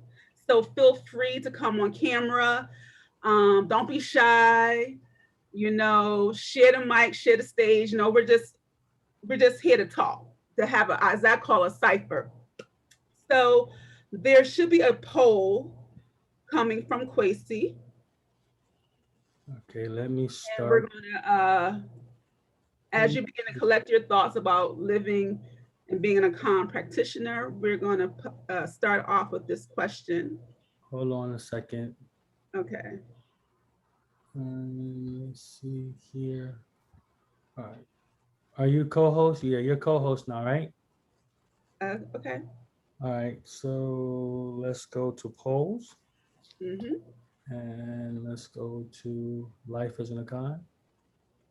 So let's go launch poll. All right, can you see it? The poll is launched. Yes, how do you identify?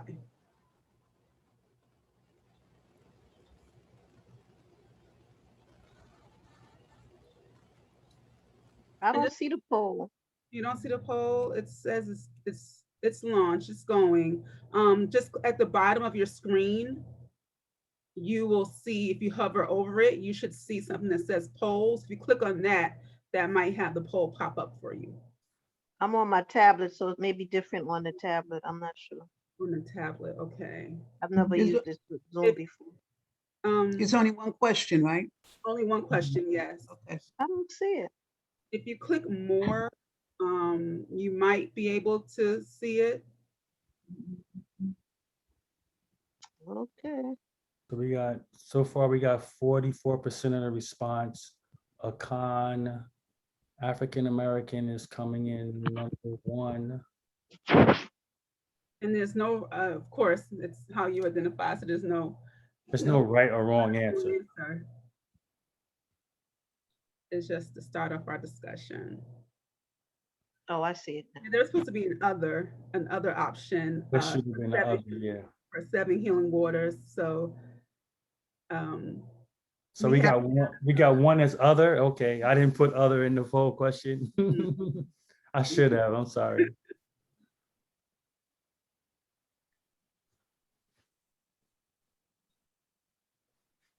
So far, we have a 68% response rate. See if we get it up to 80%. Are hosts not able to vote? I can see the responses, but I can't vote. We can vote, yes. Where? We be tainting the numbers, I guess. We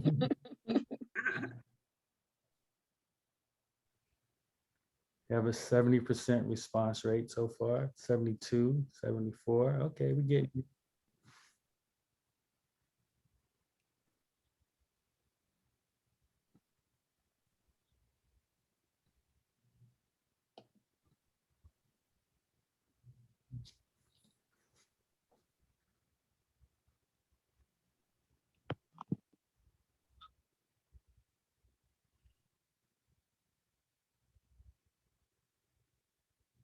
Let's give it about 30 more seconds. That'll be 3 minutes. We got a 73% response rate so far.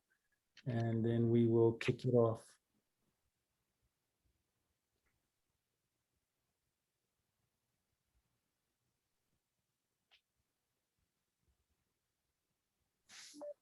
All right. No more responses. Let's wrap it up. All right. So I'm going to end the poll. Let's share the results. All right. So overwhelmingly, everybody identifies with as African American. It's 41% of the people on this call. We have 30% of the people on this call identify as African. And then we have 24% identifying as Akan, and then a 3% identifying as Akan American. So I think that's interesting. So what does that mean? I'm going to stop it. Go ahead, Ashley. That has a particular towards a particular identity and why they chose the particular identity identified. Just sharing, just getting some thoughts around that. If there's anyone who want to share. I can share something. Can you hear me? Yes. All right. So in our family, we went back and forth between Akan and African. And so I would answer Akan when you're asking me what I identify with in terms of the spiritual system. I would say Akan. But as a person, I would say I'm African. So I wish there was a choice, Akan/African. But oh.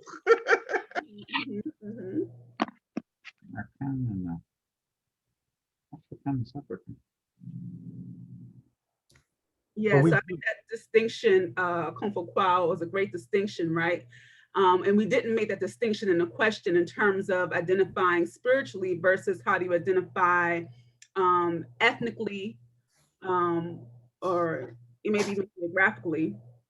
I myself, I am a practitioner of the Akan spiritual tradition. I identify as Black, as African American, as an African. So I'm like a mesh of all of it, really. Like, I don't really hold a particular identity like as the only one, as some people may feel like. Some people might have a strong feeling towards being identified as one thing or the other. I don't. I'm an African, I'm Black. After you call me an African American, I use that term as well. Yeah, so that's my take on it. So for me, I don't call myself an Akan because Akan represents an ethnic group in Africa. So I would probably say Black American or African American in terms of response. If you ask me what my religion is, I say I'm a practitioner of ATR, African Traditional Religion.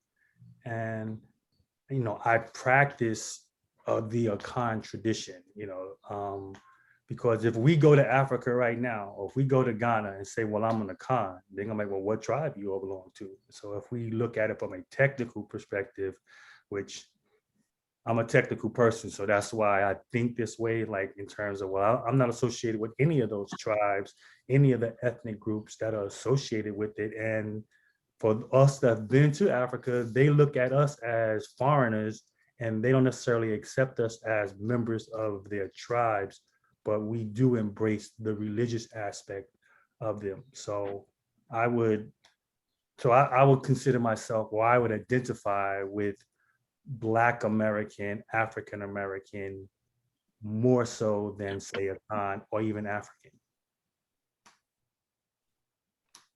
We have Auntie Sarah had her hand up first. Okay, I identify myself as an Akan because not only do I practice the religious aspect, I'm living Akan in terms of what I eat, how I raise my children, my child I got. Say children, please. Well, put it this way, I'm everybody's mom. Okay, so and how I live my life is as an Akan. So I identify myself as being an Akan. just living in America. That's all. Midasi, Nana Kofi Boachi. I chose African because that question first came to me from Malcolm X when he said he's not an American, he's one of the victims of America. So that to me sums up all of that. To be African, to be includes to being a Khan, being an African anywhere in the diaspora. And I have done my DNA testing from African ancestry and from ancestry.com. And that came back all over the place. African ancestry, that they do you by country. And for me, Nigeria was first, then Ghana, Ivory Coast. Then when I did African ancestry, they traced me to the Fang and the Bimba on my father's side, that's in Gabon, and the Mende, who are in Sierra Leone. So I identify as African. I have some Gabon too, Nana Kofi. What Oh, up, cousin? What up, cuz? Hey, cuz, what's up? We gotta talk.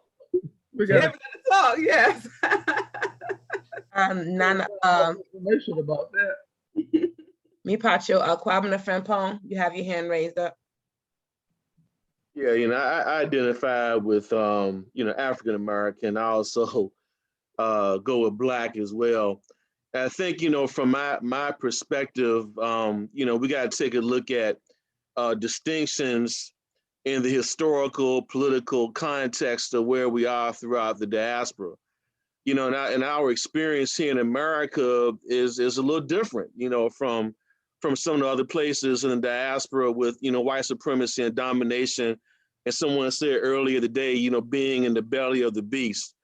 So when I identify with being African American, I'm just coming from that historical piece of this what took place here, under the Ma'afa and the legacy of our ancestors surviving, the total chaos and confusion here, in America, especially being here in Richmond, where all of this stuff got started and being the former capital of the Confederacy.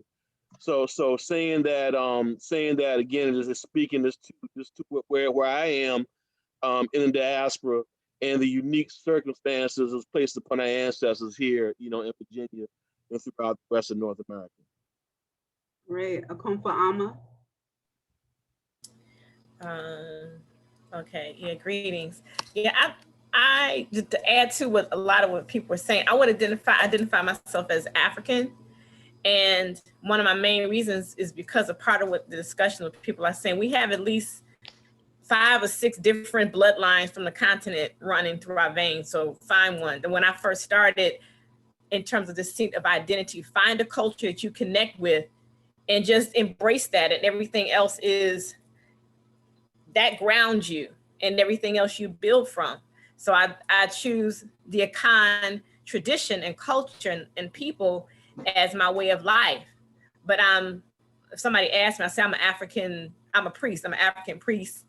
And I chose this tradition to express it because I see commonalities in Yoruba, in Sangoma, from East, North, South, West. So I look for the commonalities. And so that's what, it grounds, and it also becomes more expansive, and I feel more connected in that sense.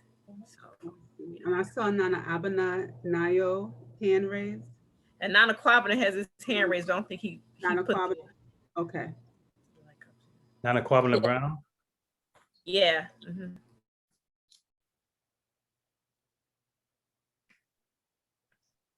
Okay, so who's Nana Kwabena? Me Pacho, you have to you're on mute. Sorry, let me myself down. Here we go. How about now? Yes, we can hear you. Okay. All right. So it's okay for me to speak now? Yes. Hello. Okay. I identify as African American, and I do that because African energy the African spirit, the African influence is so entwined and enmeshed in the Americas with an S on it. Our culture has strongly influenced what they call Southern culture. The Southern feast, the breakfast feast. Many people from down south, Alabama, Mississippi, you've never seen a breakfast or anything like that till you see one from the south. That is something we've given. We've given that, and not only that, but because of our influence upon the religion and spirituality within this country, we have brought the African perspective of the closeness and nearness of God, and we've injected that into that which is called Christianity. Very, very powerfully. And one of the things when I mentioned about Southern culture, white people in Savannah, Georgia, and Beaufort, South Carolina, pour libations and go to the graveyard and seek out spiritual help from the very spiritual workers. We are so firmly entrenched here and have influenced the culture and the movements and behavior of people so much. I'll be very short on this. If you go to Savannah, Georgia, go to the St. Bonaventure graveyard. There's no one buried there except old Confederates. That's only people that are there. And they have statues and all kinds of things within there. And if you go there the right time of day, you will see them pouring libation. And they explain it by saying, we realize y'all who ain't from down here don't know about this stuff. And we're Episcopalian, but we pour libation. And they pour libation, they bring food offerings to the graveyard, and they put various kinds of offerings there. And that's how powerful our culture has been here in influencing American culture. So I'll just leave it at that. So I'm very, very aware of that, very, very proud of that, and want us to realize that we have never stopped practicing our culture. It's just simply moved into the church. In many cases, it moved underground, but it's still very, very present in the behavior and the practices that you find within this country. Y'all are aware of Louisiana, New Orleans, Louisiana, and you go there. If you get a chance to say, go to South Carolina, Beaufort Island, South Carolina, St. Simon, South Carolina, go to Savannah, Georgia. African culture is alive and well, has never, ever not been here. And so I'm very, very proud of that, and I'm proud of our heroes that we've had here. We've had some unbelievably powerful women who have this African perspective, this closeness of God. Harriet Tubman, perfect example. So we've had our Gabriel Prousers.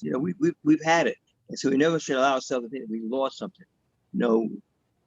We didn't lose anything. It's always been here, and it's just now it's buried within the church and buried in what they call Southern culture. So that's it for me. Nana, I'm Anthea wants to talk. Okay, sorry. Nana Abena Nayo hand raised a while back. I'm not sure if she didn't. No. Yeah, I'm okay. Okay. Nana, you talk. Nana, I'm Anthea. Madasi, when I have to fill out a legal form and they ask me what I am, I will say African American. But in terms of my culture, I'm Akan. And I firmly believe that because I'm first generation American. My family's from Jamaica. And everything that whenever I've been there, what I've gotten from Jamaican culture is the same culture in Ghana. I've gone there and found everything that I know called by a different name, but it was the same thing. And so I said, there wasn't much change here. And then my husband is from Montserrat. So when I did my research, I found that the ship stopped. I don't remember if they stopped in Jamaica first and then dropped everybody else off in Montserrat. And Simon and I were told that we have the same genes. They used to wonder, did you marry your cousin? So I know that my family is Akan. I know that the Akan culture is alive and well in Jamaica and in Montserrat. And so I identify as Akan. So thank you, Nana. That's a great transition into our next. You left me out. Me Paucho, you forgot Nana and you. I'm sorry. How do you raise your hand? At the bottom, if you Okay, click, tell me later. I'll tell you Okay, later. I'll just tell you so you can move on. I No, go right identify as African American because when I grew up, all we was colors and niggas. Okay. And when Like, keep it real, keep it real. And when I realized that I was an African, I could shout. They always told us we didn't come from nowhere and we didn't have no culture. All those lies. And when I grew up, I found when my parents started talking finally, I found out my grandfather was a Garveyite. My mother and father never told me that till I was almost 30s, okay? And they kind of hid it because they were kind of ashamed that they had put so much money into going back to Africa and then it failed. And they were ashamed, they were hurt. And my grandfather became a drunk behind it. So I'm telling you, I'm older than a lot of you. It was painful growing up down here in Washington, D.C., and you were nothing. And when I found out that I was African, I was so happy. And then I realized you can't separate, for me, you cannot forget all those people who made it so we survived here. Because they didn't mean for us to survive except nothing to serve them. So out of respect for all those people who landed here and made it so that I'm still here, I have to acknowledge them by saying I'm African in America. And I have to join with Nana Kwabena. Yes, that is very true. You have to go and see all over this country, even starting with the monument where they got our symbols, thinking that they are theirs, from libations to the obelisk. I forget what they call it. And then we always say, don't be rubbing our hair, but they know something about us. Even the Masons, they know something about us that I went into I worked in the United States government for years. And one day on my lunch, I went into the Masonic Temple, the same one that George Washington went to. On our lunch, we were the lunch group. And we walked in and we walked into this room. We just walked in, nobody stopped us. And in this room, right there in Virginia, they have the maps of all the ancient temples with all the ancient information in. And each one of those temples are in Africa, going all the way down to South Africa, and then over to what they want to call now as Middle East. They marked about 12 different temples. Then when they also had a picture of whoever their major person is, it's a black man. Right here. It's a black man, okay? So when they go into there, they're worshiping us, but they got our stuff and they got it hidden. So I have to acknowledge both sides. But it's very, very, we got so much to learn about ourselves that has been hidden.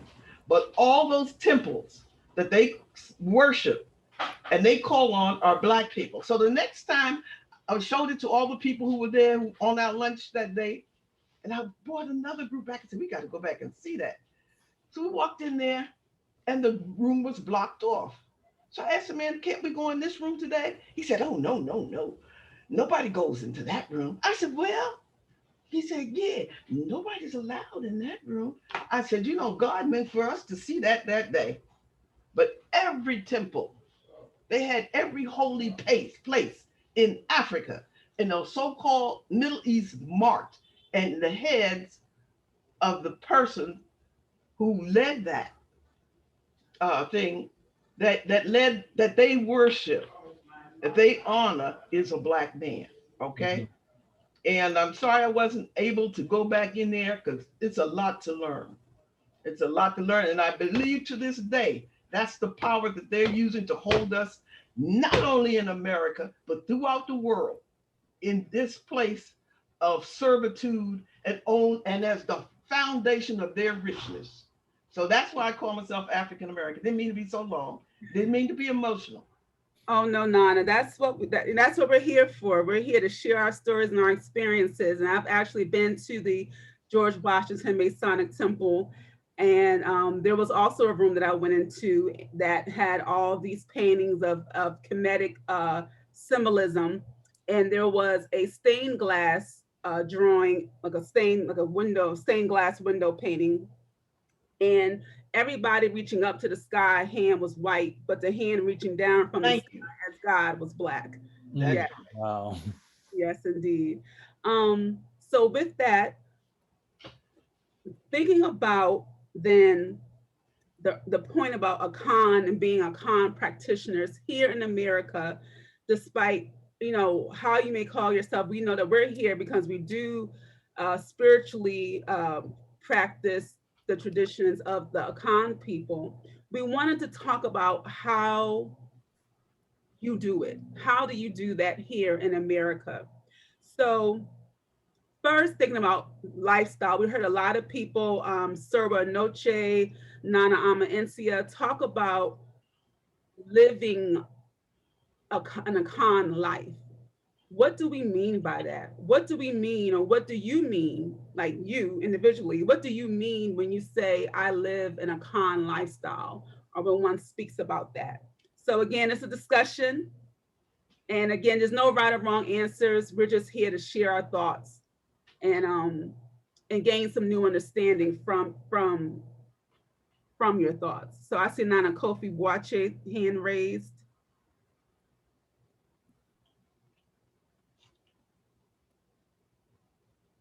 Road trips. Service said road trip. I agree. Nana Kofi Boache, please. Yes. You have to unmute yourself. Yeah, I did. Okay. Can you hear me now? Yes. Yeah. Yeah.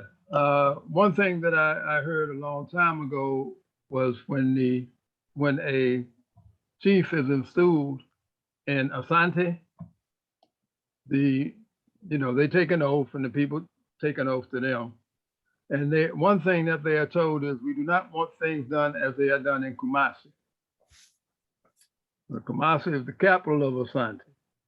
But if you instill somewhere else, this is what the people tell you. So what they do in Kumasi, that's what they do. But you are here, we have to do what we do it our way. So you have to adapt what you do to the environment that you are in. I saw some incense in the Tigray shrine that I can't get here. It doesn't grow here, and there's nobody bringing it except those who know about it. So when it was gone, it was gone. So you have to find what works here. The people who were here before our ancestors were stolen, they practice using the same principles to be in harmony with nature and with including the spiritual world, so as to make their lives better. So there are things here that we can use in lieu of what we would use if we were in Ghana or Nigeria or wherever. So that is one lesson that I learned. But when I first came into the culture, it was a very difficult time for anybody who was not trying to be a good Negro.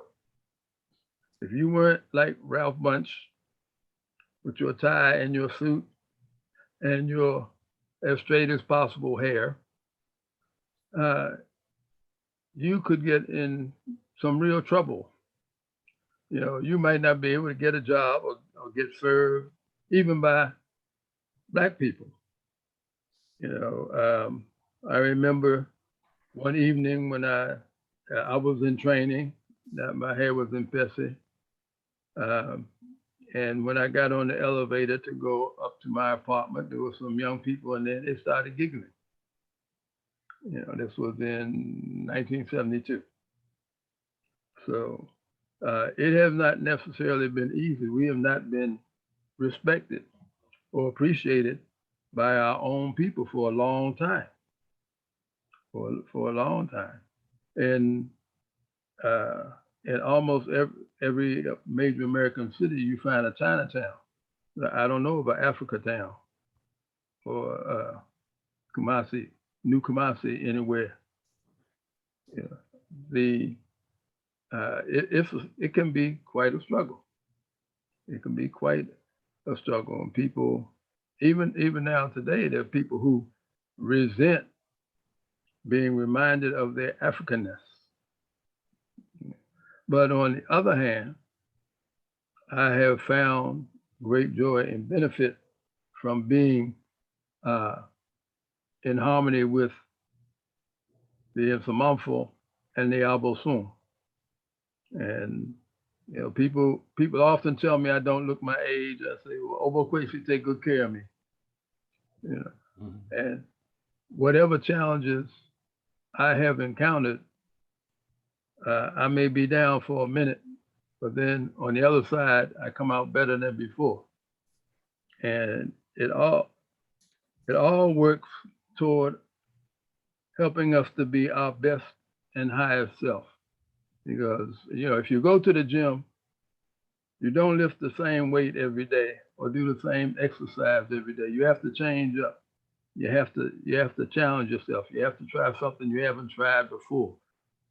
Do more weights, do more reps, try a different exercise, try some yoga, because all of that is beneficial, but you have to work. They can't say there is no abosun for a lazy person. Your best support is your own right arm. So Obokwesi said, prayer is a talisman. Say your prayers with faith, and then get up and work for what you want. So, and that's what I would say about what it means. Is not so much the trappings, but it's the principles and the practice, which are important, and the intent that you have behind it. If you have the intent to live a good life, to be a good person, to be of service to your family, your community, then you will be guided as to where you need to go and what you need to do. And what you need to help you will be there, including the people. Thank you, Nana. I hear you raise a good point in terms of principles and values. Thank you so much. Akua Doreen, I see your hand raised. Yes, thank you. I moved to New York in about 1999, and one of the things that brought me up here was I was learning more about African spirituality when I was associated with the Yoruba in Philadelphia. But when that shrine house brought me up to New York for an Akom, I had never been to Akom before. So I come to the Akom and I felt at home after being, even though with the Yoruba, and I enjoy their process, but I was able to take a breath and say, I'm home. So then eventually I moved up here within a year, and I just, start connecting several times with Nana Bakan, with Nana Ansa Te, and with Nana Kojo to learn more about this process. Then while I was living up here, and I'm still here to this day, I started, learning, walking around in the area of New York, in Harlem, our Black area, I guess, community. And I went and saw this, a store where it had like a lot of the African statues in the window. And so I went in and I walked around, and there was also like a class being conducted in the back. So I stayed, I kept going by and walking and stayed and sat down and listened to them talk. And then one of the ladies said, one of the persons that was speaking, she said, well, you're really not American. So why are you wearing American clothes? So I went from wearing the Akan only on Sunday, would dress up in my African stuff. I started dressing then every day in African attire. So it was like each thing was new thing. Teach, okay, the food you're eating in the Akan was learning, well, you shouldn't do the pork, much as I was loving it all these years, but now I gotta put that aside. So there's a lot of different things to address, to change my mindset to pick up new things, coming into a room, greeting everyone with two hand holding and things going in, you know, all those things were starting to just develop and learn these new ways to present who I am now. Thank you. Okay, so I'm hearing food, I'm hearing clothing, so values, food, clothing. Kwao, I see your hand raised, and then Nana, Ama, and Sia. So we'll just go in that order. Greetings. This okay. is Akoma's son, I paid for the event. I'm just in the same room with my father, just to make sure that's clear. But I guess in terms of what it means to live a life, let's say as an Akan person, or really I would say any cultural group, one of the major things is, in addition to the clothing you wear, you know, I guess the food you eat, is the way you think. So when it comes to literally any process that you're going through, how does an Akan person think? Like absent any, I guess, foreign intervention, any foreign things being imposed, what are the ways that an Akan person or Yoruba person thinks about the world, sees the world? So when something happens, how does an Akan person interpret what is occurring here? Right? I think over here, based on our experiences, there's a certain way that we may see or engage or understand something. Like even when we're incorporating our shrines, there's a way that we look at it. And so when it comes to, I guess, taking on an identity as an Akan person or Yoruba person or whatever person, what are the essential ways that we go about understanding something? How do we know something? How do we interpret? What is the foundation of our worldview? And that goes back to the values. And I think the clothing, the food helps to inform that. But there's, I don't know the best word to explain it, but there's something a little bit deeper that undergirds it all. Like literally the way we see and interpret everything around us. So basically making sure that we are very clear of that. I think part of it is the language as well. So if we're saying we're Akan people, okay, do we speak the language to the best of our ability, right? And as we speak that language, it'll change how we think, right? It'll change how we understand, how we engage, and so on. So that's the point I wanted to add. Absolutely. Thank you for raising that point up about worldview and perspective. And you know, I know later this week or later in this series, we have a presentation by Nana Kodia on clothing and the meaning behind the clothing. So even in terms of understanding the thought processes, even the thought process behind the print and the meaning of the symbols that are on the clothing that we wear, I think helps to inform our understanding of the Akan thought process, as well as, of course, the language, obviously, songs, proverbs, etc. Thank you so much for sharing that. I see Nana Ama, and then I see Nana Abananayo's hand, so we can go in that order. Pacho, I'm going to try my best not to be all over the place. I have so many opinions about everything that I've heard. The question was, what do you mean by living in Akan life?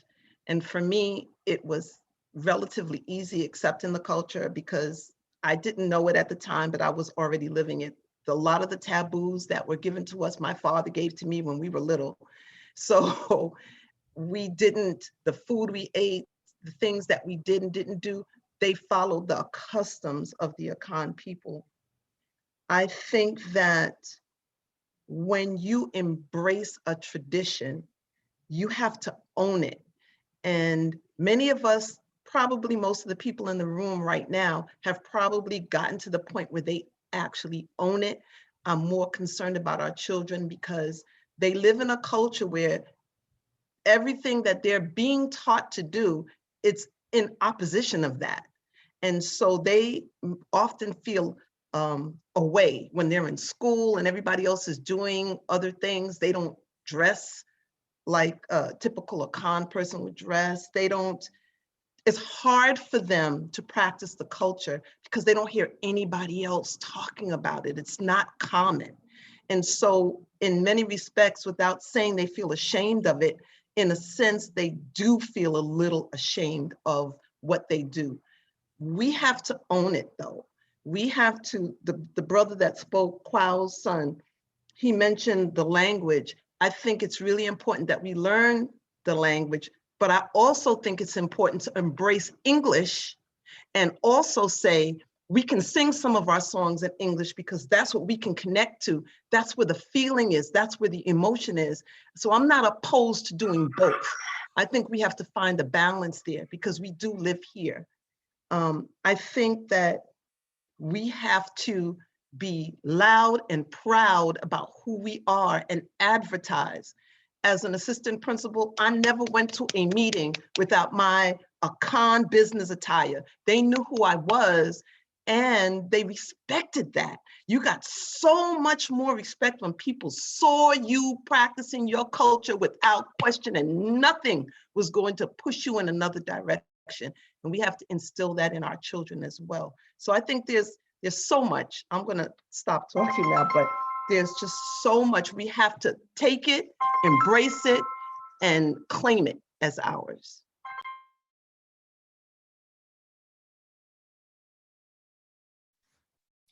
Nananayo, you're welcome. Thank you for this opportunity. So when I think about an Akom lifestyle, I'm unable to separate that from being raised and continuing to choose to be a nationalist, right? So that's how I live my life. That's the lens in which I live my life. I'm fighting for my people. I'm fighting for my family. I'm fighting for the maintenance of this transition here in America and in Ghana, because we know what's going on with the spread of Christianity in Ghana, especially this evangelical movement that's going through.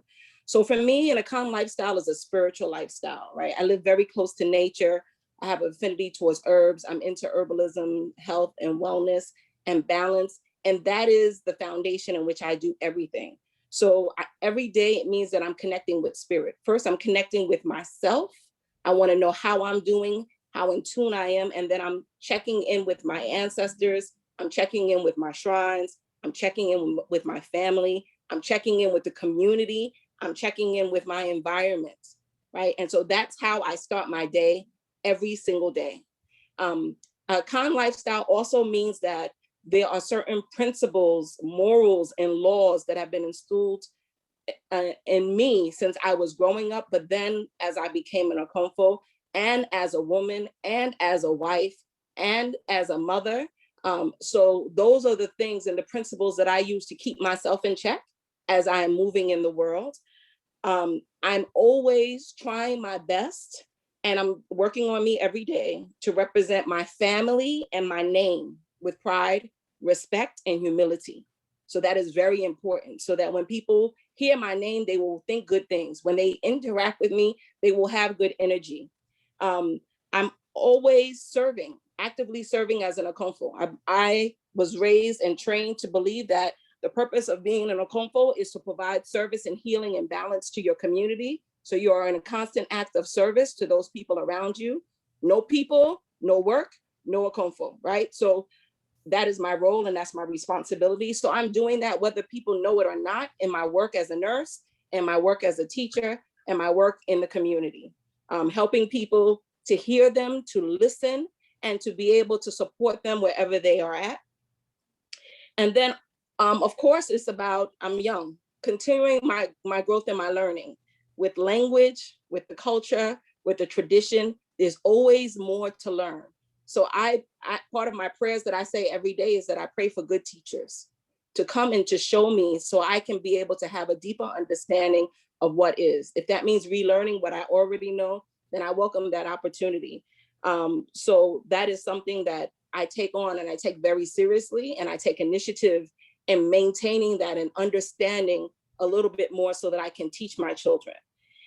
And then the last thing is just being able to support those who need assistance. Our culture is a communal culture. It's not for one person to try to do everything by themselves.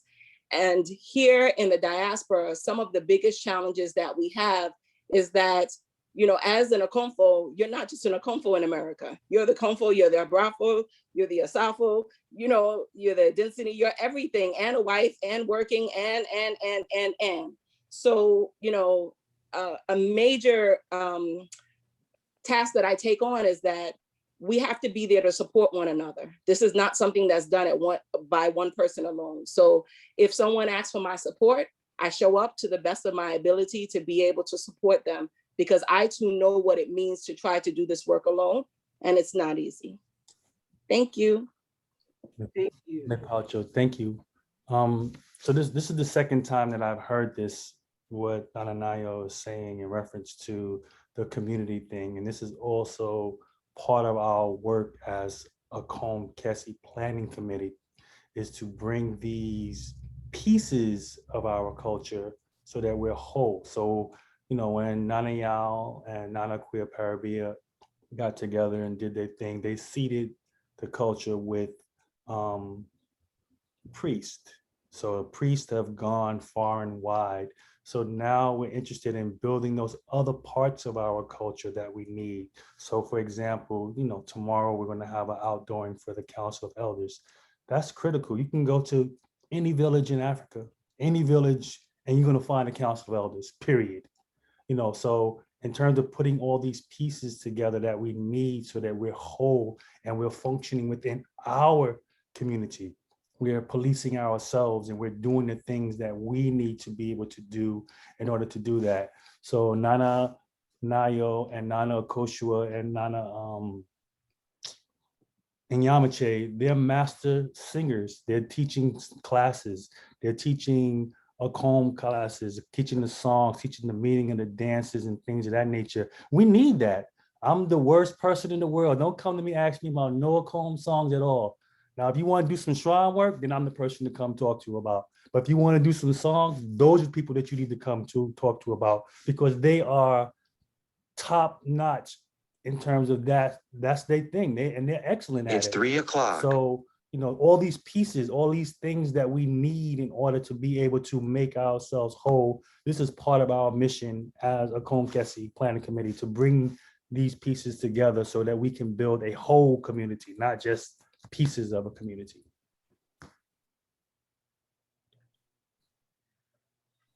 Okay, awesome. Thank you. Thank you everyone for sharing that. So continuing along with that idea about, okay, we know what we mean by Akan lifestyle and Akan life and Akan culture, Akan spiritual traditions. Can we now take a think about what was it like? Now, this is a kind of a two-part question, so it depends on which category you fall in. For some of us, such as myself, I'm a first generation spiritualist in the Akan tradition specifically. Others of you may have grown up in this, and you may be a second or even a third generation practitioner, meaning your parents or your grandparents were a part of this tradition, so you grew up in it.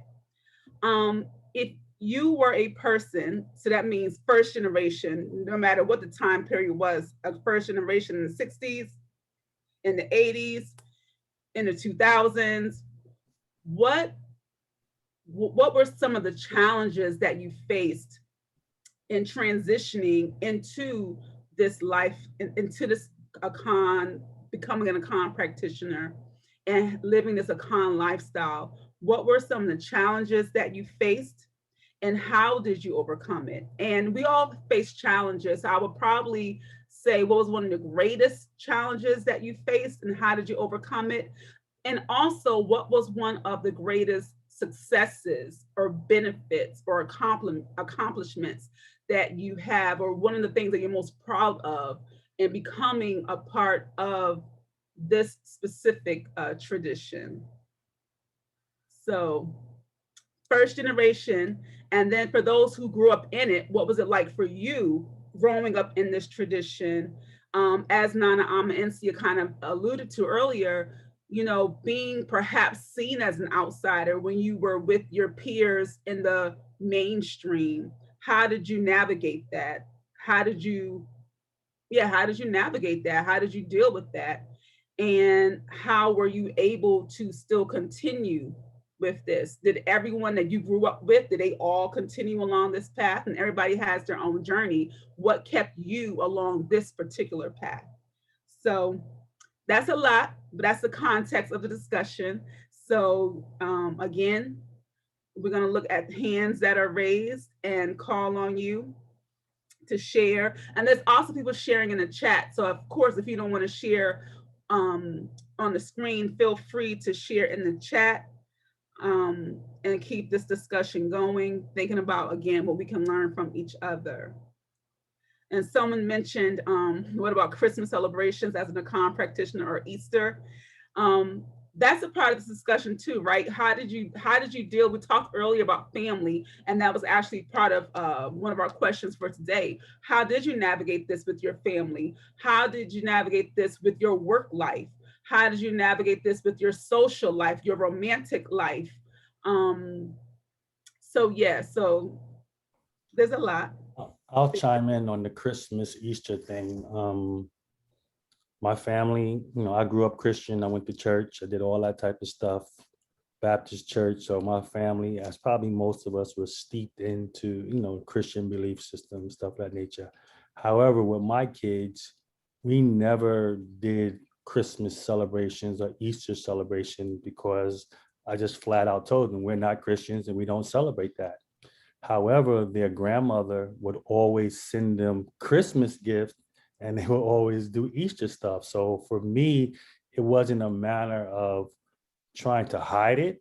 It was like, we're Akom, we practice traditional beliefs, but we did celebrate Kwanzaa as of being steeped into traditions or being steeped in a system in terms of being able to pass something on. But Kwanzaa is uniquely African American. You go to Ghana and say something about Kwanzaa, they're gonna be looking at you, or anywhere on the continent, what are you talking about? We don't do that here. So that's the uniqueness that comes in. But for my family, in terms of dealing with Christian holidays or stuff like that, like my children, they went to church with their grandmother to Catholic church. It's no problem, y'all can go see that, but that's not what we do, and that's not our tradition.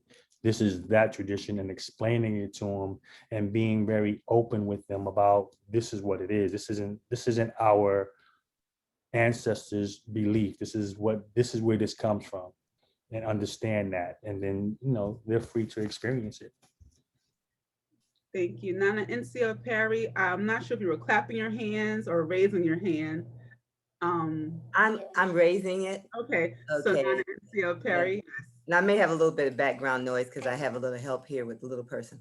But I just want to just speak a little bit on the, you were asking about first generation dress and hair. And first generation dress and hair. So we're talking about 1969, 1970, 1971. There was not, we were the beginnings of Impesi. There were not people now wearing it as hairstyles. The only people you saw may have been somebody from Jamaica whose hair was looked different than ours. It was in the same line, but it was a little bit different. So you had that piece coming up. The dress at that time, we were wearing traditional dresses, as a trainee. Didn't have a whole lot of cloth at that time, hadn't really had a whole lot of things made. So some may have been plain clothes, but they still were in the traditional line of the African dress. I worked at Howard University Hospital, which is Freedman's at the time. And so coming in and, walking in and having my hair look like, the beginning hair, like, okay, what's going on here? And the dress after, coming there one day looking like they look and coming the next day looking like, I'm not sure, where are we here? What's going on? And so in explaining to everyone what it was I was doing, what was going on, the respect just came. I just said, when things fall in divine order, when it's time for something, people just respected it. They just responded. Everywhere I went, this is how I looked, until my hair got to be in its own organized fashion. It was kind of crazy, so that was just how it was. It was clean. I was neat, so that was it. And how I carried it, hey, it still looked like it looked. In fact, I even had somebody say to me one time, anybody ever call you a bougie African? And I said, not until just now, but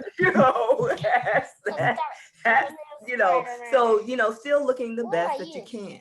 So early on, it wasn't easy because we were the only ones. You can go in a room, people looked at you, they looked up and down, however, the respect came because they knew you were doing something different. knew that you were doing something that meant something to you and also meant something to them. So whether or not they wanted to associate with it or not, still the respect came. And before you know it, our hair was starting off with Pessy and Pessy. Pretty soon people were copying it. Everybody wanted their hair to be that way.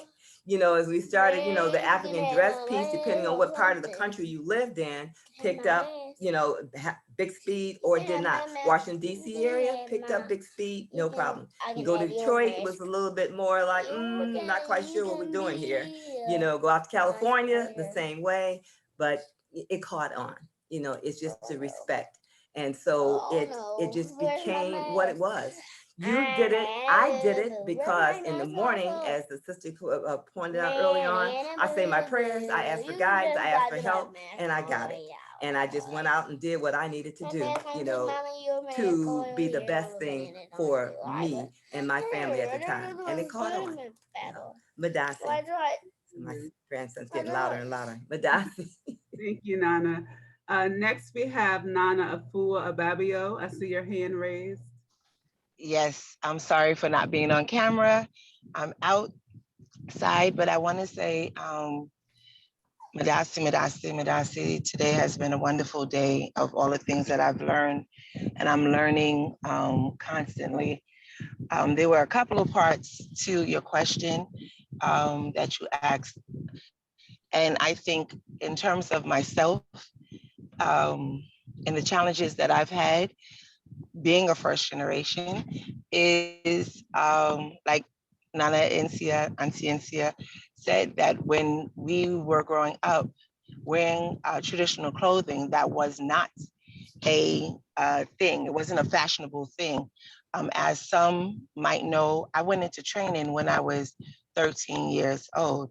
At that time, that wasn't a norm either. So my challenge was giving up, I guess, my childhood or my teenage years.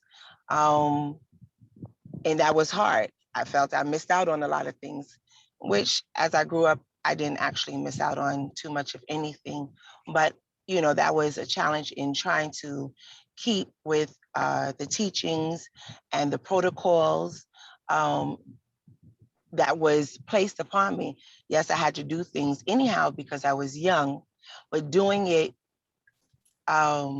with older people and not too many younger people. There were a couple of us, but not with the understanding that I'm still young. I was faced with that challenge.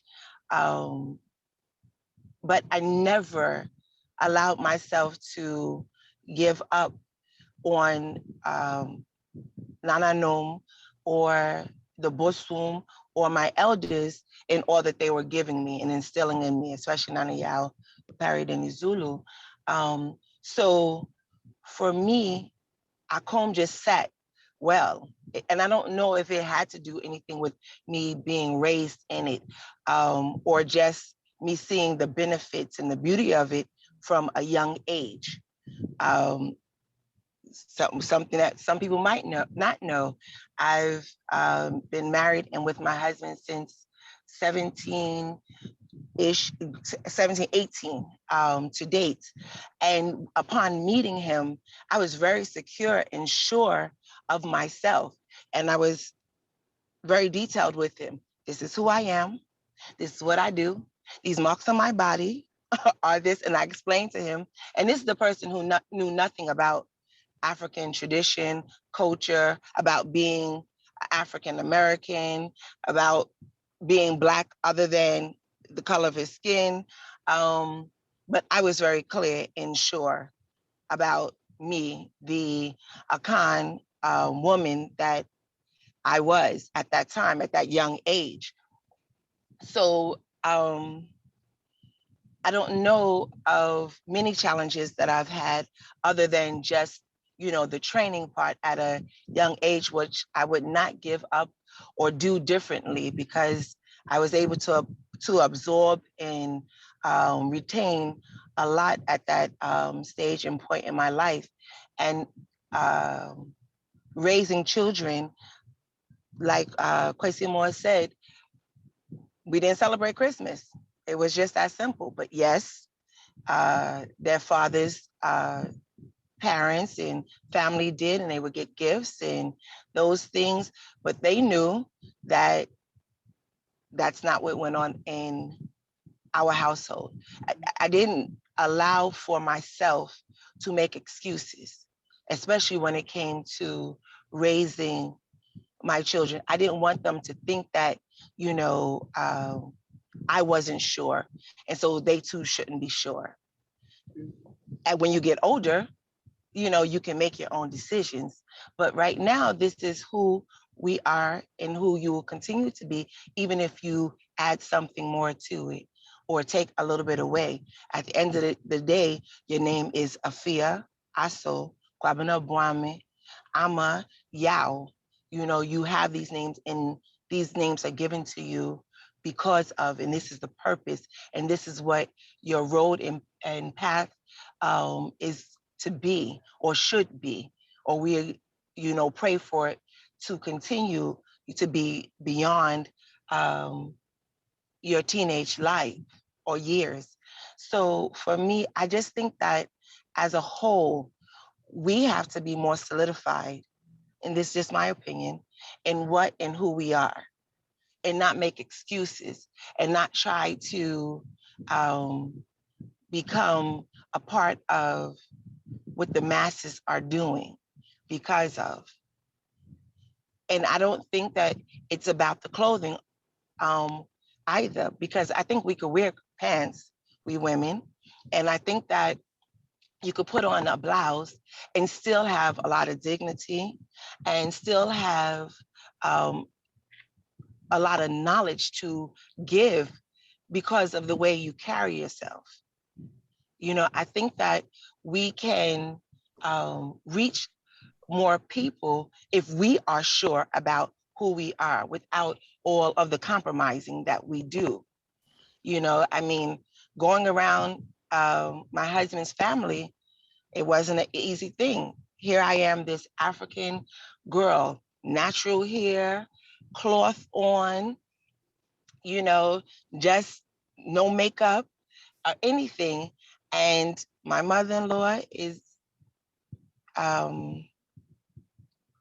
she's very well put together, and his former girlfriends, are very fashionable people.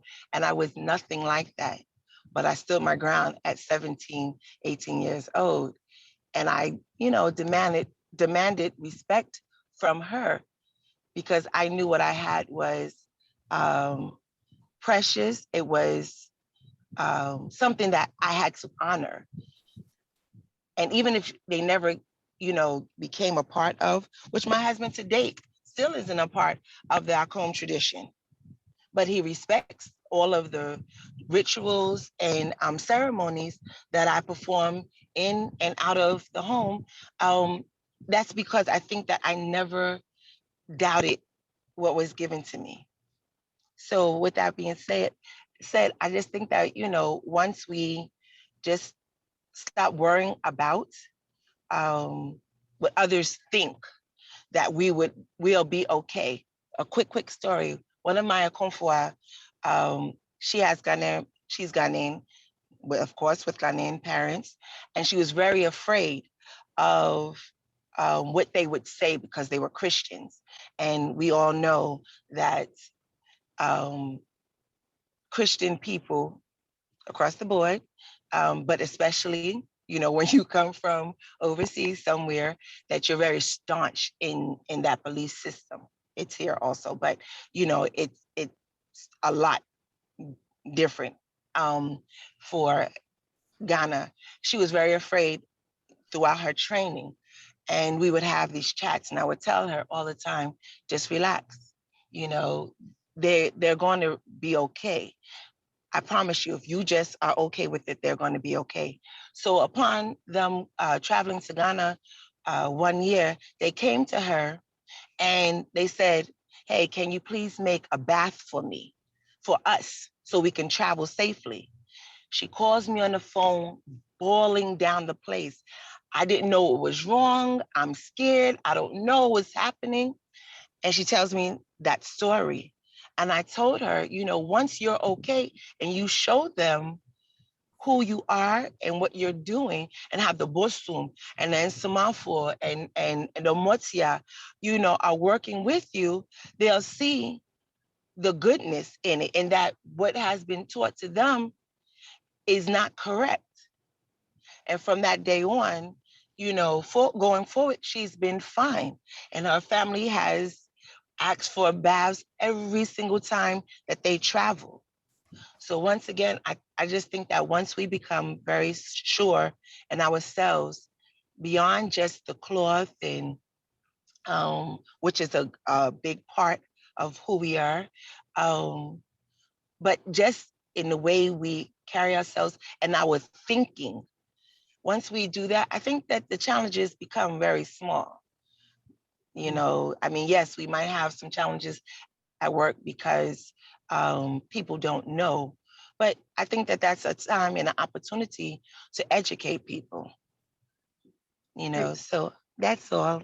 Yes, Thank you. And so thank you for, you know, lifting those ideas of consistency, confidence, and living and being the good that Akom is and brings, and others will see it through our actions versus having to attempt to convince someone. So thank you for that. So in order, May Pacho, real quickly, I'm sorry. I just want to thank Nana for getting on the call. For those who don't know, she was one of the original people that helped organize with the Akom Kese planning committee. So it's a treat for us to have her on this call and for her to share some of her knowledge with us. Thank you for coming and attending. yes, thank you for that. Thank you. So next, I'm going to call in this order. I see 3 hands: Serwa Anoche, then Akomfo Akua from Alabama, and then Afua Riley Ajapoma. Ajapoma. Okay, so Serwa. Mipacho, I just wanted just to say that what I too had a similar concern regarding you coming in one day with Western clothes and the next day you come in with traditional attire, and how will people react to you? What would you say? You know, all those things, you know, go through your mind. But if you have the confidence and the support, I think what helped me was the fact of my relationship with Nana and the family, who were like forefronts in terms of wearing traditional clothes and living the Akan life 24/7, gave me the strength to go into work the next day wearing traditional attire. When people ask me, you know, what happened, I just explained to them that, you know, I'm an Akan now, and I'm following the traditions of my ancestors. So again, it's with that confidence, being grounded, having the support from other people that have done it. That's why it's so important to be in a community of like-minded people where you can also draw on that strength when you feel at times nobody else is there to support you. So that's all I wanted to say. Thank you. And just on that consistency part, it reminded me of what Nana Nsia Opare was saying earlier about the workplace and how we carry ourselves. Nana Nsia shared that she maintained her professionalism, right? So they might have saw an outward appearance change in terms of the clothing, but the character remained the same. And some might even say in terms of life in general, probably saw our characters grow and evolve, and saw the God within being shown. So I think that that's really important to highlight. So Akomfo Akua. Madasi for permission to speak. I am first generation. However, my parents raised me with the idea or the thoughts that I am from Africa. That's how they raised me. But to embrace it the way that I have in terms of Akom is too much for them sometimes. But just echoing what everyone else has to say, I think they saw my growth in terms of my spiritual development, my growth as a mother, my growth as a wife. They saw all of those things fall into place, and they looked and they said, okay, well then it's all right then what you're doing. And so for me, raising my children, a lot of explanation, a lot of talking takes place because, you know, they go outside to school. Now they don't, but before they were going outside to school, and it was just a lot of explanation. My son went through it. He would come home, Mommy, I don't understand, you know, why are they saying this to me? And he would say, but my ancestors, and people would be like, Jesus. And it's just a lot of conversation, a lot of talking. And as he grows and sees what we do at home, he is becoming more firm in who he is, you know, and I honor that. And so I echo what everyone else has said. When you walk with pride and who you are and what you do, people really have no choice but to respect it, you know, and see it as the beauty that it is. Thank you, absolutely. Nana Fua. Just two quick things and just piggybacking what people have already said. One of the stories I remember is where Ohima Alice, Nana's first wife, and they studied the culture, of course, back when it was Dambalaweo and all of that war. Auntie Alice always wore her hair natural. And the stories that was told, we talk, I think this was like in the 40s or early 50s. And the negative things that she would hear, you know, people, you know, you need to go, you know, calling her nappy head, or you need to go press your hair, stuff like that. But she still stood for what she believed in alongside her husband, which was Nana Yao Dinizulu. And up until I know when I met her and whatnot, she always wore her natural. She never strayed from that. So what Nana Insia Opare was saying, what Nana Afua was saying, is it is true, and what everyone else said, and just piggybacking, it is basically what you believe, what you stand for, and what people see. And if you don't let their energy or comments or whatnot cause you to waver for that, then all they can do is respect it.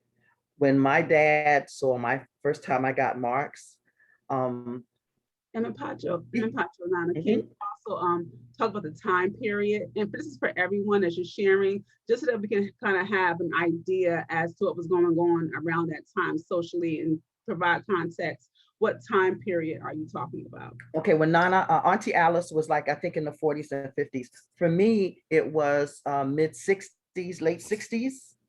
And when my dad saw my marks, when I first got them first, I'm surprised he didn't have a stroke.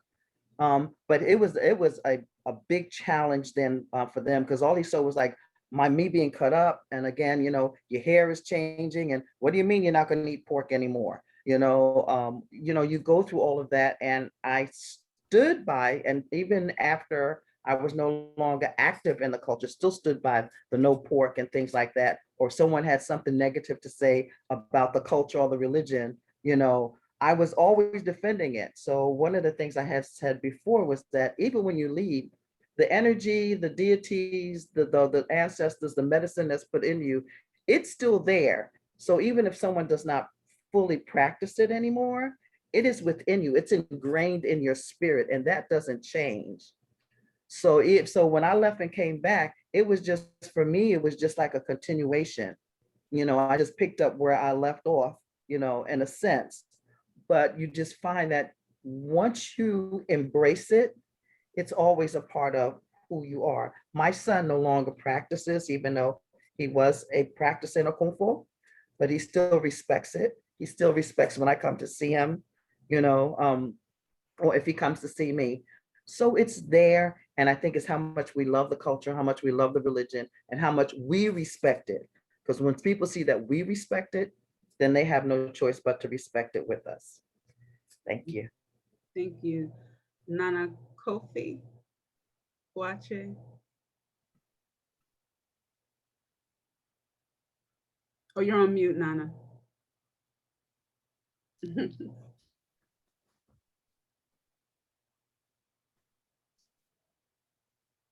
There we go. Yes.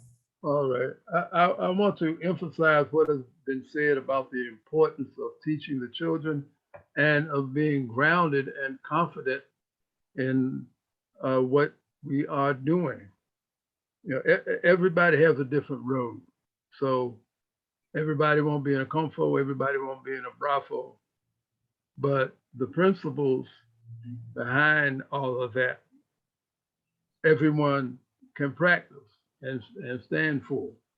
And if for your taboos, your way of dress, you know, to be confident in that and be proud of that, to be grounded in that, to know where it's come from and what it means, and be able to communicate that, especially to our children, is extremely important. I was fortunate in the DC area in that there were independent African-centered schools that I could send my children to, at least for their early education, so that when my children started when they were in preschool, as soon as they were toilet trained, they were going to school, and they were learning about Africa and about our heroes on this continent and there, and no matter what happened later on in their lives, they had that foundation so that they were able to move forward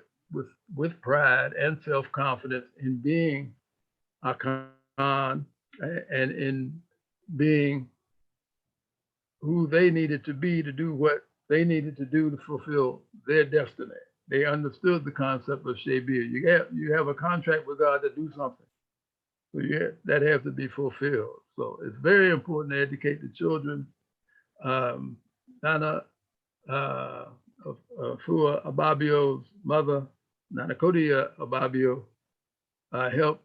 I think she actually was the inspiration for setting up the Bosum Jemawoji Day School, so that children could be educated all the way through in a Akan institution. We need those kind of institutions now, more than ever, to have a counterweight to all of the lies and myths and stories that our children are being fed through all of the media and all of the institutions. So, but that's Nana Kofi, that's great. That takes us right into a next point that I think is important to discuss, and a few people have brought it up, and that is the children. And thinking about what would we like to see as a legacy, right? Moving Akan culture and moving this forward, where do we want to see this going, and what needs to be in place? And how do we ensure that there is continuity of Akan culture and Akan spirituality being practiced in America, yes, but not just for the sake of it being practiced, but for the growth and the help of people in our own families, for our own children, and our communities. What has been a lesson for those who have raised children that you can share with the group in terms of raising children in the tradition? And then also, what is a lesson that you can share in continuing the tradition as a whole? And if there are specific questions that people might have, like subset questions around that topic, feel free to drop it in the chat, and we could probably ask one or two of those questions as well if you have a more specific question. But that's the topic at hand. So I didn't raise my virtual hand, but I would like to speak on this. I don't know if there were other hands up because I don't see everybody. No, but you can go ahead, please. I think it's important that we start educating our children before they're school age. I think it's important that families understand the importance of reproducing, and we should raise our children to know how to bring their children into the world. We're at war with so many different systems in this environment, and we don't even know it to a large extent. We're at war with the food industry. We're at war with the medical industrial complex. We're at war with the prison industrial complex. But many people who know me know that I work with birth, and I think it's important that people know what to do to empower their body before they get pregnant, and then what to do when they're pregnant, and where to bring their babies into the world. I'm sorry, but I see people sometimes going to the hospital and it's like lambs going to slaughter. I don't know if you're familiar with the statistics, but they're horrendous. Women are dying in general in this country around birth, but our people in particular. And then many of our women still don't want to nurse our babies. Our breasts are life-saving devices, and we need to educate our children from very young so that they know what to expect if and when they do decide to have children, and where they're going to have children, and how they're going to nourish their children. So I don't want to go into it too much more than that, but I think we need a paradigm shift where birth is concerned, and how we birth our babies. Back in the day, many of our babies were born at home. And I think, we need to seriously think about that. Faith over fear. People are afraid of something going wrong, but they don't realize things are going wrong big time in the hospitals, big time. Abel, thank you. So one of the things in terms of raising and passing on to the children, and like Nana Ahmad said, in terms of raising them before they get school age, is really maintaining the customs and doing the things that you would do in your life as an Akom practitioner. So for example, my son, he doesn't even know he's in a brothel already. He knows how to do everything that needs to be done within the shrine house and within the shrine setting in reference to the work. His training was, that's what he knows. He's been doing it since he was 4 or 5 years old. We go to do shrines, we're doing cows now. And it's like no big deal. Like, oh yeah, I've been doing this since I was a kid, because he's been indoctrinated with it. He knows nothing different because of that early education. This is his life. This is what he understands. So when I was a kid, when I was over at Nana Yao Opare, Dinizulu's house doing sheeps, it would take us an hour to do a sheep. These cats come along now and they do a sheep in like 15 minutes. You know what I'm saying? It's like, it's no big deal. Like, yeah, okay. You dating yourself. Yeah, all right. Well, I mean, I ain't a young kid no more. I'm 53 for the record. So, I'm a little up there.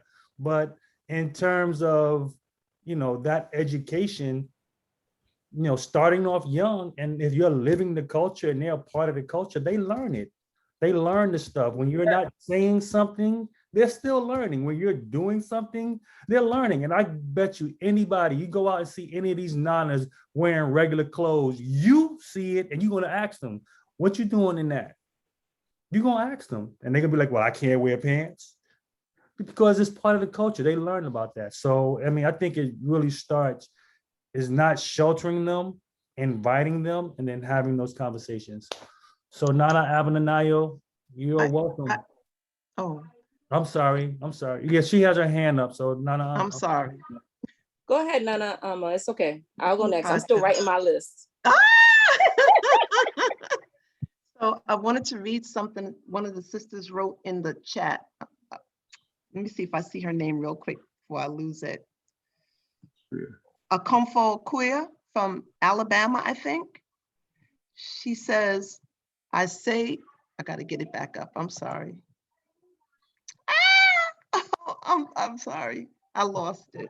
It says, I say involve the children, call the children to do things in the shrine, teach them the protocols, call them to pour libation, ask them what they think about messages that come through the shrine, involve them 100%.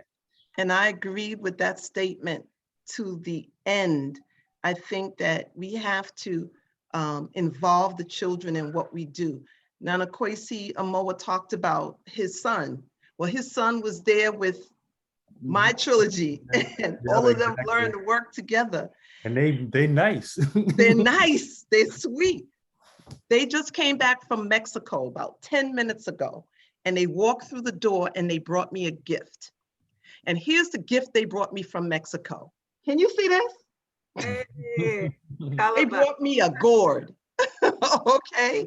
Because they're always thinking shrine, because they were raised in it. And that's what we have to make sure that we do. As an educator in the public school system, I didn't mention necessarily Akan culture, but those kids got every little piece of Akan culture that they could possibly get in the history and everything else.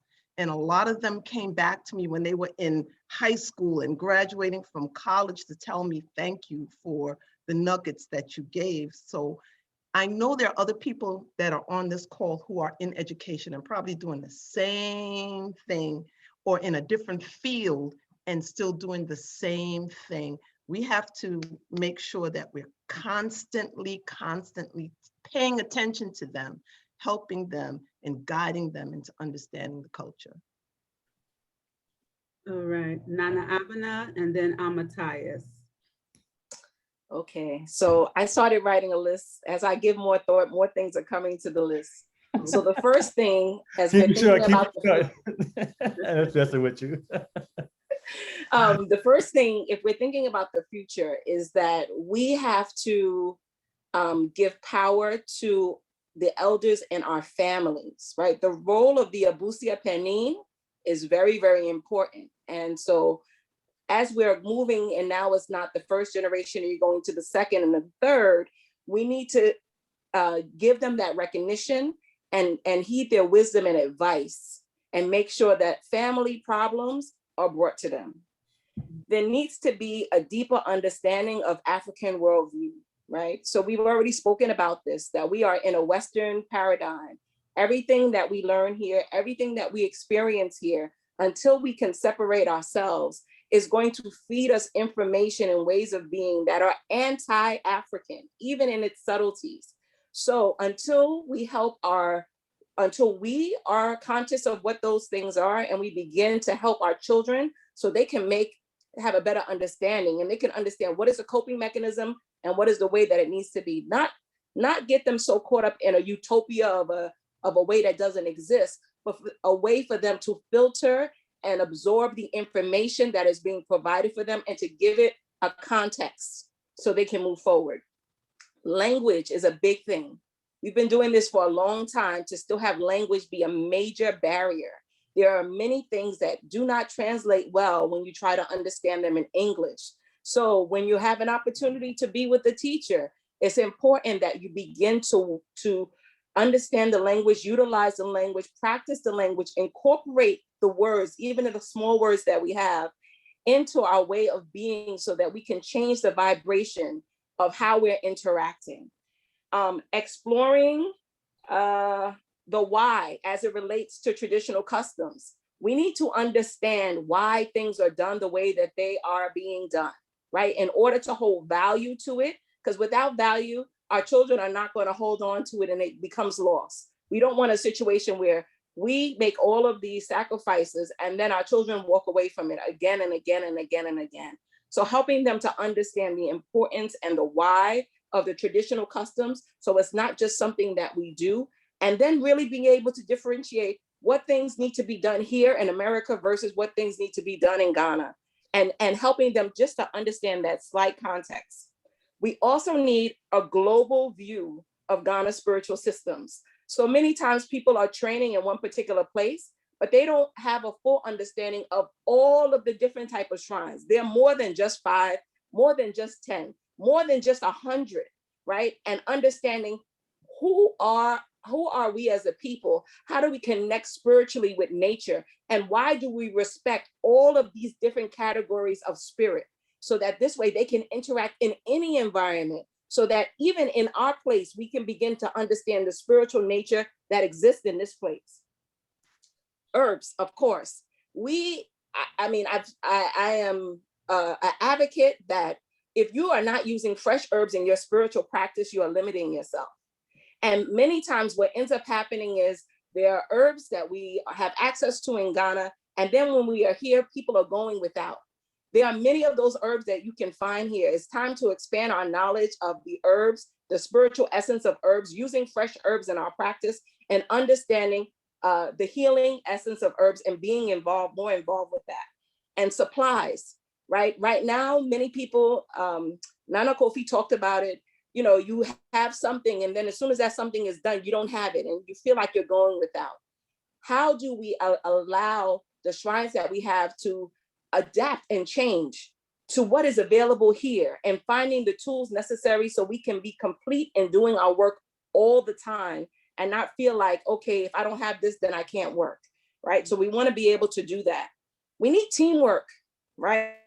We need, here in the diaspora, we need to share and teach each other so that we can continue to learn and grow beyond. Everybody is learning in the silo. The foundation is being created and recreated, and we have no springboard collectively in which we're bouncing off of this. So I'm excited about Akom Kese and what is being done, and hopefully that this will continue to be a safe place so that people can begin to learn and grow.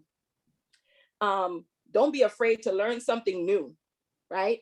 It's not about right and wrong, it's about different. So don't be afraid to learn something new, a new way of doing things, a new way of seeing things, because learning happens forever. Do not forget to venerate our ancestors. So a lot of what happens is that people begin to focus on the Abosum and all of, and the traditional Akan lineage, but then they forget to uplift their own bloodline and their own spirits.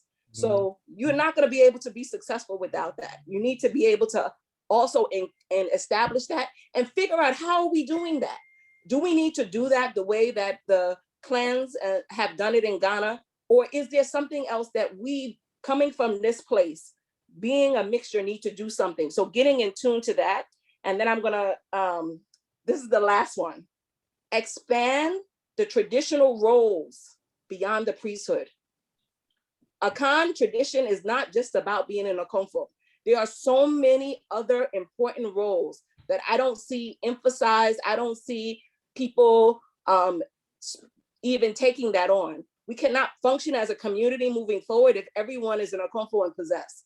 We need to make sure, if this is going to be sustainable, that we take the wisdom of the elders and the communities that are in the Akan and the villages that we have gone to, and understand, why is it that they do it that way? Why? What is the importance of the Asafo? What is the importance of all of these different positions, and allowing people to really fulfill their destiny? It is challenging for me to believe that everybody here, their destiny is to be in a Akomfo. How can that be? So we need to expand beyond that and allow the people to participate fully in the culture and have a purpose and be able to fulfill that purpose. Thank you. I'm gonna stop. I'm glad I'm not the one that's saying that. Thank you so much. Why are you glad you're not the one saying that? Because I wholeheartedly believe. I mean, we need to stop making priests. We don't need no more. That's what one of the missions of Akom Kese is. Priests. That's one of our missions. Yes. Yes. Exactly. But we what always said. Pacho, we always need Akomfos. But like Nana Nayo says, there are other titles and other people who help along with making Akom what it is. And so, I mean, and I know it's jokes, but I just want to make sure that, you know, everything, there's a balance. We need Abrafos, we need Emras, the singers, Ochadama, you know, Ochiame, you know, everything. We need all of the, even the people who just sew the clothes, you know, they are important. We need, you know, to dress and the bosum need to be fine. So, you know, yes, we do need Akofos, but like Nana Nayo said, I can't also believe that everyone is to be made Akomfo. And that's the only way you can connect to the Bosu or the Nsamafo or to the Amoti. I don't think that that's the only way. I think everyone has a position to play that will give them the opportunity to connect to spirit. So that's my little spiel.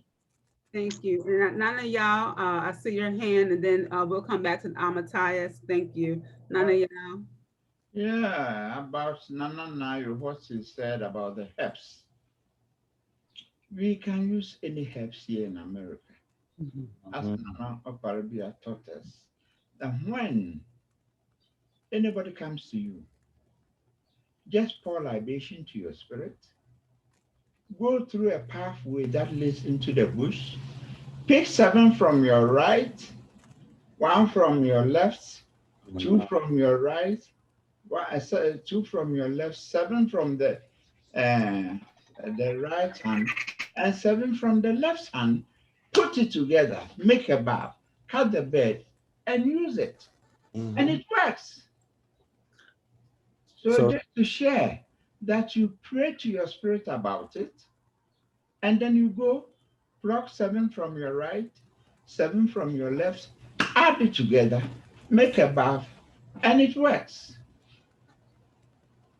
it's called So Alhamdulillah. that came to me to share.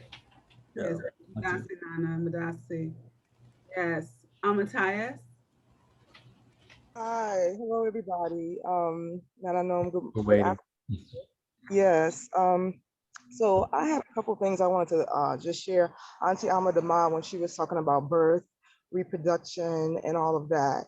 I just read a book. I'm reading a book called Medical Apartheid. I don't know. Me Palcho, I'm sorry. For those who don't know, Ama is a MD.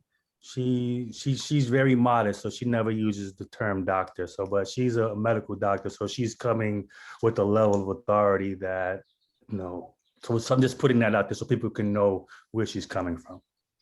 Yes, and Auntie Amadama, what she said about reproductive rights, Black women having problems with birth, it's very serious. I think as a people that we really understand that there has been an agenda to decrease our numbers as a people, and it's not just a small agenda. A lot of it, when I was growing up, dealt with teenage pregnancy and really people having a whole thing about, you know, young women not having children, young women who 18, you know, of course, younger.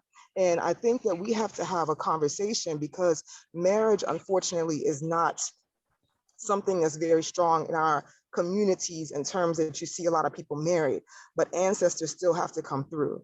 When I think of my generation, I know that teenage pregnancy was something really big, but that was an agenda that was pushed forth.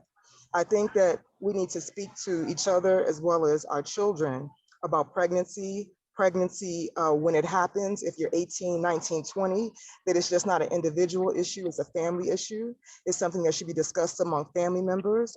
I know a lot of my friends growing up got a lot of challenges and 20, but physically those 18, 19, 20, 21, 22, those are prime ages oftentimes to give birth. And even though you may not be mentally always prepared, if you have a strong family to help bring those ancestors through, then that is an ancestor that has made it. And you never know what they are here to contribute. Many of my friends who had children around that age group, their children are doing wonderfully, but there was this whole stigma about teenage pregnancy at that time.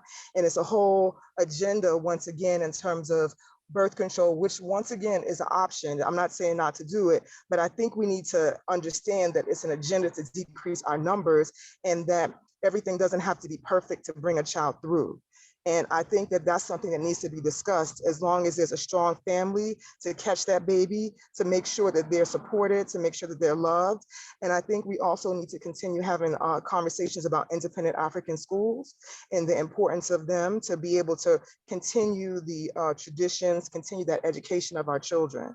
So I know that birth control, I know that family planning, I know that ancestors coming back through is not something that we generally talk about. I know having a healthy environment for babies to be born, like Auntie Amadama talked about, you know, making sure that our daughters are eating healthy, not eating hamburgers, not eating hot dogs, not eating things that can cause heart disease. There have been autopsies of children showing heart disease at 7 years of age based on what they eat. Like we have to, and that's just not the heart, that's the uterus. You know what I mean? You want to make sure that our children, our girls are able to have children as they get older. So I think the whole conversation about reproduction, families, ancestors coming through are really, I would love to make sure that maybe we have some conversations on that maybe next year, if you all are open to that. Maybe Friday. Friday? I was just about to say that Matthias, the women's meeting is Friday, so definitely get in contact with me. We can talk about that for the agenda for the women's meeting. No, because so many of my friends, including myself, don't have children. We were definitely afraid of teenage pregnancy, you know? But if you think about it medically, there was a whole agenda that was put on Black people. There was actually in the Baltimore City school system, there were schools that girls were given Norplant without their parents' consent to prevent pregnancy at that age group. You know, I mean, there's things that we really need to talk about, and I think families should, you know, to talk about. So anyway, yes. So I just want to lift up Dr. Amatias. Thank you so much. That was such a great point that you raised, and that is that of health, right? The importance of health for everybody, but definitely for us as practitioners. And we talk about, you know, ancestors and keeping, you know, our bloodline going, you know, yet we're not looking at the role that health or lack of health plays in that. And I'm certain that the Abasun, of course, an enormous amount, want us to continue. And I just thank you for raising that point about health. I know Abanayo mentioned herbs, and you know, herbs and healing and health. So I think that's so important. I know Yamache is really big on health as well. So there's a lot of us on this call that have a passion towards that and knowledge towards that we can all use. So we're going to begin closing out. I see Nana Kofi Bwachi has his hand raised. So Nana Kofi, I'm going to ask if you can be the last comment before I turn it over to Kwesi. And as we're closing out, if people can share in the chat a very key takeaway that you got from today's session. It can be a lesson, it can be something that you want to leave with the people, leave with us in terms of a message, just or something that you want to share about today's discussion. What really resonated with you, what will you take and apply to your own life and share with others. So while those are coming in the chat, I'm going to ask Nana Kofi Bwache to make his point and then turn it over to Kwesi to close us out. Thank you, Kompo Adjua. I am so proud of Ama Afantua Ajumantias, having been at her naming ceremony and seen her grow up. She is a shining example. My daughters and grandchildren all think very highly of you, Ama, and you are an inspiration to them. She put herself through school, y'all. She found all the money and everything to get it by herself as a very young lady. So she lives up to being an Asantewa. Well, my parents helped. They helped, so they did help. But thank you, Nana Kofi. Thank you. Thank you. And so again, as a chat, let's light up the chat, y'all. We hope that you gained something from this session. Please let us know what you did gain. Again, a lesson, a takeaway, a message that you would like to share. And Kwesi Amua. I'm here. Thank you. So I'll say one quick thing. Sure. There was a lot put out here today. I put some things in the chat that occurred to me as I was listening to the discussion. I'm a grandfather. My family has had 3 generations of priests, but I have 3 grandsons who may or may not be priests, but they are doing other things to perpetuate the culture because they have seen the way their mother has walked with it. The women are the first teachers. You start teaching our children in the womb. Everything you feel and think and do, they feel and is transmitted to them.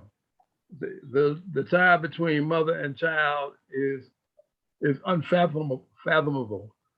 Your role is very important, and it is essential for all of us men to support them and to care for them and to love them and to help them to do that. That family is the foundation of African culture, whether you're talking about the Akan or you're talking about the Zulu. And family is only perpetuated when a man and a woman come together and not only bring a child into the world, but raise that child. Teach that child what they need, all that they can teach them to be successful in the world, but more than be successful, however you measure that, is to be a good person, to be someone who is worthy of respect, who is of service to their community and to the world. We have all these institutions that we need to fill: schools, the chieftaincy, the Asafo, and those are roles that everybody can play, but the children have to be taught and be ready to step in when they are called. Madasi. Thank you. All right, well, we would like to thank everybody for coming to participate in our first day of Akom Kese 2021. Feel that it was a very powerful day. A lot of good information was put forth, and this is the whole vision. This is what it's about, allowing people to share their information and their thoughts. I've learned things. I'm sure others have learned things that I didn't know. The tribute to Nana Yao, to Nana Akua Oparebea, they both were powerful. The pre-session with the lineage, with the Akua Shrine, with the appellations, all that information is so useful. And then for you to, for us to close it out with this session about our life and integrating the Akan culture into it and how it's done, it's just a wonderful, wonderful start. We are appreciative to everyone who's come to contribute. Please, if you know someone that can learn from this, please tell them, invite them. This is a free session this year. Also, please consider making a donation to help support the work that we're doing. Tomorrow, we're going to have another powerful day. We have the outdooring for the Council of Elders, which is going to be phenomenal. And then we're having a session on what is a comb. So we're going to have a presentation by Nafo Bensoufier for the Akom, and then we're going to talk about the mechanics of an Akom, the songs, what things are done first, the order. We're going to talk about those type of things. So we want to educate. We want to provide information that you are empowered to do it. So again, thank you. And we welcome It's 4 o'clock. For we welcome you to come and enjoy the rest of what we have planned for the week. Thank you very much. Also, please continue to share your thoughts. Quasi, don't close out yet because people are still putting stuff in the chat. If you can't get your thoughts here, put it on the Facebook page, answer the questions that we put on the Facebook group. Continue to share, continue to share, continue to share. And again, you can share the link. The Zoom link is going to be the same for the entire week. Share with everyone, even if they have not registered, it's perfectly fine. Just want everyone to have access, okay? So please feel free to share. And also, if there were any topics that were brought up today that you think we should expand on and look more in depth into, please type those in, because that can possibly be sessions for future conferences. Let us know what you want. Let us know. Okay, good night. And Quasi, you want to stay on just because it's just so typing and we want to say. Yeah, I'll stay on. I'll stay on until everybody decides to get off, and then I'll close it down. How about that? Okay. You want to stay forever? That's okay, ain't no problem. I'm here to serve. Good night. Good night, everyone. Good night. Thank you. Wonderful. This is wonderful. Take care. Yes, this was fabulous. Thank you so much.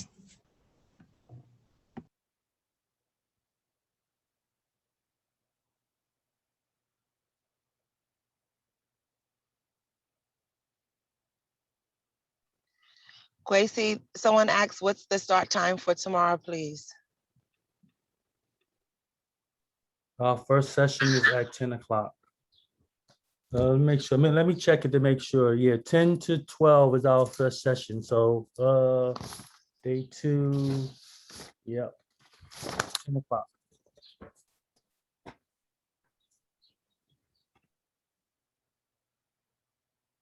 And you can go to aconcenter.org, or you can go to the Eventbrite page, which also has a listing of the program and the time everything is starting.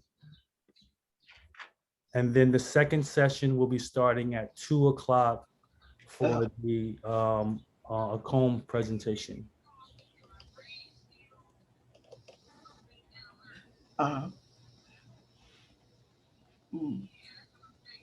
Yes.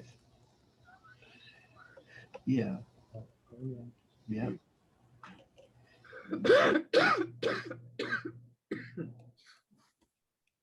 So I hope you guys enjoyed it, and I hope you learned a lot. So I think, like I said, I think we're off to a really good start, and we definitely want to be able to keep this energy up, keep the vibes up, and then, like I said, just share it with everybody. You know, this is what we want to do. We want to bring our community together to build and to build it stronger. And this is not to throw out anybody or anything. It's not about that. You know, we just want to help. I'm looking at the notes. I see a coach will get me together. What am I going to do? What happened? What am I supposed to be doing? You gonna make sure I'm where I'm supposed to be tomorrow. Thank you. Hey, is this my buddy, my roommate? Yeah. Hey, roomie. Absolutely. That's my Ghana trip roommate. All right, mama. I got you. Love you. Thank you. I'm like, what I do? Okay. Someone asked if we could ask Nananayo Abena if she could type up or share her list. Oh, for her thoughts about what we need to do and how to improve things. I'm sure she has it written down. Absolutely. But you know, she used to do her Mindful Monday, so maybe this will encourage her to get back on Mindful Mondays. Yay! We'll see. Okay, and Kwesi, I was trying to save the chat, but I'm not able to. So just want to note for you to save it. Yeah, it'll save when I close out everything. So the chat, the video, the audio, everything will be saved. Okay. It's going to be a rather large file since we've been recording since this morning. And again, please do share the link. And it's an open link. There's no registration. So the link is open on Facebook. Share with your friends. Absolutely, please do. Tomorrow we're starting at the same time, 9 o'clock? No, 10. 10 o'clock tomorrow. 10 o'clock. So we have the outdooring for the Council of Elders tomorrow. And the same link is going to be used, correct? Same link, yeah.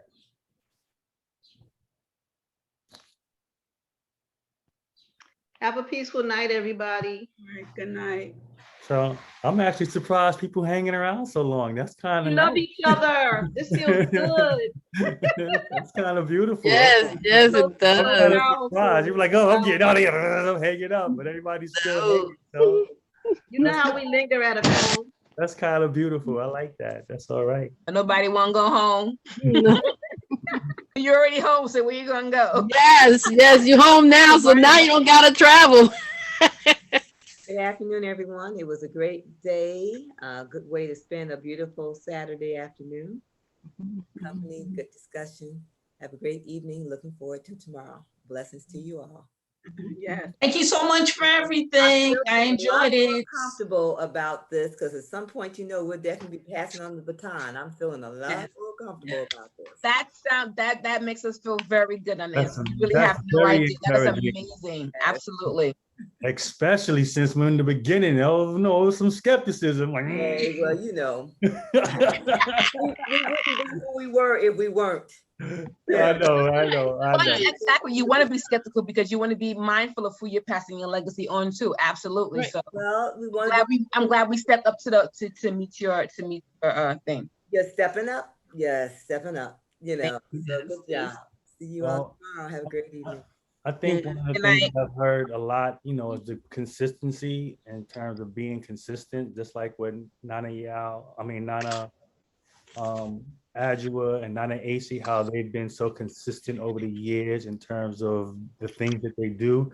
And I think for us at Akom Kese, we want to be consistent with our messages too. So when we first came to all the shrine houses and said what we're interested in doing, we really want to stay in the vein of what we said we want to do.